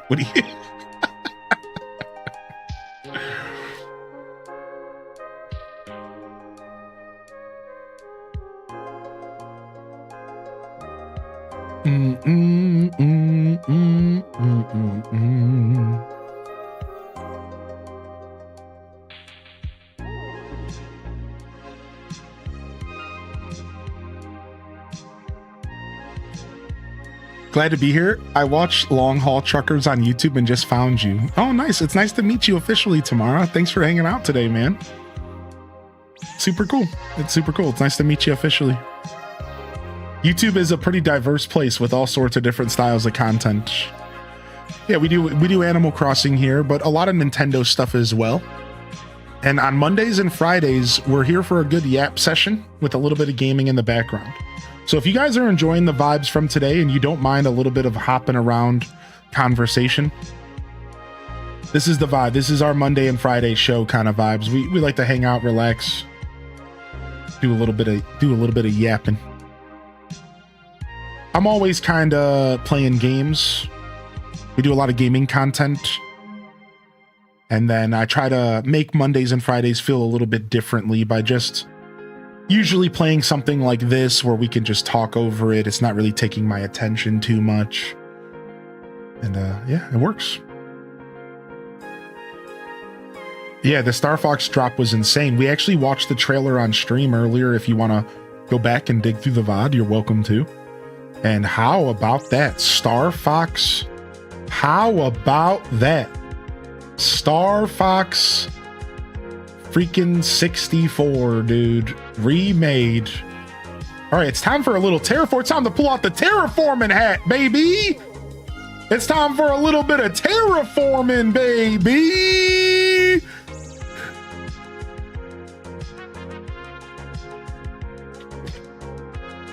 It's time for a little bit of terraforming, baby.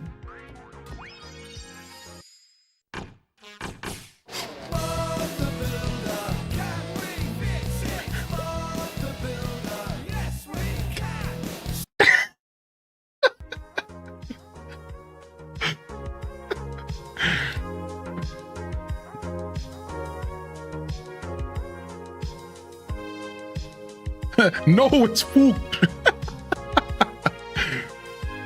You play RuneScape and you usually listen to music and stream something? Nice, dude. I love RuneScape. I found my people. Aw. Yeah. Can we get some HDes waves in the chat for YouTube? And you'll see it on the screen. HDes waves on the chat for YouTube over there. Nice. It's nice to meet you. I haven't played RuneScape in years, but I've thought about going back multiple times. I have yet to go back though. I have yet to go back. I've thought about it, but it has yet to happen.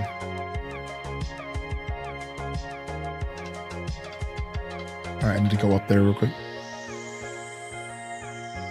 Yeah, I was surprised, but like not in a bad way. I'm right there with you, Starling. I was just like, oh wow, okay. This is quite the direction to go in. The original creator of the Star Fox designs, I think the first, like the original creator said something along the lines of like, he like kind of talked a little bit of smack and was like, this is why you need me on the design team or something like cheeky like that. And then afterwards gave his approval.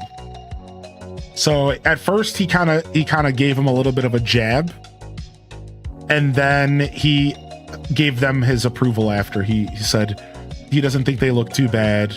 It was definitely a bit of a, he understood the direction they went in and what they were trying to accomplish, and it was cool. It was cool to see him kind of banter, but also give, you know what I mean? It was kind of cool to see him banter a little bit, and then, but like also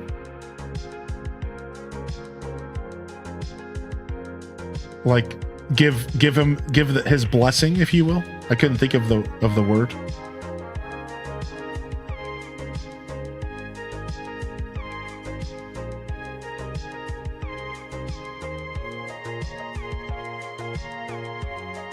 I'm trying to see if I can get this tip to be rounded. It's going to be real tough with the position I'm in.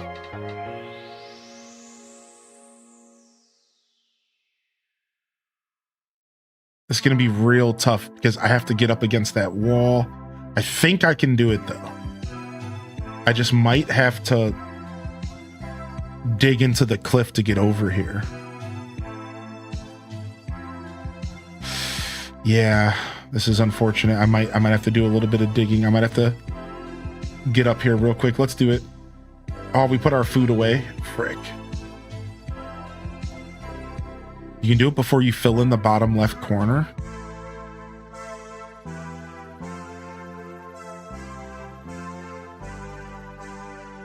Let me see.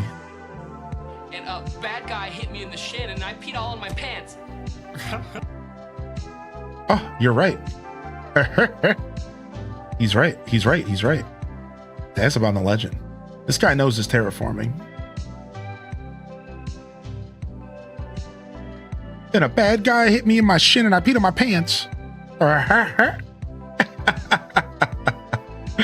Oh, no need to apologize. Yeah, that's why it's here. I love seeing y'all play with the new toys. Because I wanted to put a bridge here, but like a bridge to nowhere. It doesn't really fit the vibes anymore of what I'm doing. So instead we're gonna put a bridge up top, but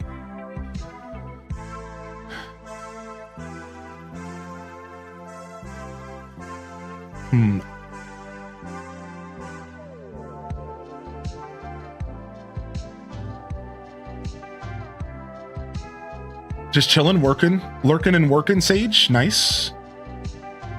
I see y'all over on YouTube chat. The new Bob the Builder's terrifying. I haven't seen the new Bob the Builder.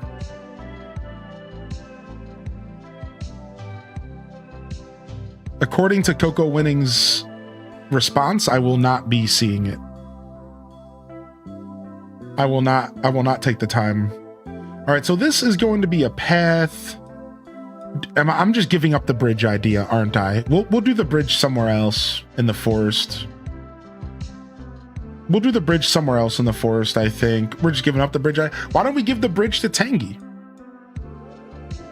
Yeah, why don't we do the little mini bridge over by Tangy's property? That could be really cute, and Tangy would love a bridge in her property.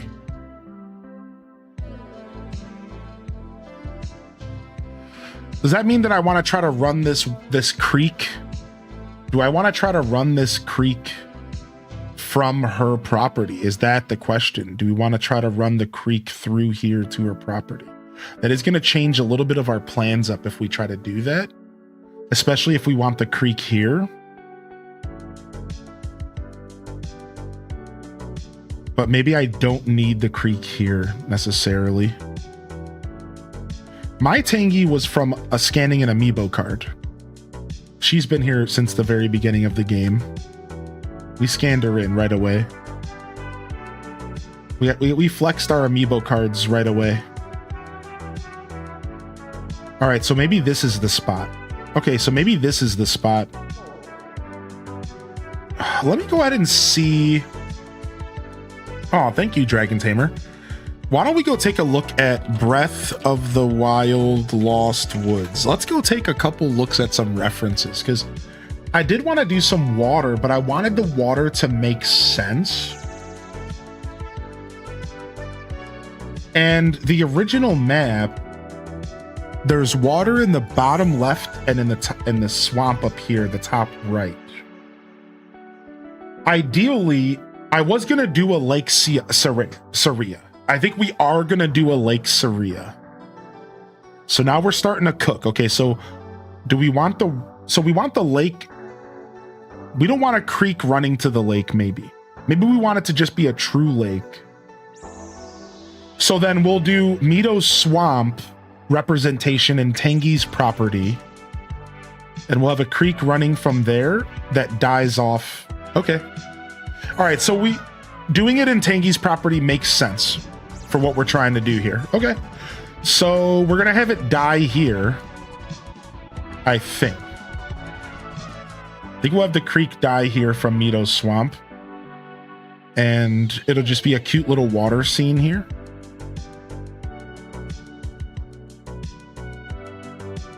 You want to get the second one? We have Power Wash Simulator 2 on deck for something to showcase on the channel. But I was waiting for the new DLC to come out before they were supposed to send me a copy of the DLC. And then we were going to play some Power Wash 2. So I got a Switch copy of it. Oh, also, I have a bunch more games to give away. Do you guys want some free Steam games? Thanks for the gifted subs, Tater Tot and Kels. Seriously, can we get some love in the chat for some free stuff? Here, exclamation point raffle if you want a chance to win a free Steam game. I got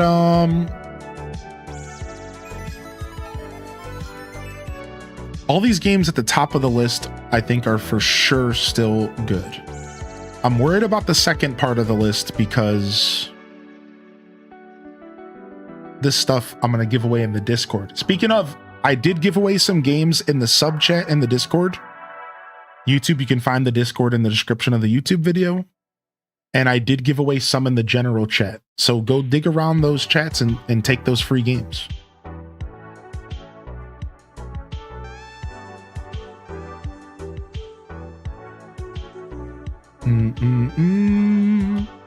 I actually have a bunch of game keys, but I don't know how many of them are still working or not.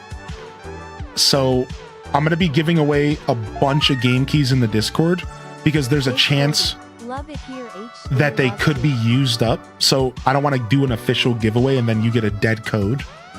So make sure if y'all are in the Discord, look out for a bunch of free. I'm going to be dumping codes in there because I don't know what else to do with these keys. Like a lot of these keys could be used. They're old. They could have expired. So yeah, but I do have some stuff to give away on stream though. We have about 7 games here. So exclamation point raffle. I cleared up my emails and I dug up a bunch of games from my emails for y'all where people send me game keys in my email and they're like, check out my game. It's coming out soon. And I just give it away to all of you. I think I'm their worst nightmare. Not only did I just take one of their potential sales away, I didn't even showcase the game on my stream. I might be those types of dudes' worst nightmare, but whatever. Whatevs.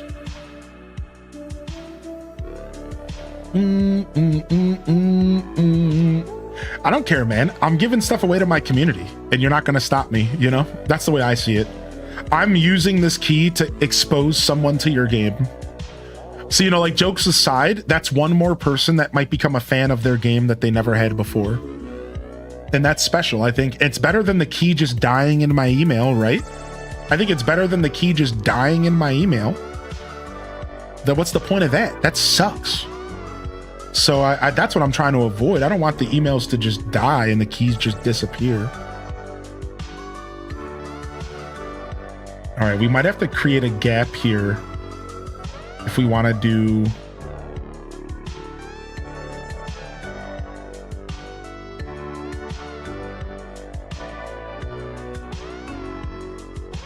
This is a pretty big change to Tangy's property. Let's do it. All right. You got one of the most interesting marketing emails ever yesterday.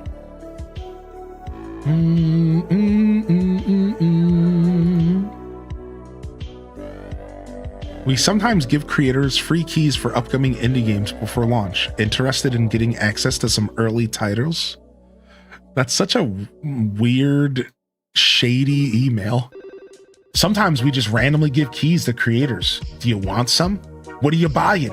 What are you selling? Hey. Super informal. Usually these types of emails are for just one company. Like, it's weird. I got an email to play test a game. Listen to this. For the first time ever, somebody reached out to me to be a QA agent. They were like, yo, we want you to play and record this game. All right. They were like, we want you to play and record this game privately. Give us feedback on the game and we'll pay you. I was like, this is cool. I've never had somebody reach out for something like this. I was like, what?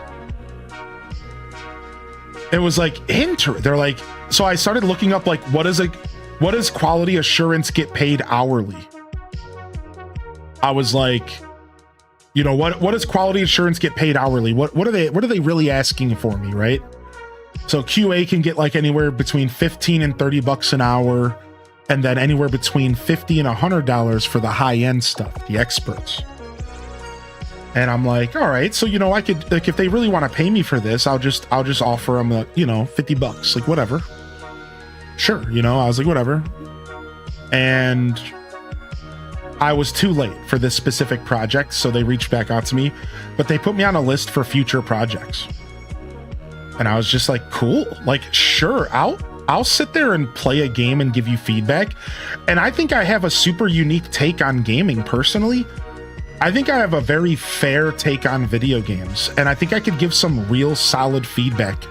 I really do. Like, I started feeling really confident about it. I was like, actually, dude, like, that would be a really cool thing to do. Like, I feel like I really do have my finger on the pulse of like what makes a video game fun to play, even if the game isn't for me.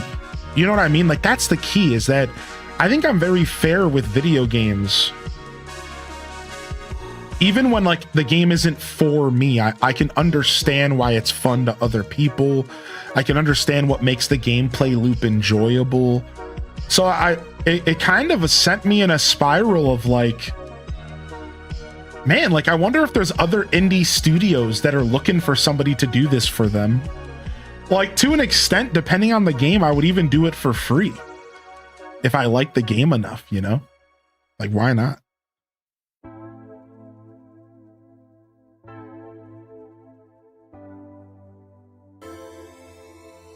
You know, depending on how detailed they want the feedback to be, I would be comfortable doing it for free.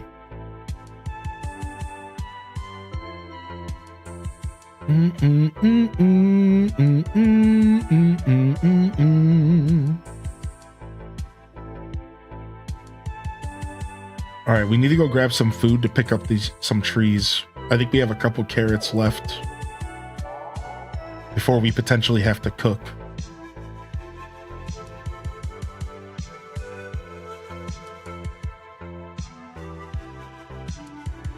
Yeah, so hopefully they reach out again, because I missed that email, but I thought it was so cool.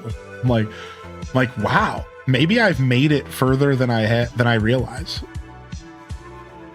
Like, that would be a dream if indie developers started reaching out to me for advice. And I only say this like because I think I have a great insight on gaming.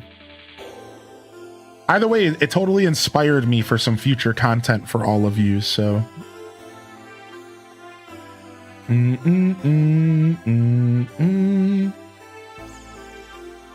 Where are those gosh darn carrots at?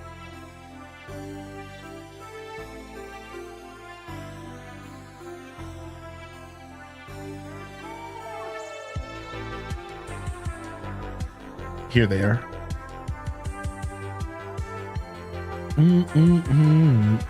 The blacksmith game looks cool. I think it's just a straight up blacksmith simulator, right? I think so.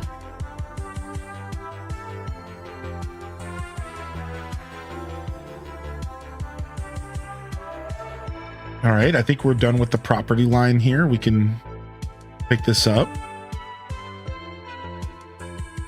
Separating bias is hard. Yeah, I think so. I think that's one of the things I strive for as a reviewer. And thank you for saying that. Yeah, like, that's what I go for. And to the point, to a fault. Like, when I first was creating content, I would almost overdo it. I would never want to share my own opinions about stuff because I didn't think my opinion mattered, like from my own personal bias. So I always tried to answer questions and stuff based off of what I thought the answer was objectively, separating myself. Now, I've learned that there's a time and a place for a biased opinion, and a lot of people here want my biased opinion when they ask me a question about a game. They're not looking for my 15-minute dissertation, you know, on why I think a game is good. They're looking for my personal opinion.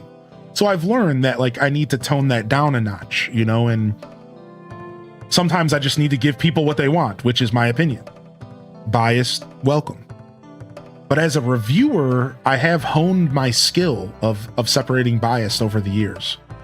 And I feel like the only thing that's hard with gaming that I have absolutely no control over is having a perspective based so far into the past. That's the only thing that comes with the territory of getting a reviewer who's a millennial. It's like all of my reviews are going to be shaped through the lens of somebody who saw gaming grow up from the pretty much a toddler on. And that's important because my opinion is always, my assessment of gaming is always going to be different from somebody who just started gaming 10 years ago. That's a bias that I don't think is ever going to get like fully removed from myself, because like that's ingrained in me. Like that, I've seen gaming through a certain lens, and I think it's mostly a positive thing. But I think every once in a while that can be in a negative bias, where it will affect a review of mine because I have almost too much knowledge of gaming. And sometimes it can be hard for me to look at things in a vacuum. Does that make sense?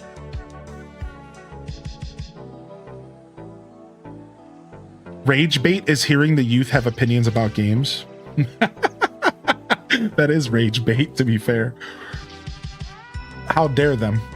You're not allowed to have an opinion on a video game until you're at least 25 years old and you've played a console that's older than you for at least 50 hours. You are required to play a console that is older than your existence for at least 20 hours. I'm thinking maybe 5 games at least. Or you're just not even a part of the conversation. Bye. See ya. Bum, bum, bum, bum, bum, bum. You have to play a console where there are no saves.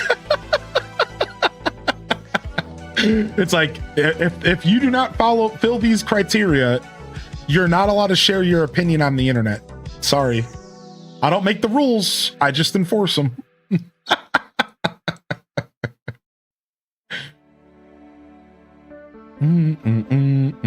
Funny enough, that would solve a lot of our problems now, wouldn't it? Funny enough, that would solve a lot of problems, actually.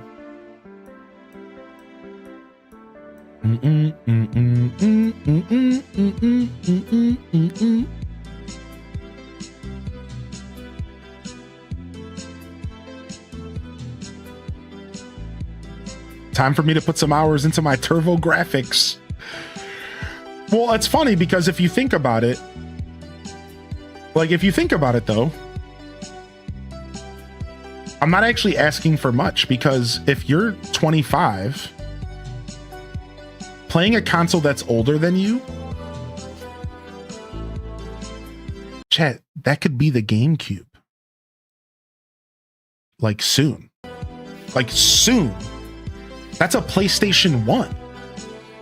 That's like a PlayStation 2. Like, so it's not like I'm asking them to go play Turbo Graphics. That's actually, I just want to make that clear, like, jokes aside, I'm not asking them to go back and play Pong.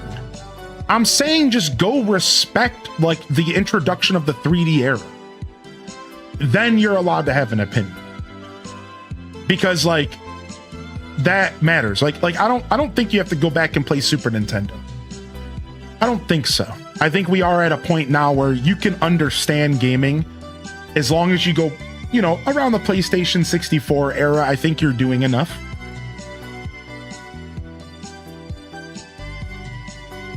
I think that's far enough back to where at least you have a decent idea of like what gaming was.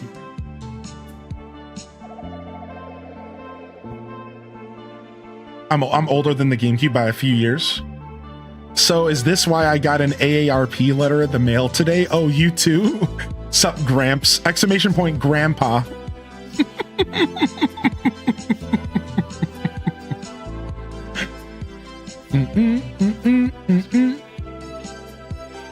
Oh, 2D gaming still hits. Chat, I can't talk to you. I'm under NDA for a game. Let's see if I got an email back. I'm under NDA for a game coming out that I might get rights to play. Oh, here it is. I'm getting a reply right here. Ooh, let's see what they say.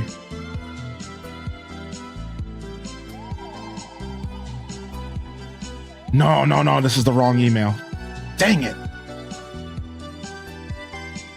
This is not the email I was looking for.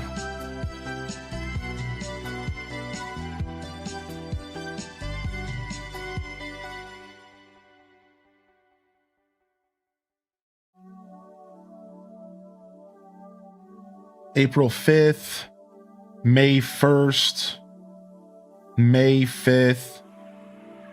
Okay, here it is. I don't even know what this is. I don't like this. Let me see what this website is real quick. H-Day Wiggle, H-Day Wiggle, H-Day Wiggle.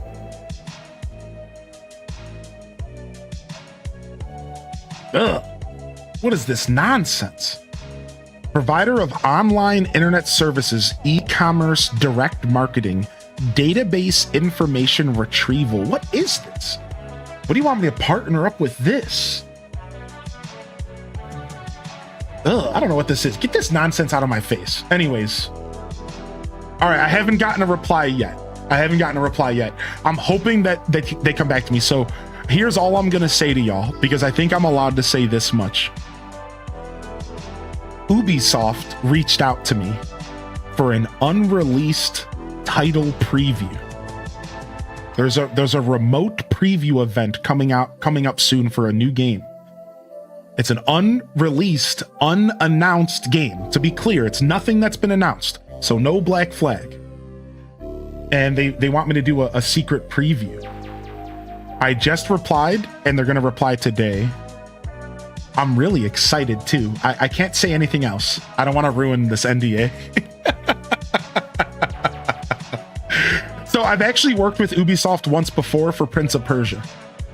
So for those that remember that, Prince of Persia, I worked with them before, so it looks like I'm building some rep.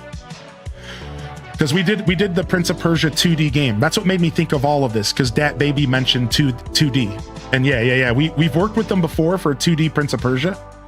And it looks like they want more. They want more from your boy. What can I say? I'm just that great. Zip that lip. Yeah. We'll see what happens. We'll see if everything's good. I think timing is good because they replied to me. I just replied yesterday, and the email was only 1 day old, so I should be getting a reply from them.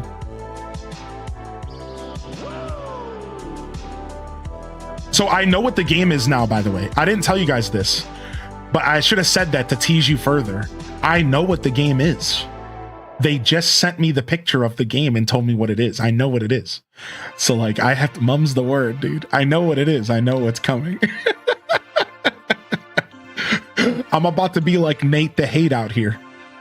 I'm about to go create a new account. All right, everybody. I'm going to tell y'all that if a random Twitter account shows up in the next 2 weeks with a name that has something to do with tangerines,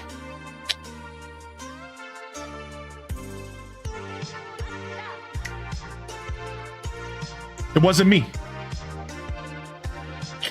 It wasn't me.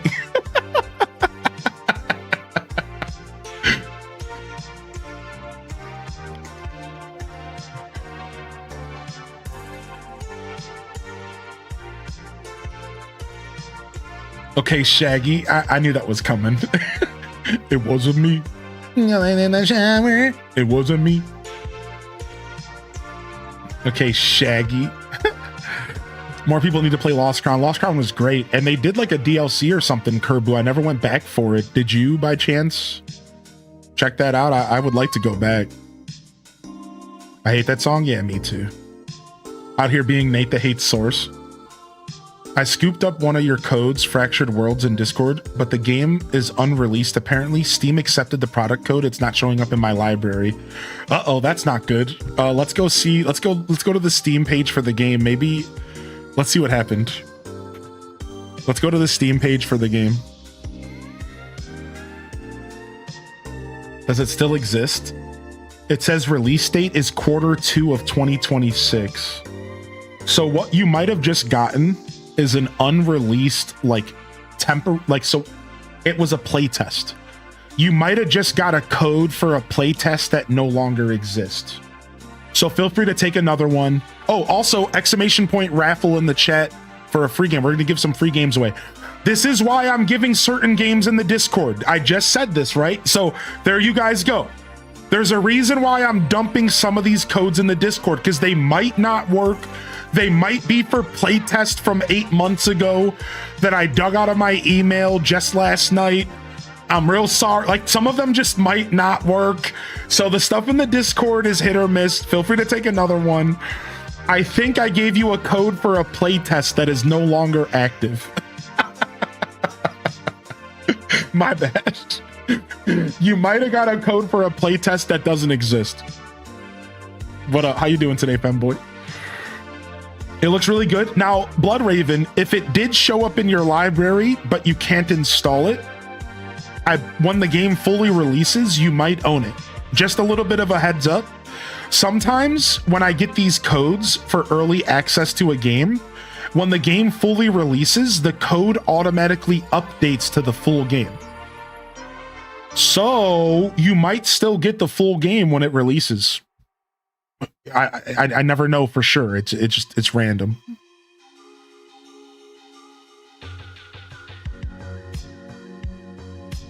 All right, this is a cute little lake in Tangy's property here. And then I'm going to put a little swamp spot in the middle. We're going to put a little lake spot in the middle here. So let's go from... What's the easiest thing for me to rebuild? Right here.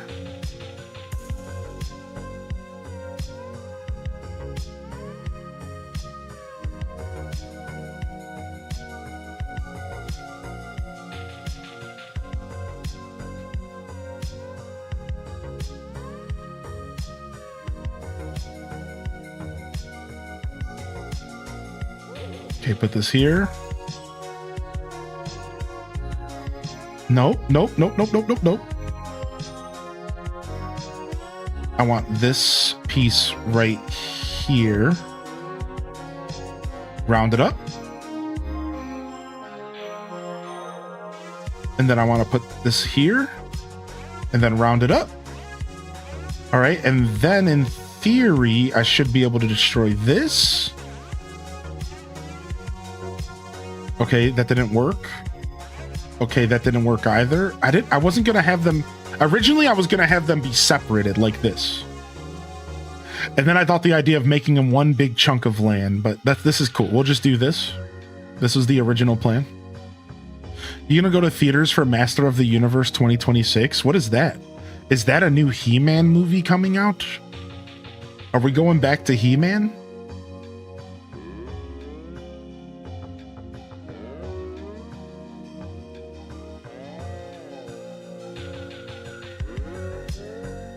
There's going to be a He-Man movie. I'd rather Birdman. Missed opportunity. I want a Birdman movie. He-Man. Who's He-Man? Who cares about He-Man? I want Birdman. But I specifically want it to be Harvey Birdman, attorney at law.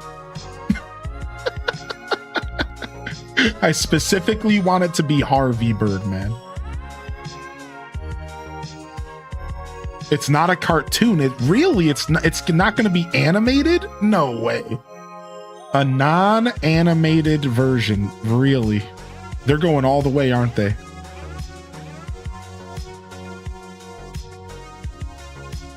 He-Man Woman Haters Club, New Little Rascals. Dude, I love Space Ghost. Space Ghost Coast to Coast. I grew up on the Space Ghost action. Live action He-Man. Well, they better play plenty of hair metal or I'm gonna be pissed. That's all I ask. Hair metal or we riot. Hair metal or we riot. It better be the closest thing that we've gotten to Highlander in 20 years. That's what I want. It better be Highlander, but He-Man, or I'm gonna be pissed. There can only be one.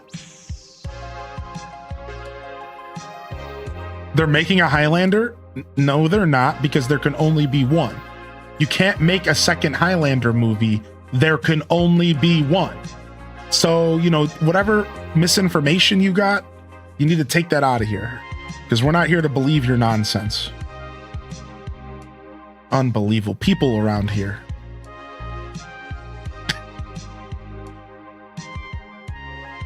Highlander had sequels? No! There's only one! That's like you're trying to tell me there's Matrix sequels. No, there's one Matrix, and then there's some other movies with the name Matrix.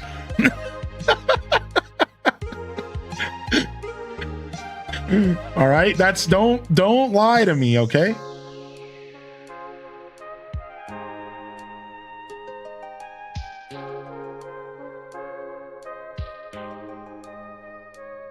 Henry Cavill is fighting to be the only one. Oh no, they've made one. They only made one Matrix. That's right.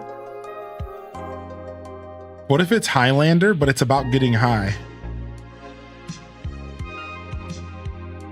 I prefer that movie to be called Highlighter. Back to sniffing highlighters in class.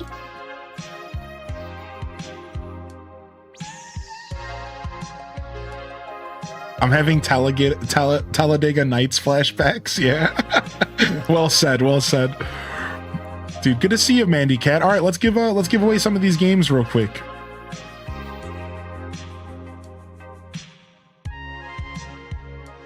I had to buy a new shovel. We had to buy a new shovel. A new shovel. All right, we got, let's refresh. So we have Twitch chat here. YouTube chat is good.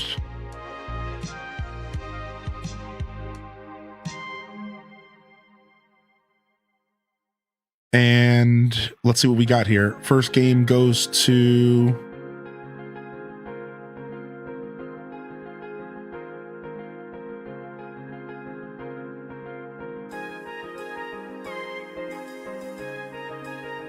It's Chic. Yeah, you can keep joining. Yeah, keep joining. Exclamation point raffle. We're giving away free games. All right, Chic, we're going to give you a game called Planet of Lana. Planet of Lana. Why does that make me think of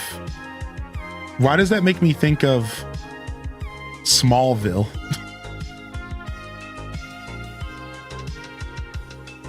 Wasn't there a character named Smallville in that? Or in Smallville named Lana?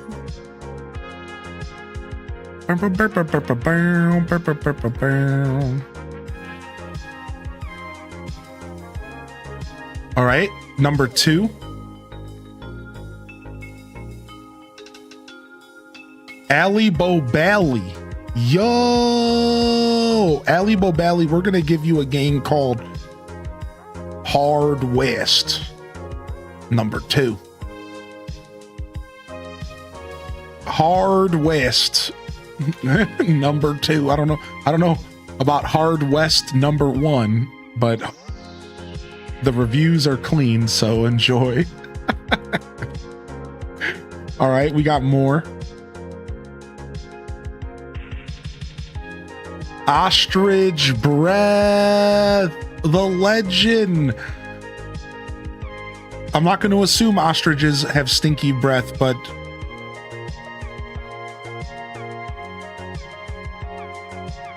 I can't imagine it's the most pleasant thing to smell. 0 Hour is the name of the game we're giving you, homie. I did end up playing Fate just a little bit, yeah. M and Beyond, the one and only.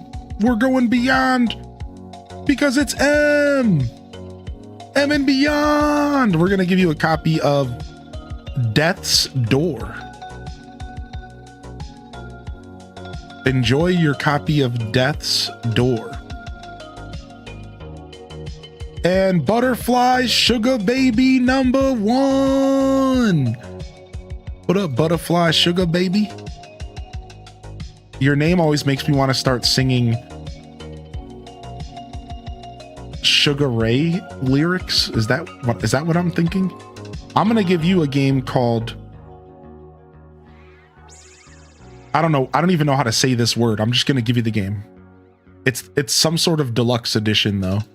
Sorry, if you don't like the game, don't worry. It's just a key. You could give it to someone else. I recommend you Google it first, see if you like it. If you don't like it, then give it to someone else in your life. Send them a DM. Somebody will be happy to get something from you. Also, can we get some love in the chat for Dem DeLiz? Some wiggles for 8 months. Yo, Dem, how you been, man? I'm so sorry I missed that. I was distracted. Coco, you're winning today because Coco winning just won a game. Coco winning stays winning my giveaways. We're going to give you Amnesia the Bunker. Hope you like scary stuff, because if you don't, you might want to give that code to someone else. Because anything with the word amnesia, it's either slowpoke or scary. That's it. It's either slow bro or scary. Yo, Slay Manar with the 28 resub. Thank you, man. All right, here we go. Mouse Marin, dude, Mouse. Here you go, homie. This is for you, coming at you live and direct to your living room. And Miles, we're gonna hook you up with Damon Ex Machina Titanic Scion. I think it's a thing. Look it up. If you don't like it, give it to someone else. Give it away on your own stream. Whatever you want to do. Whatever you want to do. I got 2 more games to give away. One's called Wild Mender, and one's called The Procession to Calvary. You can choose whoever wins. The Great Bambi, if you're out there, do you want a copy of Wild Mender or The Procession to Calvary? One sounds kind of terrible and one sounds kind of interesting. Pick your poison, Bambi. You're welcome to look them up first if you need a second. And if they're not in the chat, we'll just give them a random one. Pick your poison. All right, let's go ahead and get this freaking... Let's get this freaking creek going. Let's get this creek going. I wanna put a bridge on her property. I forgot what we were doing. We actually messed up. We need to do something else here. Hold on. I need to create a bridge, actually. The first one for sure. All right. Here you go, Wild Mender. And that means that the last winner of the giveaway is... Wait, Coco, you can't win twice. What the heck? You need to chill. All right, Cozy Gamer Tally. I don't know if this game is cozy, Tally. I'm really sorry if it's not, but it's yours and it's free. So, like, can you really... Come on, it's free and it's yours. There you go, Cozy Gamer Tally. Enjoy the procession to Calvary. And again, there are more games in the Discord. So if you're in the Discord, I'll be giving away games in the Discord, all right?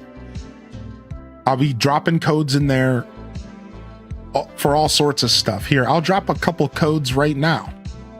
And then I'll clean up the messages and stuff later. All right, there's some for the regular general chat, and then here's some for sub-only chat. Grab them up. There's all sorts of goofy stuff. Just let us know if you take a code. That's all we ask. And remember, the stuff in the Discord might work. It might not work. I don't know. But there you guys go.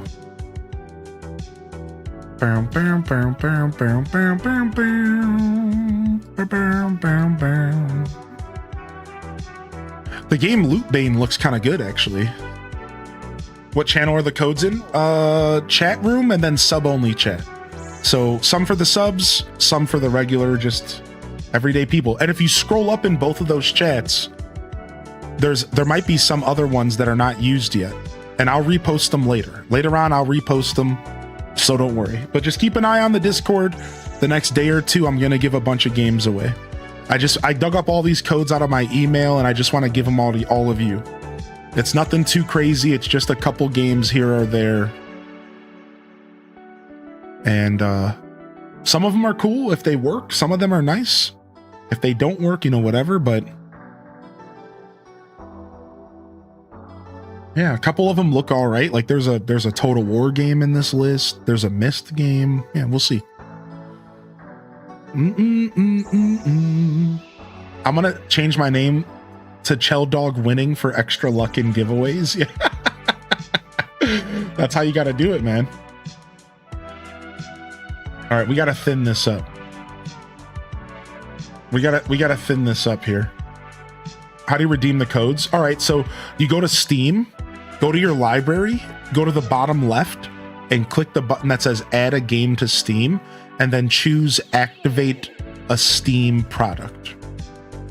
So go to your Steam, go to the library section,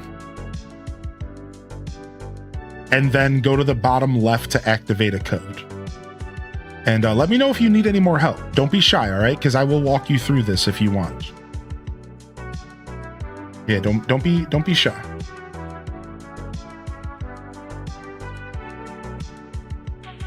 What's up, Kai Bells? Hey, good to see you. All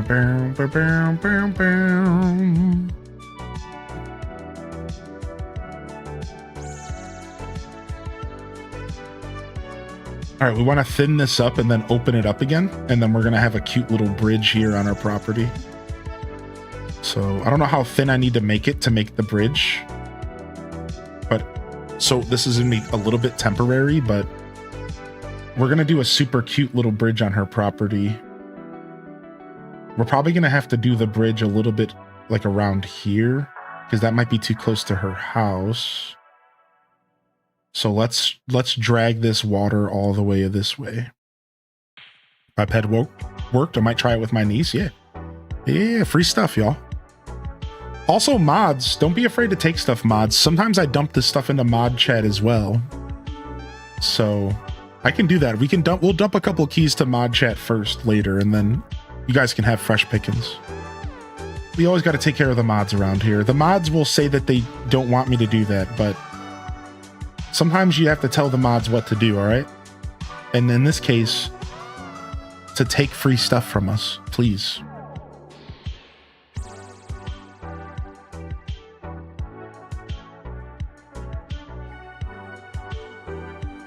I'm on mobile. Mobile could be different. I don't know how mobile Steam works. Yeah. I know how browser and I know how PC works. I'm not sure if you can add games to your mobile. You might have to wait till you get to a PC.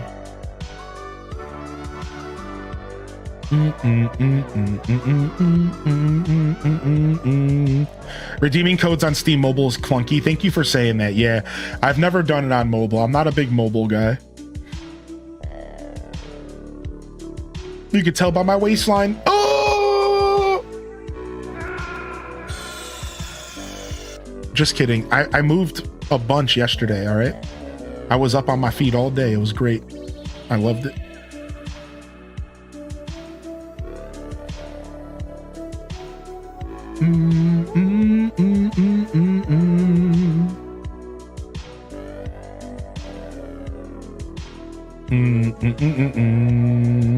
All right, this will be the actual bulk of the lake. And then we'll have a little space between. And then we can do something really cute with this area right here. But this will be the bulk. The river's gonna lead into the bulk of the lake here. And maybe we do want this to be a little bit less of a lake and more of a pond. And then save the lake stuff for when we get to the other side of the map. It's going good so far today, Kai Bells. How are you?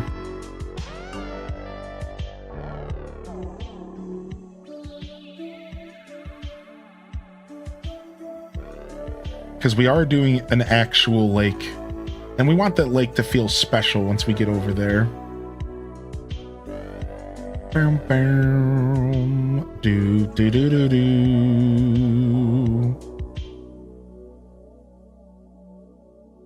Grasshopper for whoever wants to eat it. Too late.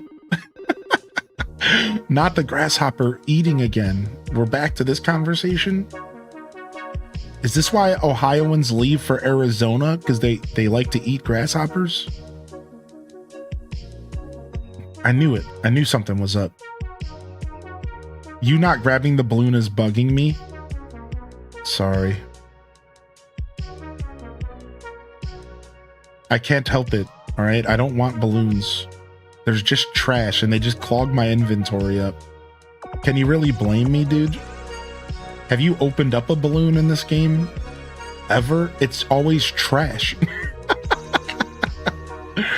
No, it's not that bad.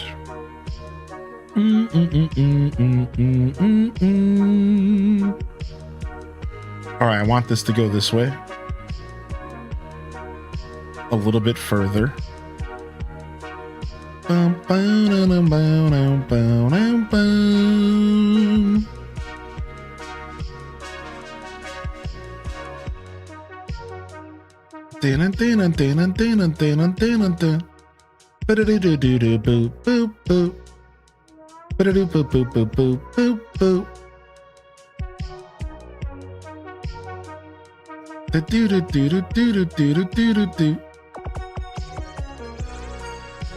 Oh, nice, great Bambi. Cool. Yeah, I get all this stuff in my emails, man. So the codes that I just gave away were for a Humble Bundle, to be clear. And those games are always pretty solid because Humble Bundle, you pay $15, you get 8 games a month, and then I give those games away. So yeah, most of those games are going to be pretty okay. The stuff in the Discord could be hit or miss because I get random emails from indie developers sometimes who are just like, hey, we're trying to get more eyes on our game, so we're just giving creators game keys, and if you're interested, you should stream it so that we can get a little bit more press. Which I don't have any problem doing that, you know what I mean? Like, that's cool. Like, sure, whatever. I might stream your game, I might not. So my old rule used to be, I don't take keys that I don't plan to use. And while that was just a personal decision, because I wanted to be doing, you know, the quote-unquote right thing, in hindsight, I realized that, like, who cares? Like, over years of creating content, I realized, like, dude, this is just free stuff that I should just be taking advantage of. Like, who cares? Like, these dudes are never coming back to check this email. It's probably, at this point, it's probably all AI emails anyways. It's like, who cares? I'm taking these keys, dude. And I'm just going to start giving them away to all of you. And that's a decision I made recently. So yeah, you know, now I'm not going to go to a website like Keymailer where the deal is we give you keys to check out through your content. Like, that's different. I'm not going to be a jerk about it. But if you are going to send me an email with a straight up raw game key in it, I'm just going to give it away. Unless I want the game or if I'm interested to make content, you know? Now, there's a difference because sometimes you get an email that's like, sign up for this key and we'll give you one. You see, I'm not doing that. I'm not going to go as far as signing up for a key just to throw it to the community. Sorry, I won't go that far, y'all. Because that to me feels a little bit jerkish. It's like, okay, I signed up. I basically told you I was interested and then I just didn't do anything with it. So I'm not going to do that. I'm not going to go so far that I'm like ruining potential like relationships and stuff out there. You know, I'm going to keep it 100 in a sense, but if they just send me a raw key, I'm just going to use it. Like, and again, this happens more often than you would think. It's pretty funny actually, how often that you just get an email from kind of a, you could say maybe like a somewhat desperate, you know, indie developer who's just like, dude, any extra eyes on my game would be nice. Here's a key. Do whatever you want with it. And I'm just like, okay, I'm going to give it away.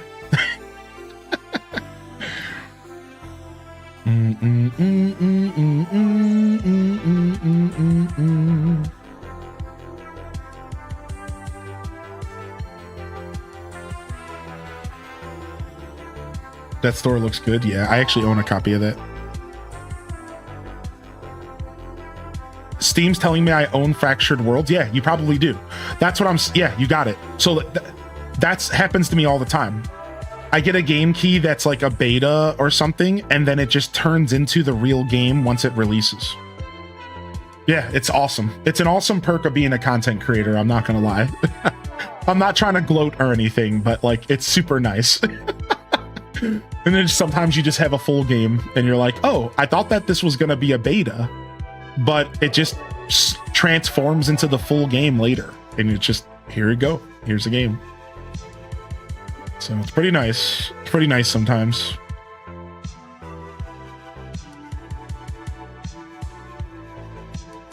All right, little creek here. Little creek-a-doo. Little creek-a-doo. I took the one I think my son would like. Nice. Nice, nice, nice. Yeah, just let us know if you take something in the Discord so that I can delete it out of the list so that we don't debate people. But you can take as many as you want, whatever you want. I don't care. You know, don't overthink it. Just free games. Free games that if I don't do something with it, you know, it's just going to get thrown away. I imagine the keys either expire after a certain amount of time or they just never get used. The stuff sitting in my email, you know what I mean? Like, it's one or the other. It either just never gets used or it just expires.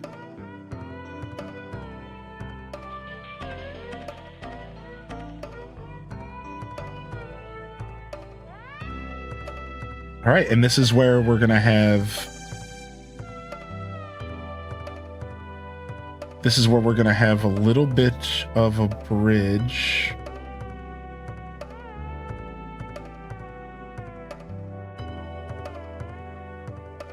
All right, perfect. All right, we're going to be putting a bridge here somewhere. And I'd like it to be diagonal.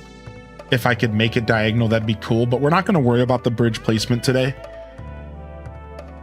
We're going to figure that out. But we're changing Tangy's property. We're giving Tangy's property a big glow up here. And we're going to give her like a river and a creek. And we're going to design around it for her. I think it'll be super cool once we're done. Right now it looks a little intrusive to her property, but I think it'll be super cool once it's done. And then we'll have a little creek draining over here. So let's go down here and see where this creek is going to drain.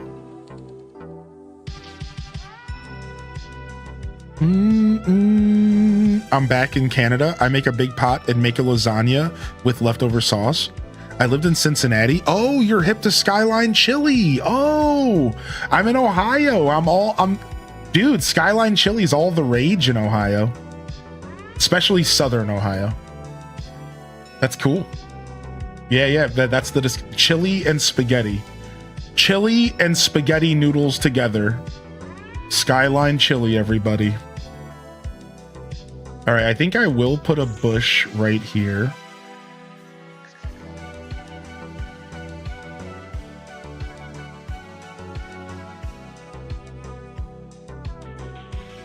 On a glizzy too. Ooh wee. Now we're talking my language. Can I round off this cliff as well? I thought you could. I thought you could round off these cliffs. You can. I swear you can. I swear you can. I swear you can do this. I might be wrong. I swear you can take these little cliff lips and you can make them like really tight up against the cliff. I swear you can do that. I might be thinking wrong though. I think I'm thinking wrong. Yeah, I think that's wrong actually.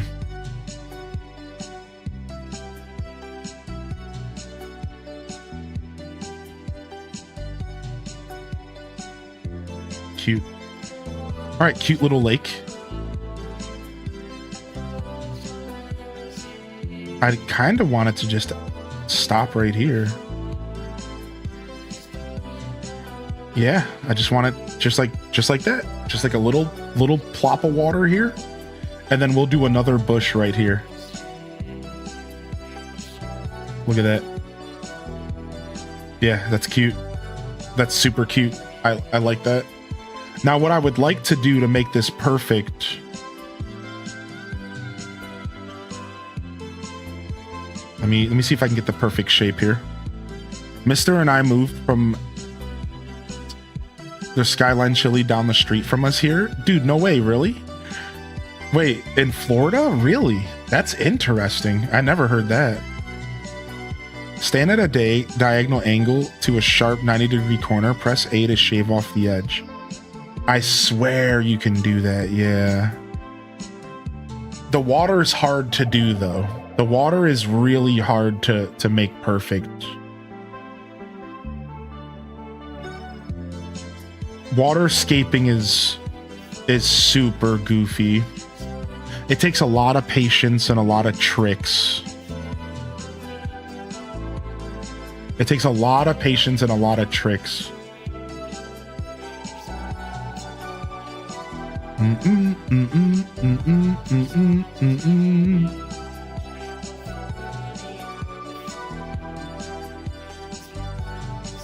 All right, got my diamond shape. Yeah, I swear I've done a trick once where like... Oh, I can't because of the tree. I swear I had... perfect... I think it's just a 90-degree angle. Where I had water below a cliff, and I had the water flush with the cliff. It just had to have been a sharp corner. I don't think you can do it this way ever. It's been so long, I just don't remember.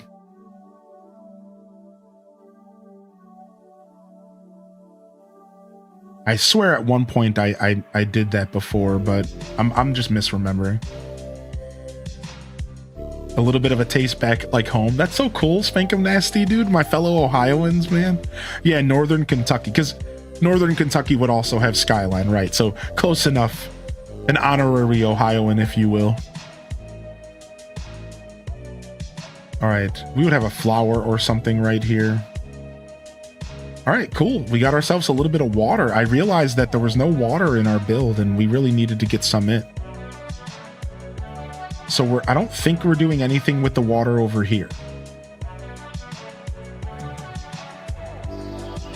No, we're not. So this can go back to what it was.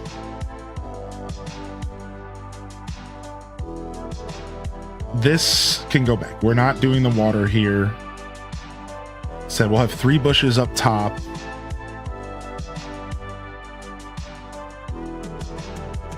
And then we're going to have water in the bottom left corner. We're going to be doing Lake Saria. So that'll be later. I have a pretty close recipe for Skyline, so it's easy to make. Do you know the secret ingredient, though?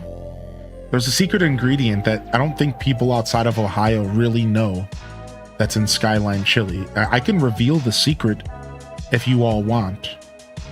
I'm a little hesitant, though, but maybe some bits or subscriptions could coax it out of me.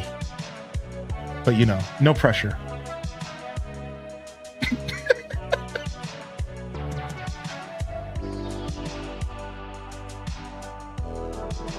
Shrewd. Bam, bam, bam, bam, bam, bam, bam, bam, bam. What up, Taco? Wait, Butterfly, I was just kidding. No, don't. There is no secret. I was just gonna make a joke about Ohioans, Southern Ohioans, pretending to be rednecks. Can you still say that nowadays? And I was gonna say the secret ingredient was a little bit of redneck. That's what I was gonna say. That's the secret ingredient. I'm sorry. We need the secrets. Can you say that nowadays? Am I allowed to say that anymore? I don't know. Hillbilly? I don't know. Country? I don't know. A little bit of country. A little bit of honky tonk badonkadonk. Yo, good to see you, Taco. Thank you, Bailey, for 33, man. Yo, how are you today? Your emotes are my favorite. No, but there are secret ingredients. Yeah, there is. There actually is. Yeah. You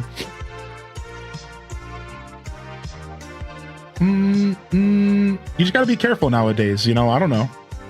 I try to be understanding that stuff that I grew up saying just might not be something you can say nowadays. Maybe it was like rooted out of some weird negative thing that I don't know about, you know, like there's a big one that I grew up around. Like I'm obviously not going to say it, but it was a word to use that we would use, and I would appreciate if nobody else did either. But it was a word that we would use to describe when someone shortchanged you or if somebody kind of scammed you. And it's even in like Seinfeld and everything. And all of a sudden, one day I realized that it's actually like kind of a discriminatory term. I'm just like, oh, I had no idea. You know what I mean? Like I just grew up using the word. It was fine. It just meant, you know, getting scammed a little bit. Like wasn't a big deal, but apparently it kind of is nowadays.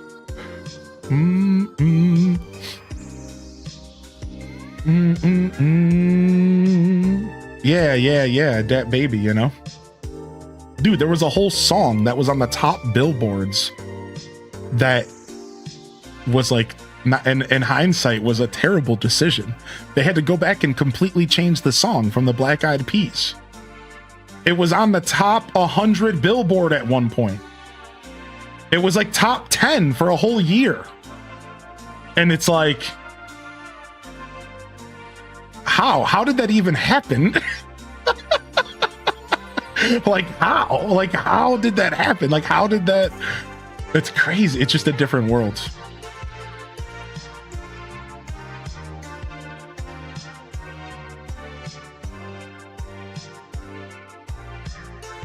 Oh, you know what? Putting these trees down is stupid because I have to put a bridge down still. So until we figure out what we're doing with the bridge, this is a little ridiculous. I might end up eating food and picking these trees back up again. But, all right, let's just put the rest in storage until we're ready.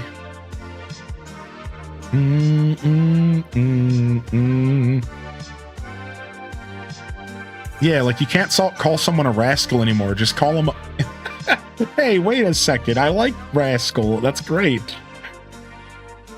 One of my favorite insults, you guys want to know one of my favorite insults that I use 100% unironically, even in my most heated of moments? Dumbo. Dumbo the elephant. I'm not calling you dumb. I'm taking it to the next level. I'm calling you a big-eared elephant.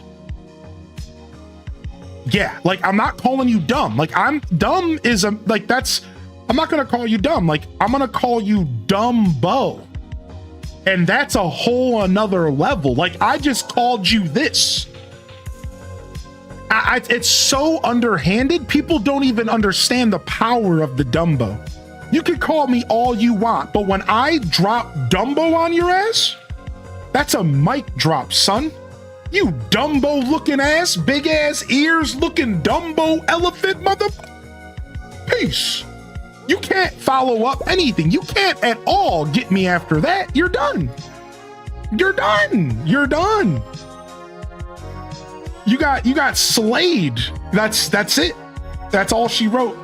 You better call a funeral home. You better call Kelso from that 70s show because you're done. You got burned.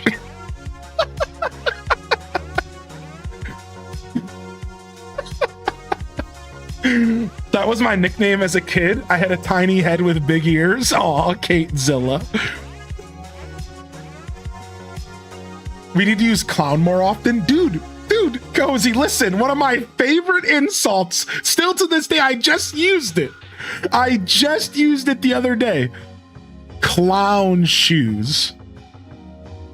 I actually, one time in my life, I went in on a dude. Let me tell you all a story real quick. One time in my life, some dude got rude with me at a party, so I got rude back. And when I get rude, it's always super harsh and nasty, and I don't have any filter. So I can't cross the line into rude or I just become a scumbag. And in the middle of this party, I laid this dude out. I was like, you're coming to me. I don't remember what he said to me, but all I remember is I looked at him and I said, and this is coming from the guy who's wearing some clown shoes coming in my house. And he changed my music. That's what it was. Oh my gosh, I remember. He changed my music at the party and was like, oh, who put this trash on? And he changed my music. So I walk up to him and I pulled the mic cord out. Like I'm talking, and everyone at the party's like, what just happened? And I'm like, you clown shoes What do you got? Your size 13, yellow laces, little clown nose at the tip of the shoes, Ronald McDonald looking ass. You touching my music? And everyone was just like,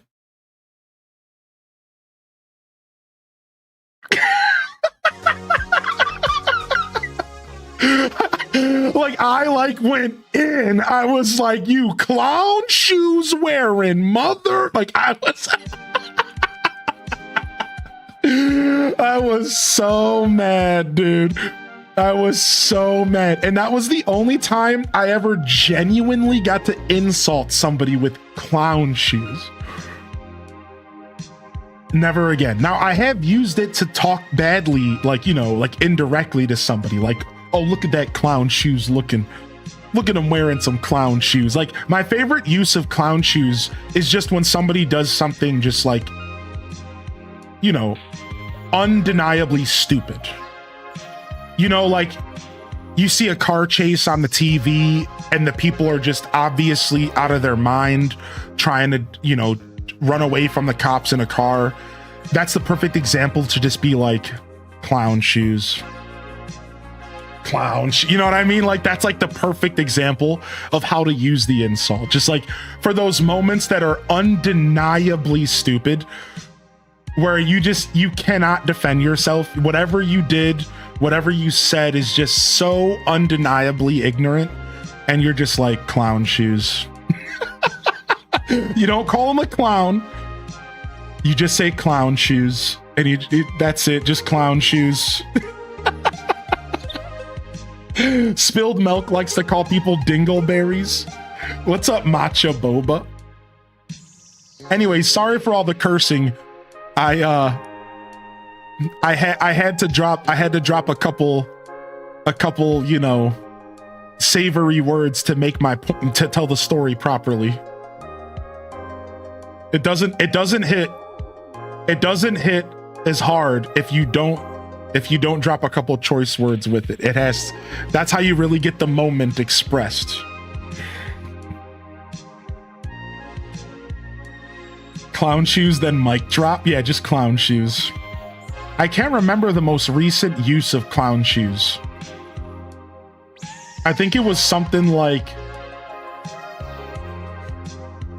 oh, this guy that we grew up with got caught doing real scummy stuff. I'm not even gonna go into it because it's like skin crawly, scummy stuff. And somebody brought him up and they were like, hey, did you hear about this dude? Because we were all getting together playing Magic. And we were like, oh yeah, we know what happened to him. You know, he got caught up in the law, whatever, doing some scummy stuff. And we were all like chatting about it. And then another person got brought up. And like, listen, we don't do politics and stuff in the chat too often, but I'm just going to tell you the story, all right? So then another dude got brought up that we used to grow up with. And they were like, can you believe it that this person... He was like, can you believe that this person is now... Like, how do you say... Has a political alignment has shifted compared to where he was as a kid? And like, it's not that people can't change their mind, but like, that was the conversation. We were like, can you believe, like, that's insane. Like, of all people, why would they go on to that team? You know, like, what are you doing? You were over here so obviously your whole life. And then it wasn't me, but I swear my best friend in my life was like, basically was like clown shoes. I don't know. We were all a little tipsy, I think. So, and it was just like clown shoes, and we all just started laughing. It was like clown shoes, got him. Like, we started laughing about how that's such a classic insult, just the clown shoes. Yeah, it wasn't me. No, it might have been me. Now that I think about it, I don't remember the story that well. I might have been under the influence of sandwiches, playing Magic the Gathering. So, like, you know, I don't remember much. It was a long night. We played a lot of games, you know. But I just remember the use of clown shoes and how funny it was. That's all I remembered was the use of clown shoes. Yeah. Classic insult. I think my favorite from the chat though is Tim Tater, who said, I call people kumquats. You can functionally play Magic while eating sandwiches.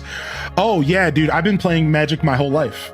Dude, it's my crew's been playing Magic the Gathering since we were 10 years old. So you're talking about 25 plus years. So Magic is like nothing to, we just go through the motions, you know what I mean? Like, yeah, it's all very natural to us.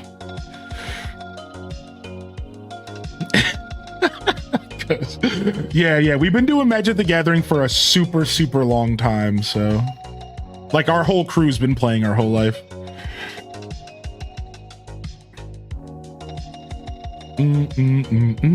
All right, we're gonna get out of here. We're gonna do a raid today, if you all want to join. Let's go find someone in the community to support today. We talked a lot of smack, so the best way to follow up the smack talk is let's go find ourselves an Animal Crossing creator to raid today. Let's go drop some support out there. Let's go see who's on Twitch.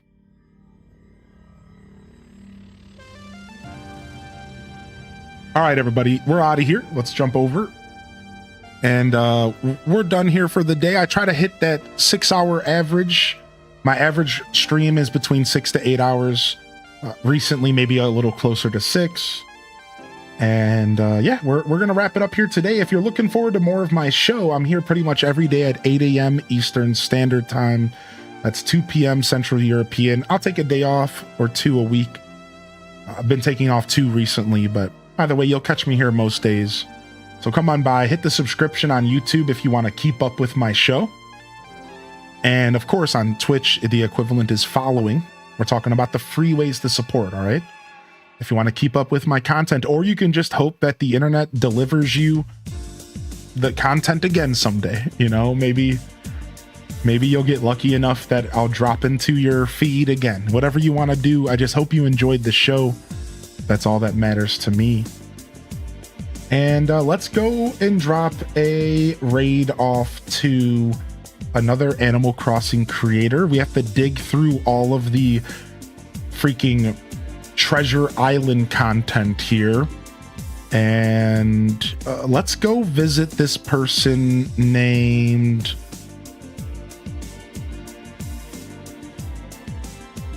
Ooh, I know this person. Oh, let's just go raid this person I know, I suppose. They're cute. Let's go raid Holly. They have a cute community, dude. Let's go raid Holly here with double Y Holly. I've been following them for a while, and I think they visit our stream every once in a while as well. So let's go visit Holly, all right, everybody? On that note, this is Highly in Descent signing off with another wonderful High Road Gaming Group production. If I don't see y'all here tomorrow for some more content, I actually don't know what we're doing this weekend. It'll be a combination of cozy gaming, our staples, as well as Star Wars Legos, and maybe some Grand Bazaar. But I'm thinking ACNH, I'm thinking Pocopia. We have Stardew Valley on the docket. We have Grand Bazaar on the docket, and Lego Star Wars. It's kind of what I'm focusing on right now before we maybe crack open a new game or two later this month. And of course, some new Zelda is on the horizon as well. So come on by tomorrow to see what we end up getting into. Come on by. If I don't see y'all here, I'll see you when I see you, fam. Don't forget to game on. And of course, as always, peace. Wrap it up and on to the next episode. Peace.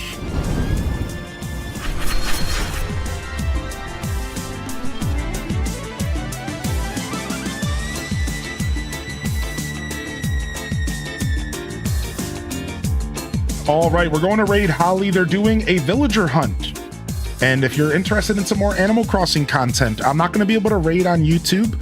I haven't figured that out yet. So YouTube chat, this is our goodbye. I hope you have a wonderful rest of your day today, all right? And it was nice to meet you. Thank you for being here. Kate, Zilla, anyone else over there? Tamara? Yeah, we're going to start this raid up. And let's go. Get yourself a raid message. Don't be shy. We got one for the non-subs as well. And thank you for the kind words, chat room. It was a blast. Yeah, we had a lot of fun today, just yapping about whatever, you know? That's what I want my Fridays and my Mondays to be, kind of yap-centric, just kind of falling into whatever rabbit hole we want to fall into as far as conversation. Maybe try to step out of the ones that are a little bit, I don't know, muddier, it's faster, which we're getting pretty good about stepping out of the muddy stuff quicker. Y'all have to give me some credit on that. On that note, though, thank you for being here, y'all. I love y'all and appreciate y'all. I'm honored to be a part of your daily routines, and I'm certainly honored to have you as a part of mine. But until next time, this is Highly in Descent signing off. Enjoy Holly's stream. Peace. And hit them cat jams, baby. Peace, y'all.